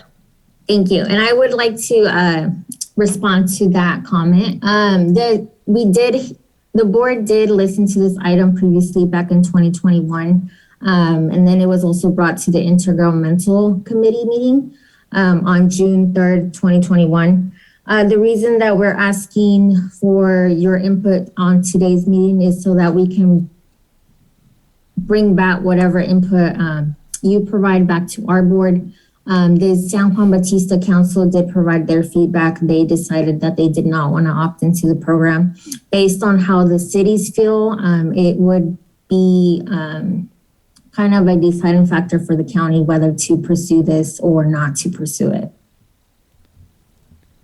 Thank you, Councilmember Burns. Do you have another comment, Mr. Resendez? I was just saying, I see. Thank you. Thank you, Councilmember Burns. Thank you, Mayor. Perhaps I misunderstood what the speaker was saying. It was my understanding that if the county opts in, the city doesn't have the discretion whether to opt in or not, but maybe, can you clarify that for me? Or is it just that the city doesn't have any say in what happens in the unincorporated areas? So I believe you're correct in that statement. So with how it's written is since the county is the only jurisdiction that has an environmental health department, the county is the only governing body that is able to opt in or opt out. The cities will have no option to either contradict the county. So that is the reason we're coming to your board, your council, to possibly get some feedback on how your members feel and whether they want to opt in or out. So that way the county can decide whether to pursue or not. Thank you, Ms. Rodriguez. I appreciate that. I would say from my perspective, I would prefer to opt out. I don't know how much influence that would have on the board of supervisors, but I think there's already enough non-permitted illegal vending in our city that occurs, and sometimes it may actually be on a shared jurisdiction area, and it's hard to enforce. And so, again, we have limited resources. We currently have, as I understand it, one with maybe a hope of 3 code enforcement officers. This is certainly not anything I would want to burden our police department with. And my position is, I understand the potential, but I just don't see where it's in the city's best interest at this time. Thank you for your comments, ma'am. I appreciate them. Thank you, Sarah. Thank you. Do we have any speaker cards? I have no speakers, Mr. Mayor. Thank you. I do remember this conversation at Intergovernmental, and the concerns we had at the time was the inspection portion of this, and also many of the members felt that the restrictions on their business growth would be so restricted that they'd end up doing things that were not allowed, and then that would put the strain on us by code enforcement and so on. So at the time, I believe the majority was not in favor of moving forward with it, and I agree with what Mr. Burns is saying. Right now we have people operating without licenses doing things they should not be doing without the proper permits. It just seems to, the potential for more problems is, I think, just too great. That'd be my feedback. I'm opt out. I think the I agree with the, I'm sorry, say it again. I agree with the comments that were made. We can't hear you. I'm sorry.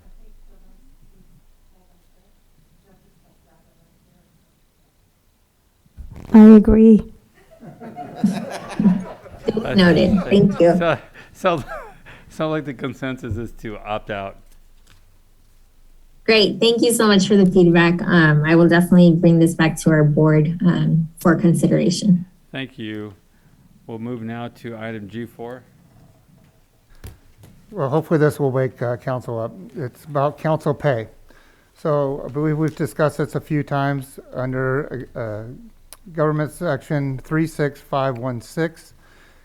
Council of our size, with cities over 35,000, up to and including population of 50,000, the starting amount is for council members is $400 a month.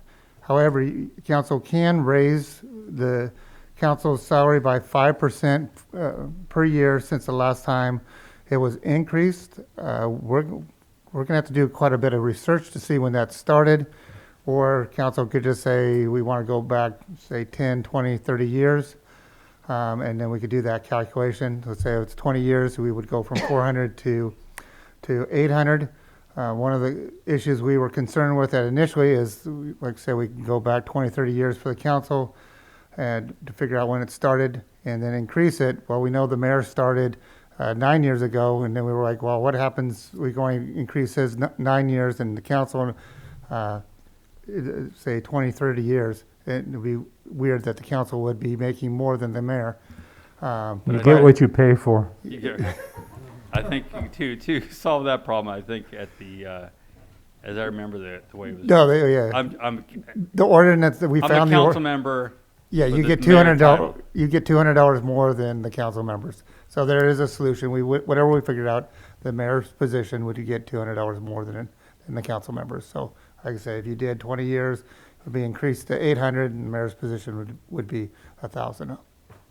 So it's up to the council of kind of like what direction do you want us to go back and figure out exactly when this was initiated or for salaries, or do you want to pick a certain amount of years? And then also, if you want to increase it in future years, you'd have to do it every year.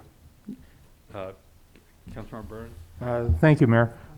I'm kind of disappointed that there isn't more community engagement in this, because I'm sure no matter what we do, it won't be well received. Having said that, and that's the pessimistic, the glass is broken side of me, I think I would like to actually figure out when the code was adopted and the pay was done, and then just bring it forward in increments at the 5%. But I'm also wondering if there wouldn't be a possibility to also, as part of whatever we do, then put a annual COLA kicker in that would be consistent, and that way it doesn't always have to come back, because at the end of the day, it's not a full-time job. Some of us spend more time than others. Having said that, $400, I will say publicly, after I get my every other week check, I see $170. And people are, they want professionals up here. We want to encourage people to run for public office and not make it so financially disadvantageous that they're going, no way, no how.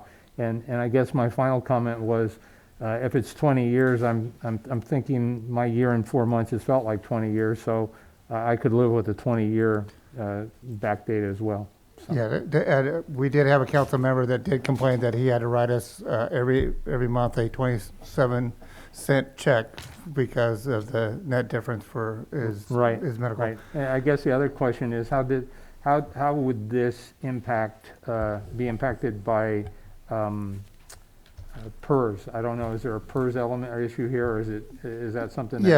For members that to get PERS, it does affect it, but we're talking insignificant for this dollar amount. Okay. Now, I'd have to recheck it, but my understanding is once you set that salary, once you go back, however many years you go, that's when council has increased the salary. So then that's your new base year. So you can only increase it 5% the next year. Of course. And I think the other thing to bring it back, again, I'm going to sound like a broken record here, but I think it would be very helpful to know what our neighboring jurisdictions receive. And I'm not talking counties, because clearly board positions are full-time jobs, and they're making, I don't know, what are they making now, Mayor? 80 grand a year?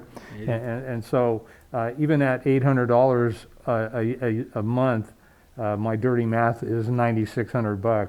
And so, but I would like to be able to compare us to other cities, because I would want to be reasonable in this, and it's not about getting wealthy or greedy, I don't think. I think the most important thing is, once we hit on it, to then just do that annually, so that it doesn't become a big issue. Now, you're talking potentially at 20 years, we're going to double the council member salary.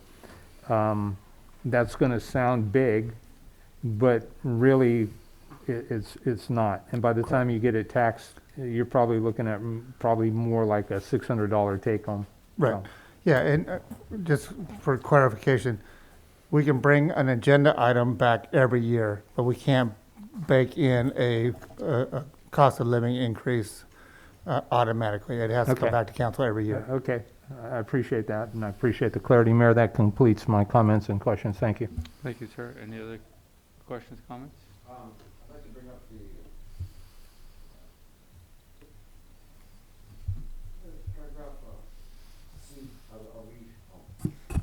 I'd like to bring up paragraph C and F. So I know that some people were saying that, we're not interested in money, and you can always opt out of it. I just wanted to say that. And also are we doing is anyone interested in doing any of the pay per committee on section, what did I say, C? compensation for that, or whatever the will of the council is. I can go either way on that. That's how the city of Bell got in trouble. Bell? I think, you know, getting a $500,000 paycheck is probably going to lead to incarceration, but I'm really not interested in the committee piece of it. At some point, I just want to make it reasonable and realistic for myself. Councilmember Perez, that was paragraph C towards the end of it. Wasn't the information found the last one was in early 2000s, the last increase? 2002. Not enough to make a difference one way or the other. I'd like to see this happen, but in the way of if we're going to move towards a charter city, so we can just put everything into it, if we're going to do that. If not, up to the council what they want to do. I'm in support. I support it as it is for the increase without charter city. Go ahead. No, So we're recommending to bring an agenda item forward please give us, with all the other items, two council meetings to write it up properly. So I'm not interested in a charter city. I am interested in what Councilmember Burns and Vice Mayor Perez stated in terms of compensation. I'm indifferent in terms of the amount, but I think coming back so that we don't keep bringing items back, if we can have a thorough analysis when it's brought back. Okay. Yeah, we'll bring back a resolution, and then that could be also altered at the dais if it's not exactly what council wants. All right, that's covered. Do we have any speakers? Mr. Mayor. Go ahead, sir. Yeah, I definitely support bringing it back if we're going to talk about the charter city element as well. So far, just taking a pulse on what I've heard, there's two that are not interested in that. I'd like to hear what Councilmember Burns' position, if we can ask that question on bringing it back and including the charter city element. I do support doing the research on a charter city, but I also believe that I know it takes a vote of the people to create a charter city, and that's going to take time. And so I support both. And so my point would be, let's do the homework on the charter city and let's deal with this here and now. Thank you. Staff has got its direction. Got direction. And did we call for public comment already?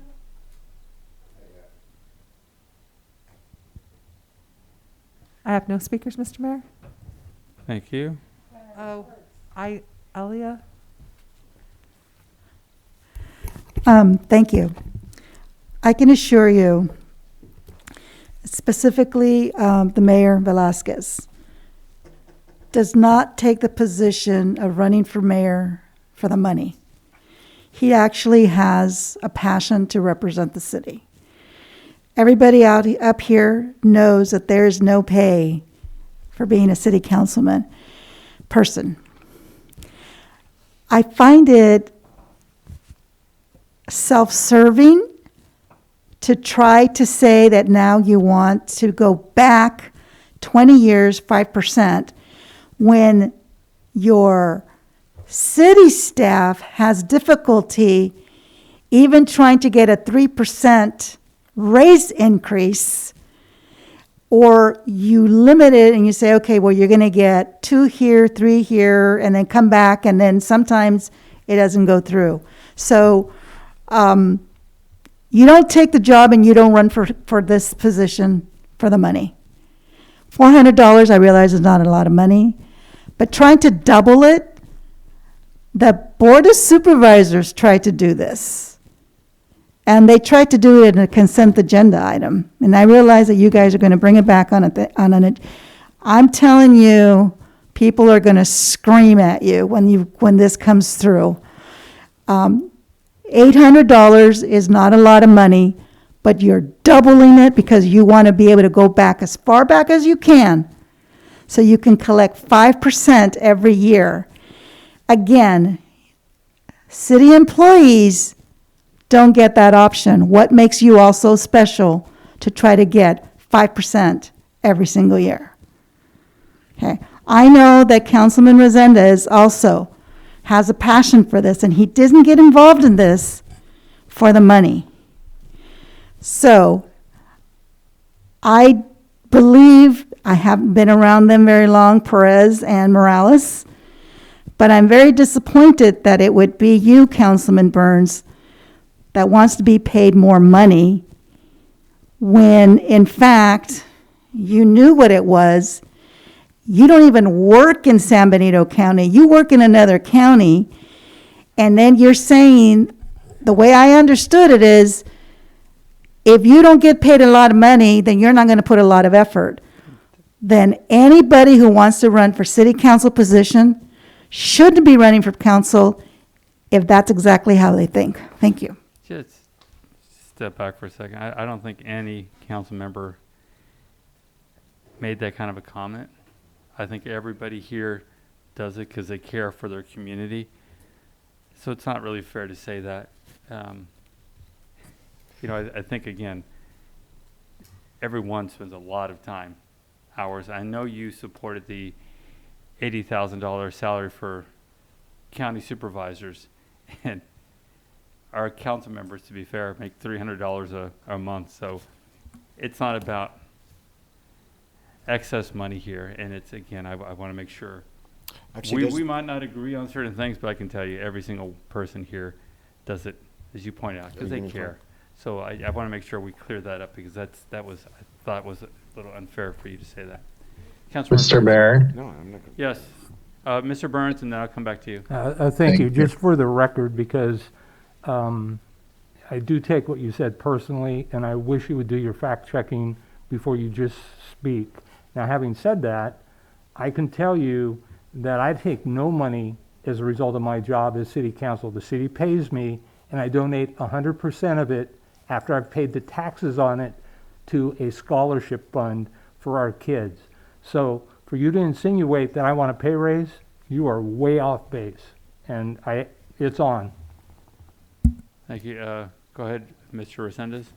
Thank you. I don't remember if I said it. I know I haven't said it with this council, but I know I'm pretty sure I said it on the last council, and Brett could verify this. And I've actually had I'm one of those council members that's had to write a check, and I've actually had to pay to be on the council for the past, 3+ years or something. So, yeah, I take offense to the comments that were taken, and I think that we need to just be honest and transparent about what's going on. But yeah, if the council were to decide not to move forward with the pay raise, then I definitely support that. I've mentioned that before, but I just think I want to put that out there that I have always actually paid to be on the council just because of the way things have worked out and the entire time I've been on there. Thank you. And I want you to know we're waiting for your check to arrive. Thank you very much. You're late. Okay. Actually, yeah, it's cost me money too. I'm actually having to adjust my business life with council life as far as time management. And I was going to mention how I thought that Tim Burns wasn't it for the Marty Richmond Fund? Yeah, I actually donate all my earnings to LULAC, who then awards multiple scholarships to our kids. Thank you for asking. Okay. But yeah, you know what? It's $800 is not a lot. And you know, it is double 400. And it's actually half of 1,600. And that's actually, I'm not going to go into that. I'd like to bring it back to council, though, and I support it. City manager already noted that. Okay, we'll move now to item G5. Thank you, Mr. Mayor, City Council. I'm working on the parameters for the goal-setting workshop that you have requested. I am currently seeking bids for but it's difficult to even ask for bids when I'm not sure if you want a 1-day workshop, a 2-day workshop, a 3-day workshop. I've been looking at locations, and of course, I'm seeing St. Francis Retreat, a Zen place. I was thinking the Swank Farms, but that's going to cost money. So I'm not sure how you guys feel about being outside, or if you just want to do something at the Betts Memorial Building. If you're looking at doing this on a weekday, a weekend, if you could give me some dates you prefer, or at least dates you're not available, I could start, and then the time frame. I'm not even sure if you guys want to do it prior to having executive staff in place, or if you want to wait till after we have executive staff in place. So it's difficult to work on this without having some kind of parameters to work with. Thank you. Mr. Mayor. Councilmember Morales, and then we'll come back to you, sir. Thank you. I'd be happy to work offline with you if the council feels that if that's appropriate. I have we do this all the time. I have documents, I have specs, I have just about everything. And we can do a quick doodle poll to see what the council and staff would like to do, so you can streamline that in an email, and I'm happy to help out. Again, if the council chooses to do that in terms of the details or whatever the council feels, but I don't know if you're going to get all those questions answered tonight. I'm okay. Thank you. Councilmember Sendes? Oh, sorry. Thanks. So I've lived through this in the past, and I'm just wondering, I mean, I'm totally for it if we're going to really use this information to set goals in the future. I think it's going to be productive, and I'm really looking forward to it. I am concerned, though, because in the past, we've got to get this message very clear out to the public, because we did have people misconstrue information, and they used it to say that we weren't getting along, and that's why we had this. But really, it was a goal setting. It was a goal setting meeting, and people, again, put out a lot of misinformation about this and made us look like we had this because we weren't getting along. So I think that the way we market it needs to be very clear to the public, and then the goals from that, we really need to bring that back, and we really need to put those into implementation after it. And I'm totally flexible and open to whatever the council decides on this. So thank you. Thank you. Councilmember Burns? Thank you, Mayor. I guess my preference, to just answer the city clerk's questions directly, I'm thinking a weekend retreat. It could be in the Vets building. I don't want to spend unnecessary money going other venues that would cost us money. I would like it to be obviously open to the public, but not take public comment, just a public meeting, so they can see what is going on. And I agree that it should be goal-based. Having said that, though, I think it's also a team-building workshop. And for my preference, I think it would make no sense to move forward with this until we have the executive staff on board, because, things could change and they may have some valuable input. And until we know who those folks are, I think right now, Brett, with the deputy or assistant city manager position, does that give us 4 or 5 executive positions to be filled? That would give us, it would be 4 executives and then 1 mid-management. Okay, so, and I would also think it would be helpful to maybe bring on the manager levels to this as well. I mean, they're all part of the bigger picture, and I think that would be very helpful. But I'm personally willing to commit to a Saturday, Sunday. And if it had to be something that even kicked off on a Friday night, I would be fine with that as well. It's just a matter of, really what the facilitator proposes based on what, as a council, what we're looking for. So I hope I answered all your questions, and I'm absolutely fine with the doodle poll as well. And we could call it like an annual goal-setting workshop, so people don't think it's a once-in-a-lifetime thing, or it's happening because of some reason. It's annual, which means every year. Can we do a 150th one? Well, but I think it's important too. If we're bringing on 5 new executives to this city, and we've got a council that 3 of the members are 2 years or less, it really is important to get refocused and and people to be comfortable and say what they want, and then, you know, I like the idea of having goals as a result of it, and then holding ourselves accountable to those goals. So it works. I know I've done it before, so thank you. I agree. I personally, one day for me, I think we can get quite a bit done if we start early and spend the day together at lunch, break bread. Although I'm not allowed to have bread anymore. But I think it's a goal setting, and I think Councilmember Resendez is absolutely correct. That's what the other one was, and it turned out to be misinformation going out of something else. So I'm all for that, and I think it's really important to have management there because they need to hear a commitment of those goals, and we need to stick to it so we can get them accomplished. And we've done a lot this year, but we need to be clear about it. Any public comment? Go ahead. So I think this is, I don't know if that's what you needed, but we've talked about a couple of different things. We talked about, normally it's year-end review in terms of accomplishments. It's also information where staff tell us, here are the issues, here's like the, you know, city staff can tell us the priorities, or management can say, here's, you know, in the next forecast of the next 5 years, here's what we're anticipating. There's a lot of different, it's almost like a study session, but we look at what have we done, take everything in terms of what's going on in our community, in the country, financial impacts, anticipated costs based on the May revise, everything that's coming down in terms of funding, and then we prioritize. And then a lot of that information is actually utilized to set budget for the year. So it can be a lot of different things. So I think what I heard Christine say was she needs a little bit more direction in terms of exactly what, because that will determine what she's going to be asking the facilitator to do, and the facilitator then designs the workshop. It will help in terms of how many people will be in attendance, how they're going to break it up.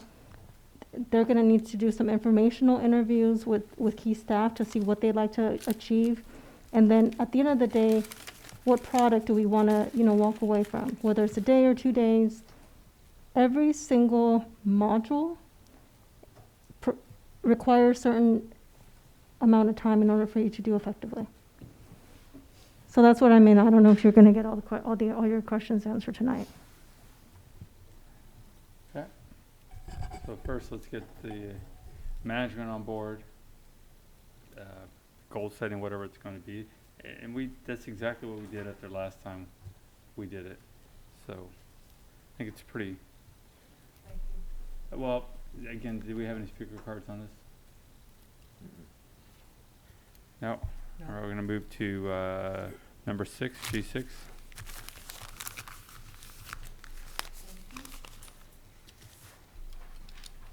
So I just wanted to give you an update on the commission terms. Vacancies, I'm sorry. We have a vacancy still for Planning Commission, District 3. We've had no applications, so I don't know if District 3 could talk to people, friends, I don't, or we could advertise yet again. We could put something out on social media, maybe stick something on your social media pages. I don't know how to fill that vacancy. That's not the only one. There's also a District 1 vacancy on the Art and Culture Commission. There was a youth fair a week or 2 ago, and I'm not sure, but I requested that flyers be sent out for the Youth Commission because we have the Youth Committee. We have 2 openings there, and still every seat on the Historic Commission that we were trying to organize is not filled. So I guess I'm seeking direction on if you want me to advertise yet again in the newspaper.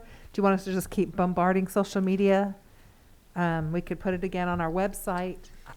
All of the above. Okay.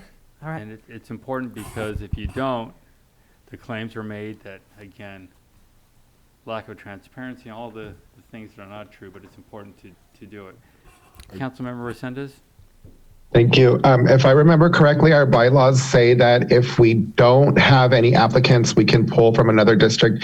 And I just think it might be a good idea to look in the old applications and bring those back too, because we did have some good candidates and we turned them away. So it might be good for us just to go back out to them and see if they're still interested and then present their applications at that time too.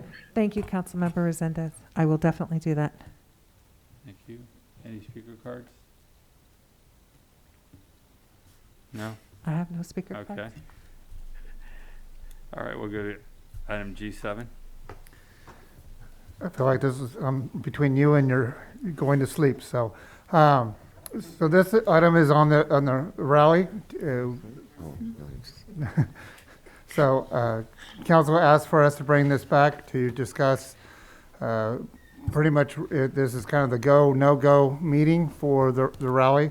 I will tell you, in discussion with the promoter, we kind of talked about the contract changes, but if we don't want to put too much effort if we're not going to go forward with the rally this year. But most of the things discussed were easy ones to make changes to. I will also tell you I've been in contact with, it's SMRI is the ones that did the revenue tracking for the Riverside Light Show.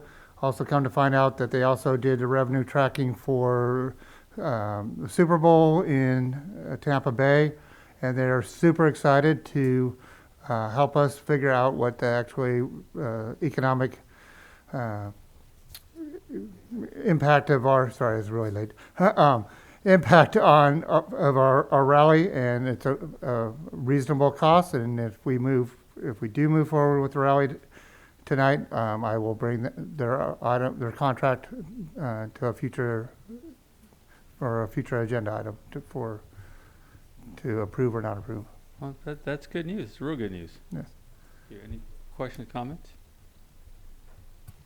Mine is, are we going to be secure enough for our citizens? That's what it comes down to. Yeah, I'll leave that to the chief. Councilmember Morales? I was just going to ask the chief for a report on his analysis or recommendations. Yes, thank you. As you know, at the last council meeting when we discussed this, I said I would reach out to all the different police departments that have helped us and others that haven't helped us in the past. I did attend the California Police Chiefs Association conference a couple of weeks ago. And prior to that, I had sent out a request to all the police chiefs requesting assistance for the rally. I received 3 responses.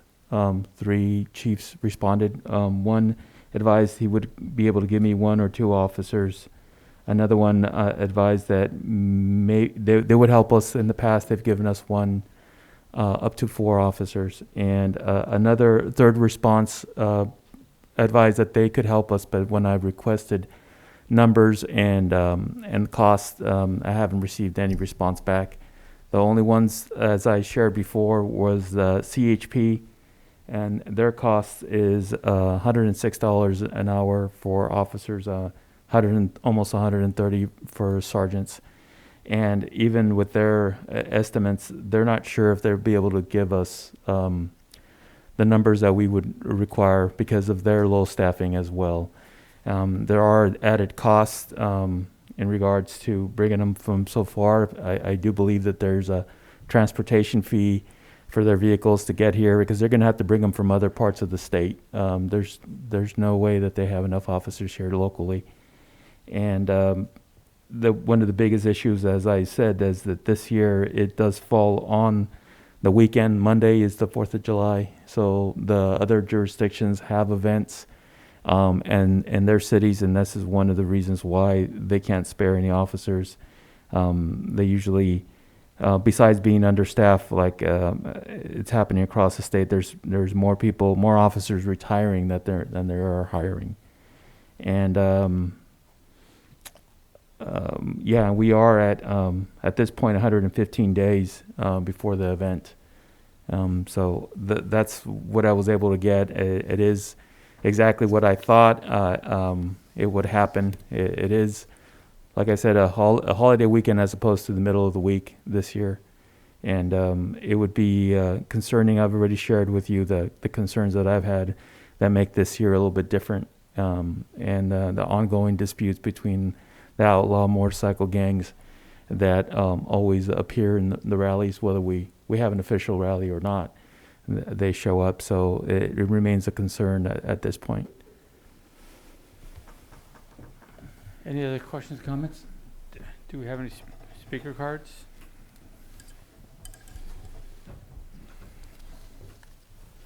Alia Salinas? Thank you, Chief Reynoso, for your report. I would be very interested also to getting a report from the fire department, from Fire Chief Bob Ocampo, because we know that they're already understaffed, and this would obviously bring in more people, and they do come anyway, whether you have it or not. So being understaffed, not being able to get other people, other agencies to come and help is a liability. And one of my biggest questions is, if someone gets hurt, who covers the workers' comp? Is it the agency that they came from, or is it the city of Hollister would cover the workers' comp if somebody were to get, an officer were to get injured, or a probation and all those different people that come in and work for security? And then I think that listening to what the chief has to say needs to be taken into consideration. It should be 1 officer per 1,000, and we don't have that. We wouldn't have it during the rally. It's really important for the safety of the officers. That's what we need to think about. I know that there's people out there in the community who, don't know what the liabilities are and the cost for the city. They just say that it's a great event. And if they were in the shoes of the police officers and the firefighters during that weekend, they know that it's not that great of an event. Thank you.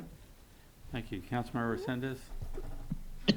Thank you. So I'm interested in knowing what the past has looked like as far as outreach and recruitment. So who have we reached out to in the past? And I'd like to look at hard numbers if we can. What agencies have we reached out to in the past, and what agencies have helped us in the past, and what are the actual numbers that we need to pull off a successful event? I know that in the past we've reached out to correctional officers. Did we reach out to correctional officers this time around? Real quick, before the chief answers that, he can answer the different agencies he's requested from, but I will say that PD has never disclosed how many officers we have for the event, just for the safety of their staff.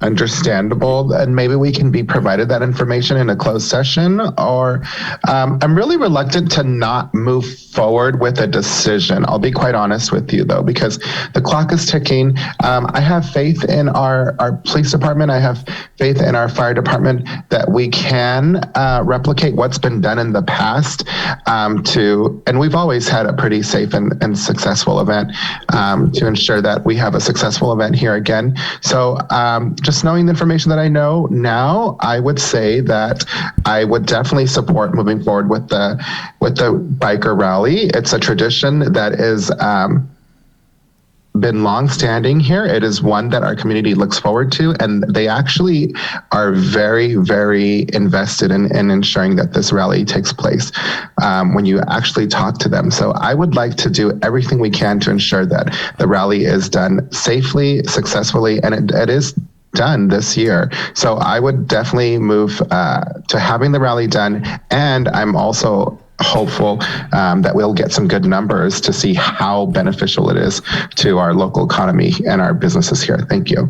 Thank you, Vice Mayor Perez. So I don't even know if it's a question I should answer. I should ask. So does it go police officer per population number or space? Because we are doubling the footprint, correct? Well, yes, the proposal that was made would be increasing the size of the event, and would necessarily, you're increasing it by 7 intersections that would have to be monitored. That was the initial proposal that was discussed earlier. As far as who we reached out to before, we reached out to everyone that we reached out in prior years. My message was to every police chief in the association. And like I said, only 3 of them responded. That includes the agencies that have helped us in the past.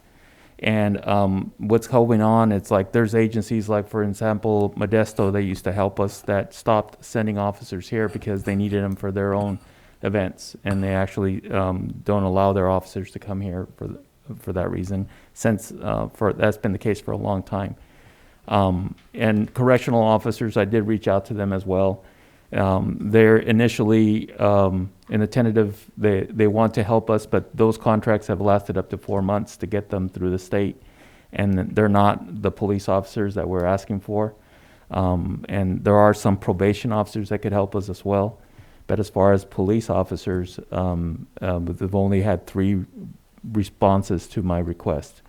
So if the footprint was smaller, would that make a difference? It would make a difference to the number of officers that you would need, but right now I don't know if we can get even the officers that we've had in the past. Thank you. Thank you. I would say I'm 100% for it. I think we need to move forward. I'm happy to hear we'll finally get that study done that I think will come back showing us that it is very beneficial for the community to have the rally.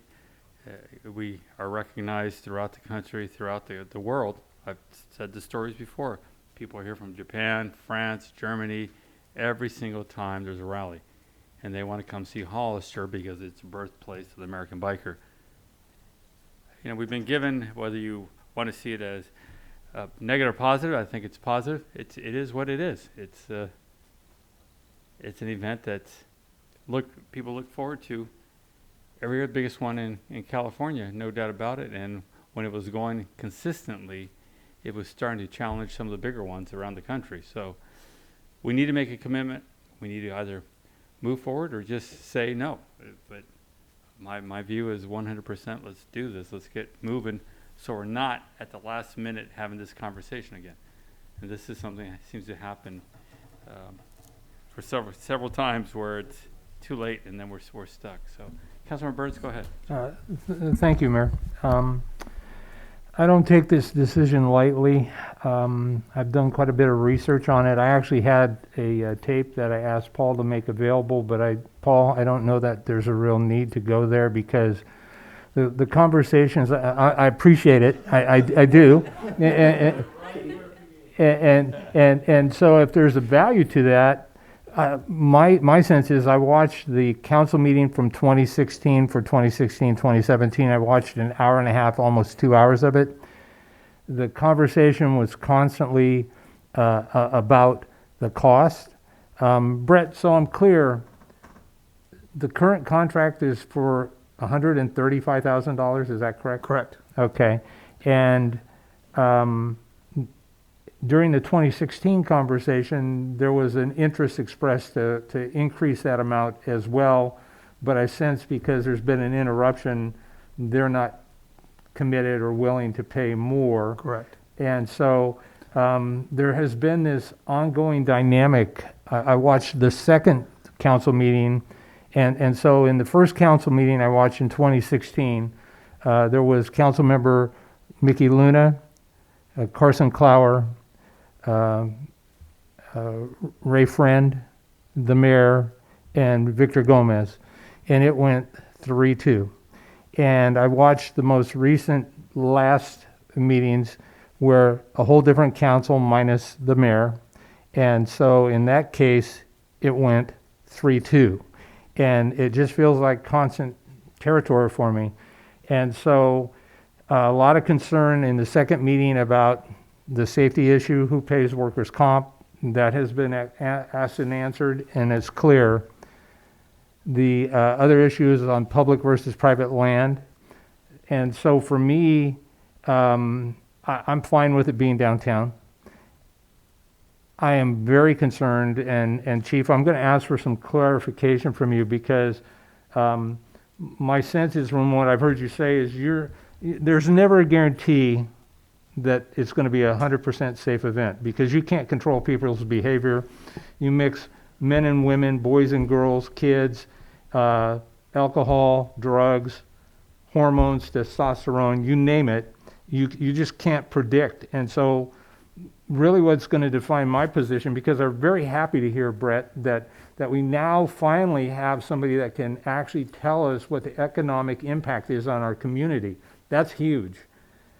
But if we can't have a reasonable assurance that the chief has the resources necessary, and I trust him. I mean, you selected him, we confirmed his appointment, he is a career professional, this is not his first rally. And so, Chief, if you tell me that you're not comfortable with the numbers, and I don't need the numbers, I'm going to trust in you, then I can't support it, and I desperately want to. I'm just going to say, but at the end of the day, if our law enforcement professional is not comfortable with it, then I have a challenge. And I'm wondering if I like what Councilmember Perez said, Vice Mayor Perez, my apologies, about maybe downsizing the size of the venue. I'm looking for some common ground. I desperately want to go forward, but if our chief says he is uncomfortable, I'm going to support our chief of police as much as I don't want to. So, Chief, I don't know if you have any follow-up comments or thoughts. I don't mean to put you on the spot, but I think it's important to hear it from you. Yeah, I think besides the economic benefits that this could bring, that have always been in question whether they're there or not, it's the public safety aspect of it. This is an event where no one is searched.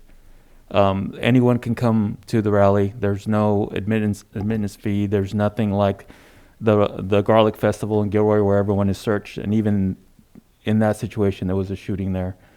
It's not up to us, even if we had the numbers of officers that we would like, it's not up to us. It depends on who shows up. And as I shared with the council before, there's ongoing rivalry between the outlaw motorcycle gangs. This is disputed territory at this point. And we've known then that the rival motorcycle gangs have been in our city last year in large numbers. And the potential for violence is there. The potential for something to happen is there. And I don't think we've ever, Chief Westrick, Chief Miller, have ever told any of the council that this is a safe event. This has always been presented, and the council has always voted whether they're going to have it or not. It is your decision to have it. At this point, I'm telling you that I don't have the support of other police agencies that we had in the past. There is a possibility that CHP may help us. It's all a question mark at this point because we haven't gone further down that road. It is going to come CHP is going to be at a higher amount of pay that the city will have to pay, and it'll shrink whatever the promoter's paying for. You're going to be paying for that in security. I would imagine if I get the numbers that we need. For an event like this, but yeah, there will never be a guarantee that it's going to be safe. It is it's one of the issues that have always come up with the promoters, because they would like to have an enclosed event and charge a fee, and there would be more money at that point for them to make and the city can make. But in every way we looked at it, there's no way to shut down or encircle the downtown and charge an admittance fee. And as I say, there's been weapons here, there's been arrests. Everyone talks about it being a successful event. We're very proud of what we've done in the past. Potentially could have been a lot worse, but there has been events, and it just people don't seem to remember the events that we've had, including shootings and multiple arrests and weapons that are recovered at events like this. So we shouldn't sugarcoat it. It is what it is, and if you decide to do it, we'll do the best job that we can. But just know that at this point, the writing is on the wall that the agencies aren't willing to help us, not because they don't want to, but because they don't have the resources to help us. And we will have to scramble with 115 days before the event to try to see if we can get enough security for an event like this, of this size. Okay, sir, go ahead. Thank you, Mayor. So, at the last meeting when we talked about the rally, I heard about an event out at Corbin where they committed to, I want to say 10 security personnel, 12, and they provided 3, if I heard correctly, 2. I'm close. And, and so, I told Mr. Prado that it'd be real hard for me to support that moving forward for their special use permit. Having said that, where's the compromise here? Maybe I need to unspeak what I've spoken in regards to that, and maybe that's the way the event moves forward this year, because I'm just really concerned, and the chief is in a very awkward position here, and I appreciate that he can't guarantee. You can't, oftentimes law enforcement prevents by their physical presence, but sometimes all they do is they go and they pick up the pieces and then they hold people accountable.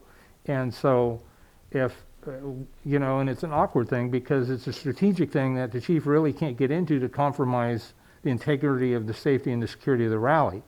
And so for me, again, if what I'm hearing the chief say is he doesn't have the personnel necessary that were required in previous years. And so for me, as much as I really want to say yes, I'm very torn on this thing, and maybe it's a time to reframe. And I've heard it said in 2016 very passionately on the tape that if we don't do it this year, it's dead, it's gone. I also think one of the other things I heard was, I think it was Councilmember Luna at the time suggested maybe we take it to the people and let's just have the people decide in an election and move forward. And frankly, it takes the 3-2 drama out of this thing, because I don't know, Mayor, has it ever gone 4-1 or 5-0? Because my sense is I've not heard that in the research I've done. It did at the very beginning when we brought it back in 2013. I think it was 4, maybe you're right, maybe it was 3-2 then. I think it was a 4-1 on that one. And look, this is not, the struggles are there every year as far as this goes, security. And somehow we make do. The police department makes it work. Agencies seem to come around at the last minute. It's a good opportunity for our community. As I've said, I'm 100% for it. I'd like to see those numbers come in from it, and I'm sure that's going to change the story, where it's going to become a how can we not do it type of an event. But I'm one person here. Okay, go ahead, Vice Mayor Perez. The tough decision. I think it's exact sentiments as Tim Burns. It's like we want to have it, but it's not making sense. And as far as the safety concern, should we just go ahead and just do it anyways? It's like, no, I'd hate to see someone something happen. Maybe we do need to just put it out to the people. I mean, 2016, it was the same discussion. Every single year, same discussion. And if the people want it, and it takes it off our hands. But, I mean, then we would have to, or a chief would have to every year start rallying the police departments all year round, but it is a hard decision to make. It's like, sorry, okay, I'm done. Here's a compromise. We have it this year, and then we put up for election in November. From that point on, we know it's going to be here from now on, or it's not going to be here. And then we get to study to back up the numbers, and we could find out the numbers are really good. We could find the numbers are okay. We could find out the numbers suck. So, but it gives us information. It lets us get going. Gives the community that chance to give it a shot again. Councilmember Resendez. Thank you. I'm hearing that from the chief of police that every year safety is definitely a concern. It's never guaranteed, and I completely understand that. I'm also hearing that we might have to pay a little bit more to get CHP to help us out, and I think I would really like to see an actual vote on this from the public, because from what I hear when I talk to them, this is one of the biggest things they always bring up. So I think that we are going to, if we do move forward with it, which of course I'm very much in favor of, we're going to have to cover some costs to help the chief feel like he's putting on an event that's successful and safe. And I would very much like to look forward to putting this on the ballot, because I think the people should have a say in this to help, again, diminish some of that drama that Councilmember Tim Burns was talking about that we've had year after year after year. So that's where I would like to see it go. Hopefully we can commit to that, and let's get the people to weigh in after this. And on top of that, we'll have the financial piece that we've been talking about and we've never moved forward with. Thank you. Vice Mayor Perez? Yeah, I think it's a good thing for the ballot. I think we got a pretty much consensus, majority consensus. But as far as just having it anyways, just to have it until we going forth with it now, and just until we get it approved, I'm having difficulty without the support, without the confidence of the police chief for our security. Councilmember Burns? Thank you, Mayor. I very much appreciate what Councilmember Resendez said about maybe it's going to cost more. Right now it feels like we're potentially upside down $45,000-$50,000. Having said that, though, one of the issues has been, and again, I'm going back to the 2016 tape that I spent plenty of time on, was the fees for business permits, and the fees for larger canopies, and the fees for stages. And so my sense is that those numbers have been increased since 2016. And I like to think myself fiscally, financially conservative. Having said that, I also recognize there's a need to invest to get a potential return, and that's the reason we want to do the analysis. And I'm fine with that. And if we expanded the exception, or accepting that we're going to have to pay more because, maybe we need 20 CHP sergeants here at $130 a pop. But I'm fine paying more, taking a bigger hit to make this happen. But what I'm not fine is hearing the chief's report. It still concerns me, and I have to be risk adverse, because it does put the city at some financial exposure potentially. If we talked about if we hosted an event and one of our law enforcement officers gets injured, that's covered. But that doesn't mean we still don't get sued. You can get sued for anything at any time by anybody for any reason. But what if we have an attendee at the event that gets injured because of a lack of enough public safety?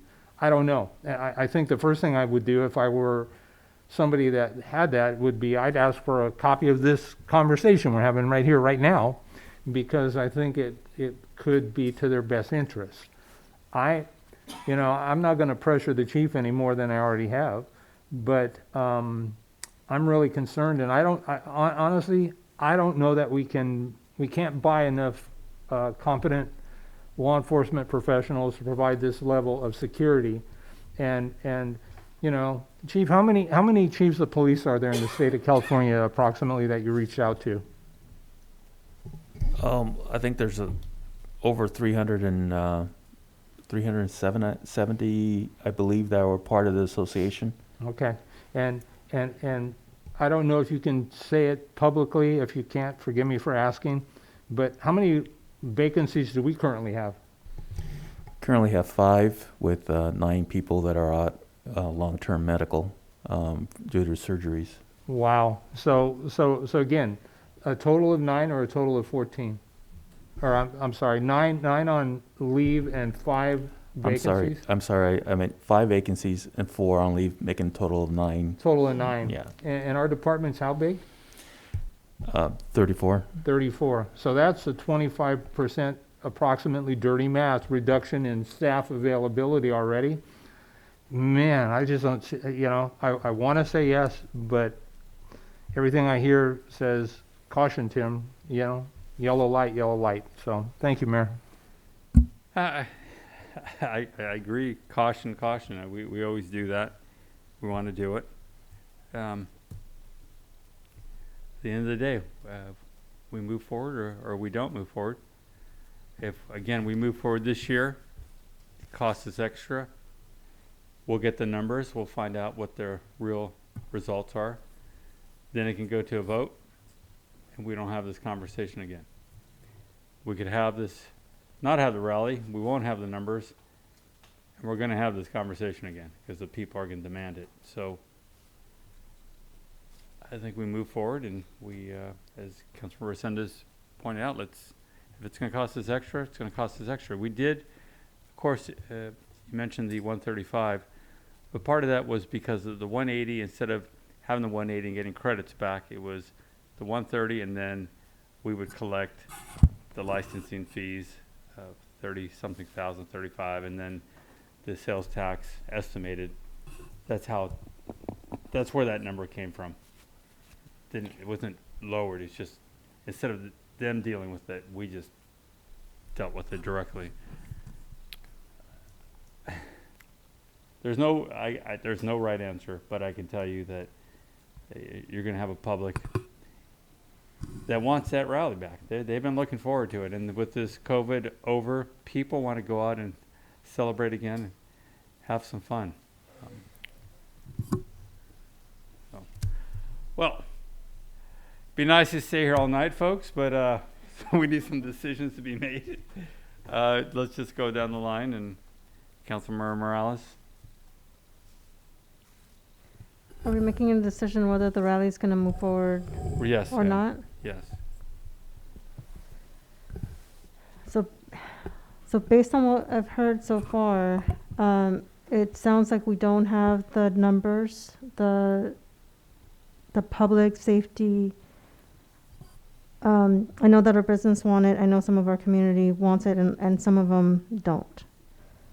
So unless we actually have a plan for safety, and I haven't heard any, I was looking for some type of compromise as well, but I haven't heard a reduction in terms of the plan. I haven't heard in terms of I thought we were going to have it in closed session, how many officers we actually need, if we can do a layered approach. So all I heard was either we're moving forward or not. So based on what I have today, my answer is no. Okay, thank you. Mr. Perez? I can't move forward. I'd like to. I really would like to. That way my brother would come out from Colorado, but I guess he's going to stay home. Thank you. I'm, as I said, 100% for it. I think it's a net plus for the community, and I think the numbers will show it. Councilmember Resendez? Yes. Okay, Councilmember Burns. There's your 3-2 to conversation again. This is killing me. The city is in your hands here. And so I want to ask if there's a way to go back to the promoter to ask to downsize it to something that is manageable, that our chief would be more comfortable with. And I recognize, because I asked the promoter when he was here, when was his drop dead deadline, and we're there. But if there's not a way to downsize this thing to where we at least have a sense of security, it's killing me. But I'm going to be a no, and it breaks my heart to say that, because I've gone 180 degrees the opposite direction from where I was 4 or 5 years ago, and I see the value, I see the need, I see the benefit, but the risk is just very concerning to me, and it breaks my heart to say it, but no.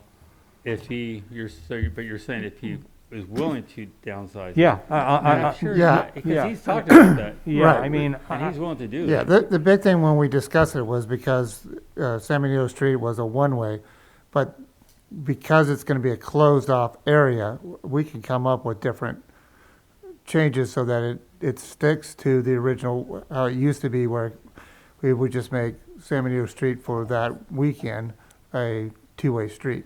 Well, in that case, I don't know. I mean, I've said no, so the vote's in, but is there a way, to we use still another don't- council member's comments? It's not a real vote, is it? You can go back. Yeah, yeah. It's not official. Yeah, to kick this can down the road and look at it a little more closely. If I mean, if the vendor says, no way, no how, I'm done, I'm out, I'm sorry, but yeah, we're done. Yeah, no, we can But if we definitely have can that come back with a conversation. revised On the site next- plan, Next agenda, and then we can.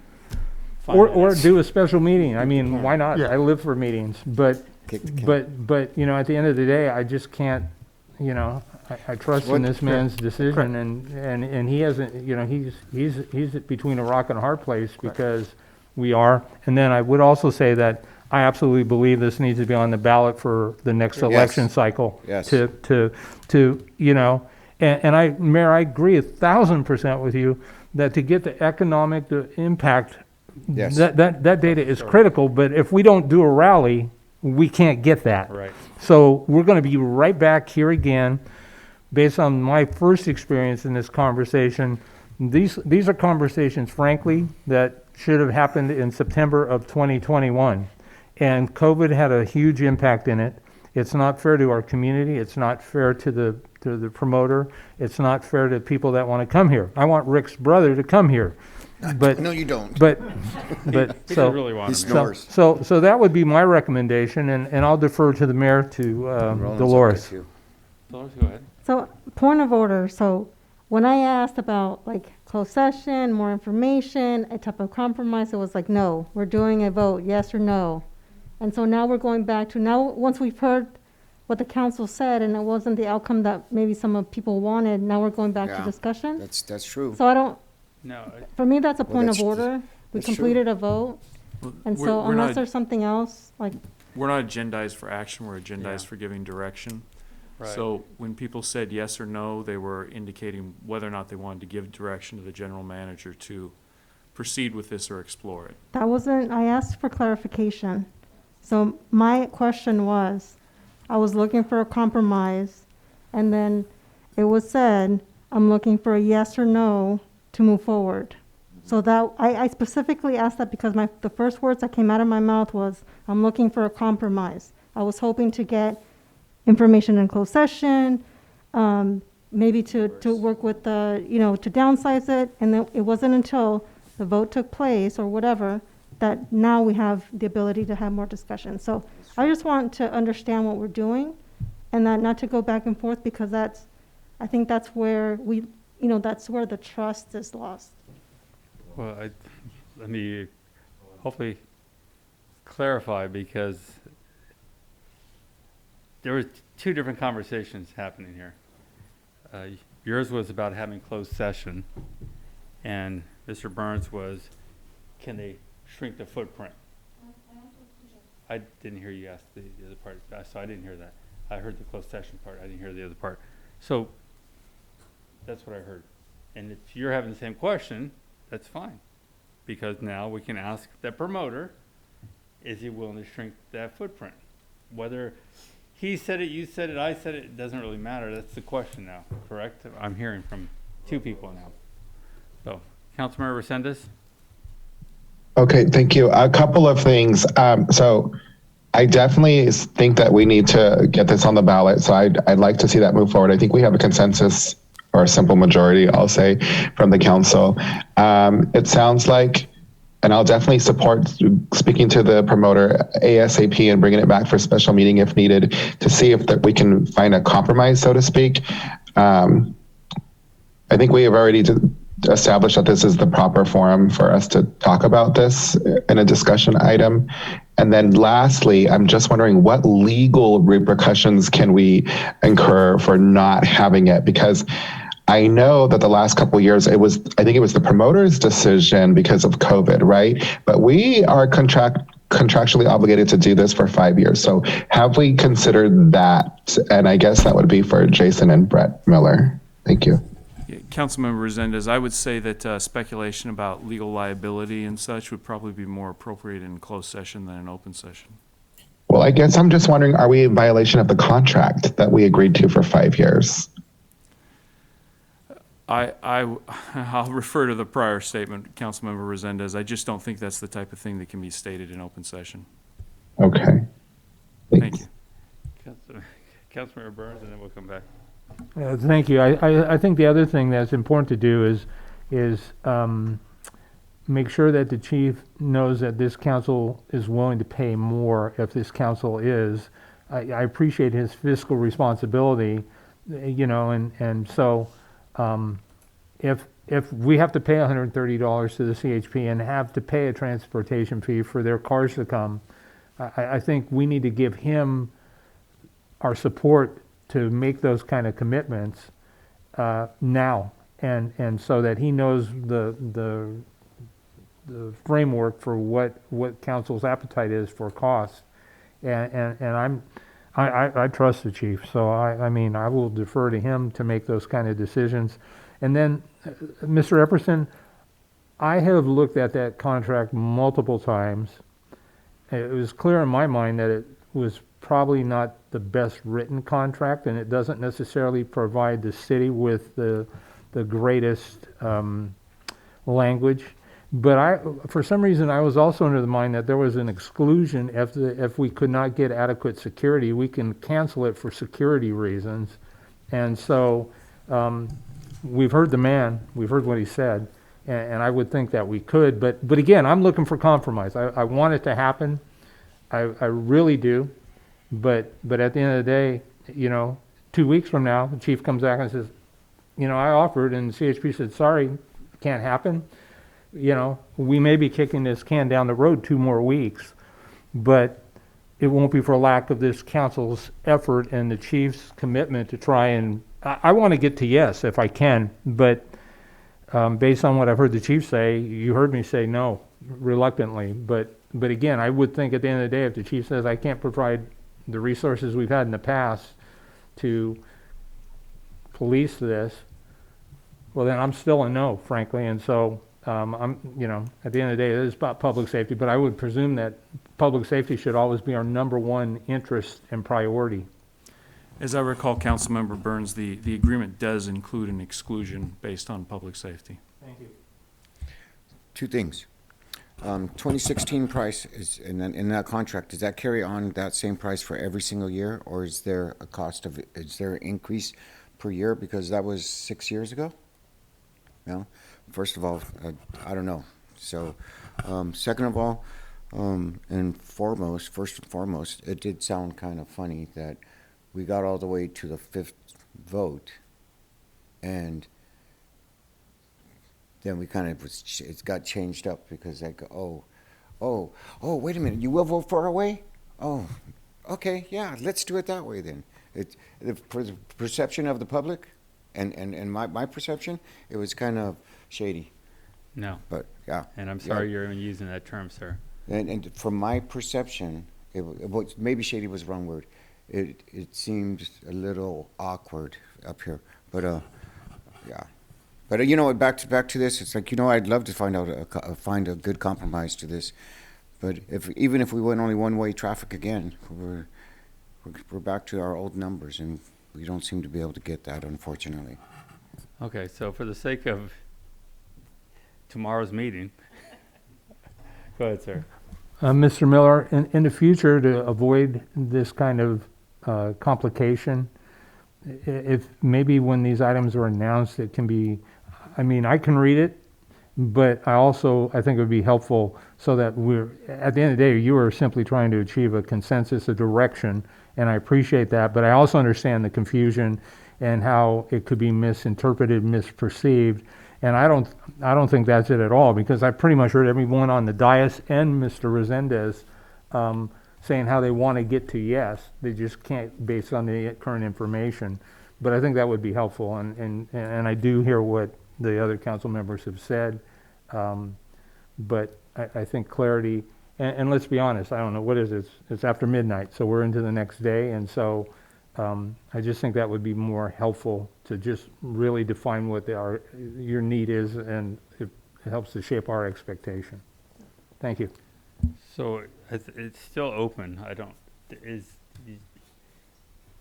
From both Dolores and yourself, as I'm hearing now, if the promoter is willing to bring the footprint back to where it was, you want to talk about it or just say no tonight?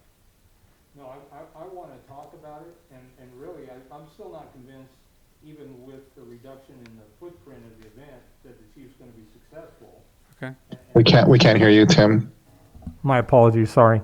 What I was saying is, I want to bring it back, and even if the promoter agrees to reduce the footprint of the event, if the chief's still not successful in getting the personnel necessary, then I will still be a no. But at least it won't be for a lack of making a good faith effort. And so for me, I do think that, to answer the mayor's question, I would like to see that happen. At the next meeting? Yes, I think so. Okay, is there a consensus on that? 100% agree with that. Okay. All right. I think that when we've had these events, we're planning 6 months, 10 months before to make it happen. Some of the contracts with the state actually have taken in the past up to 4 months to complete. We're at 115 days before the event is supposed to take place. I mean, you're kicking the can down the road a little bit, but like I said, only 3 police departments responded to my request. And I don't know if that's going to change between now and the next meeting. But even if you decide in the next meeting to make this happen, we've actually just reduced the amount of time that we have to plan for this. So it's just a concern. It's the same one we've had every year, but this year, with everything that I've already explained, there's no guarantee that even CHP will help us.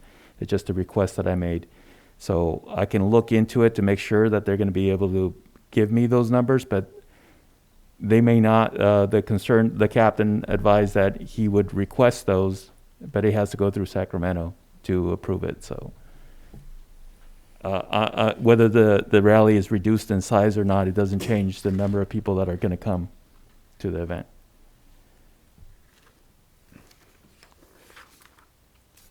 So it'll be discussed again at the next meeting. Okay. All right. H, I, J, and K, there is no business. Is there a motion to adjourn? So moved.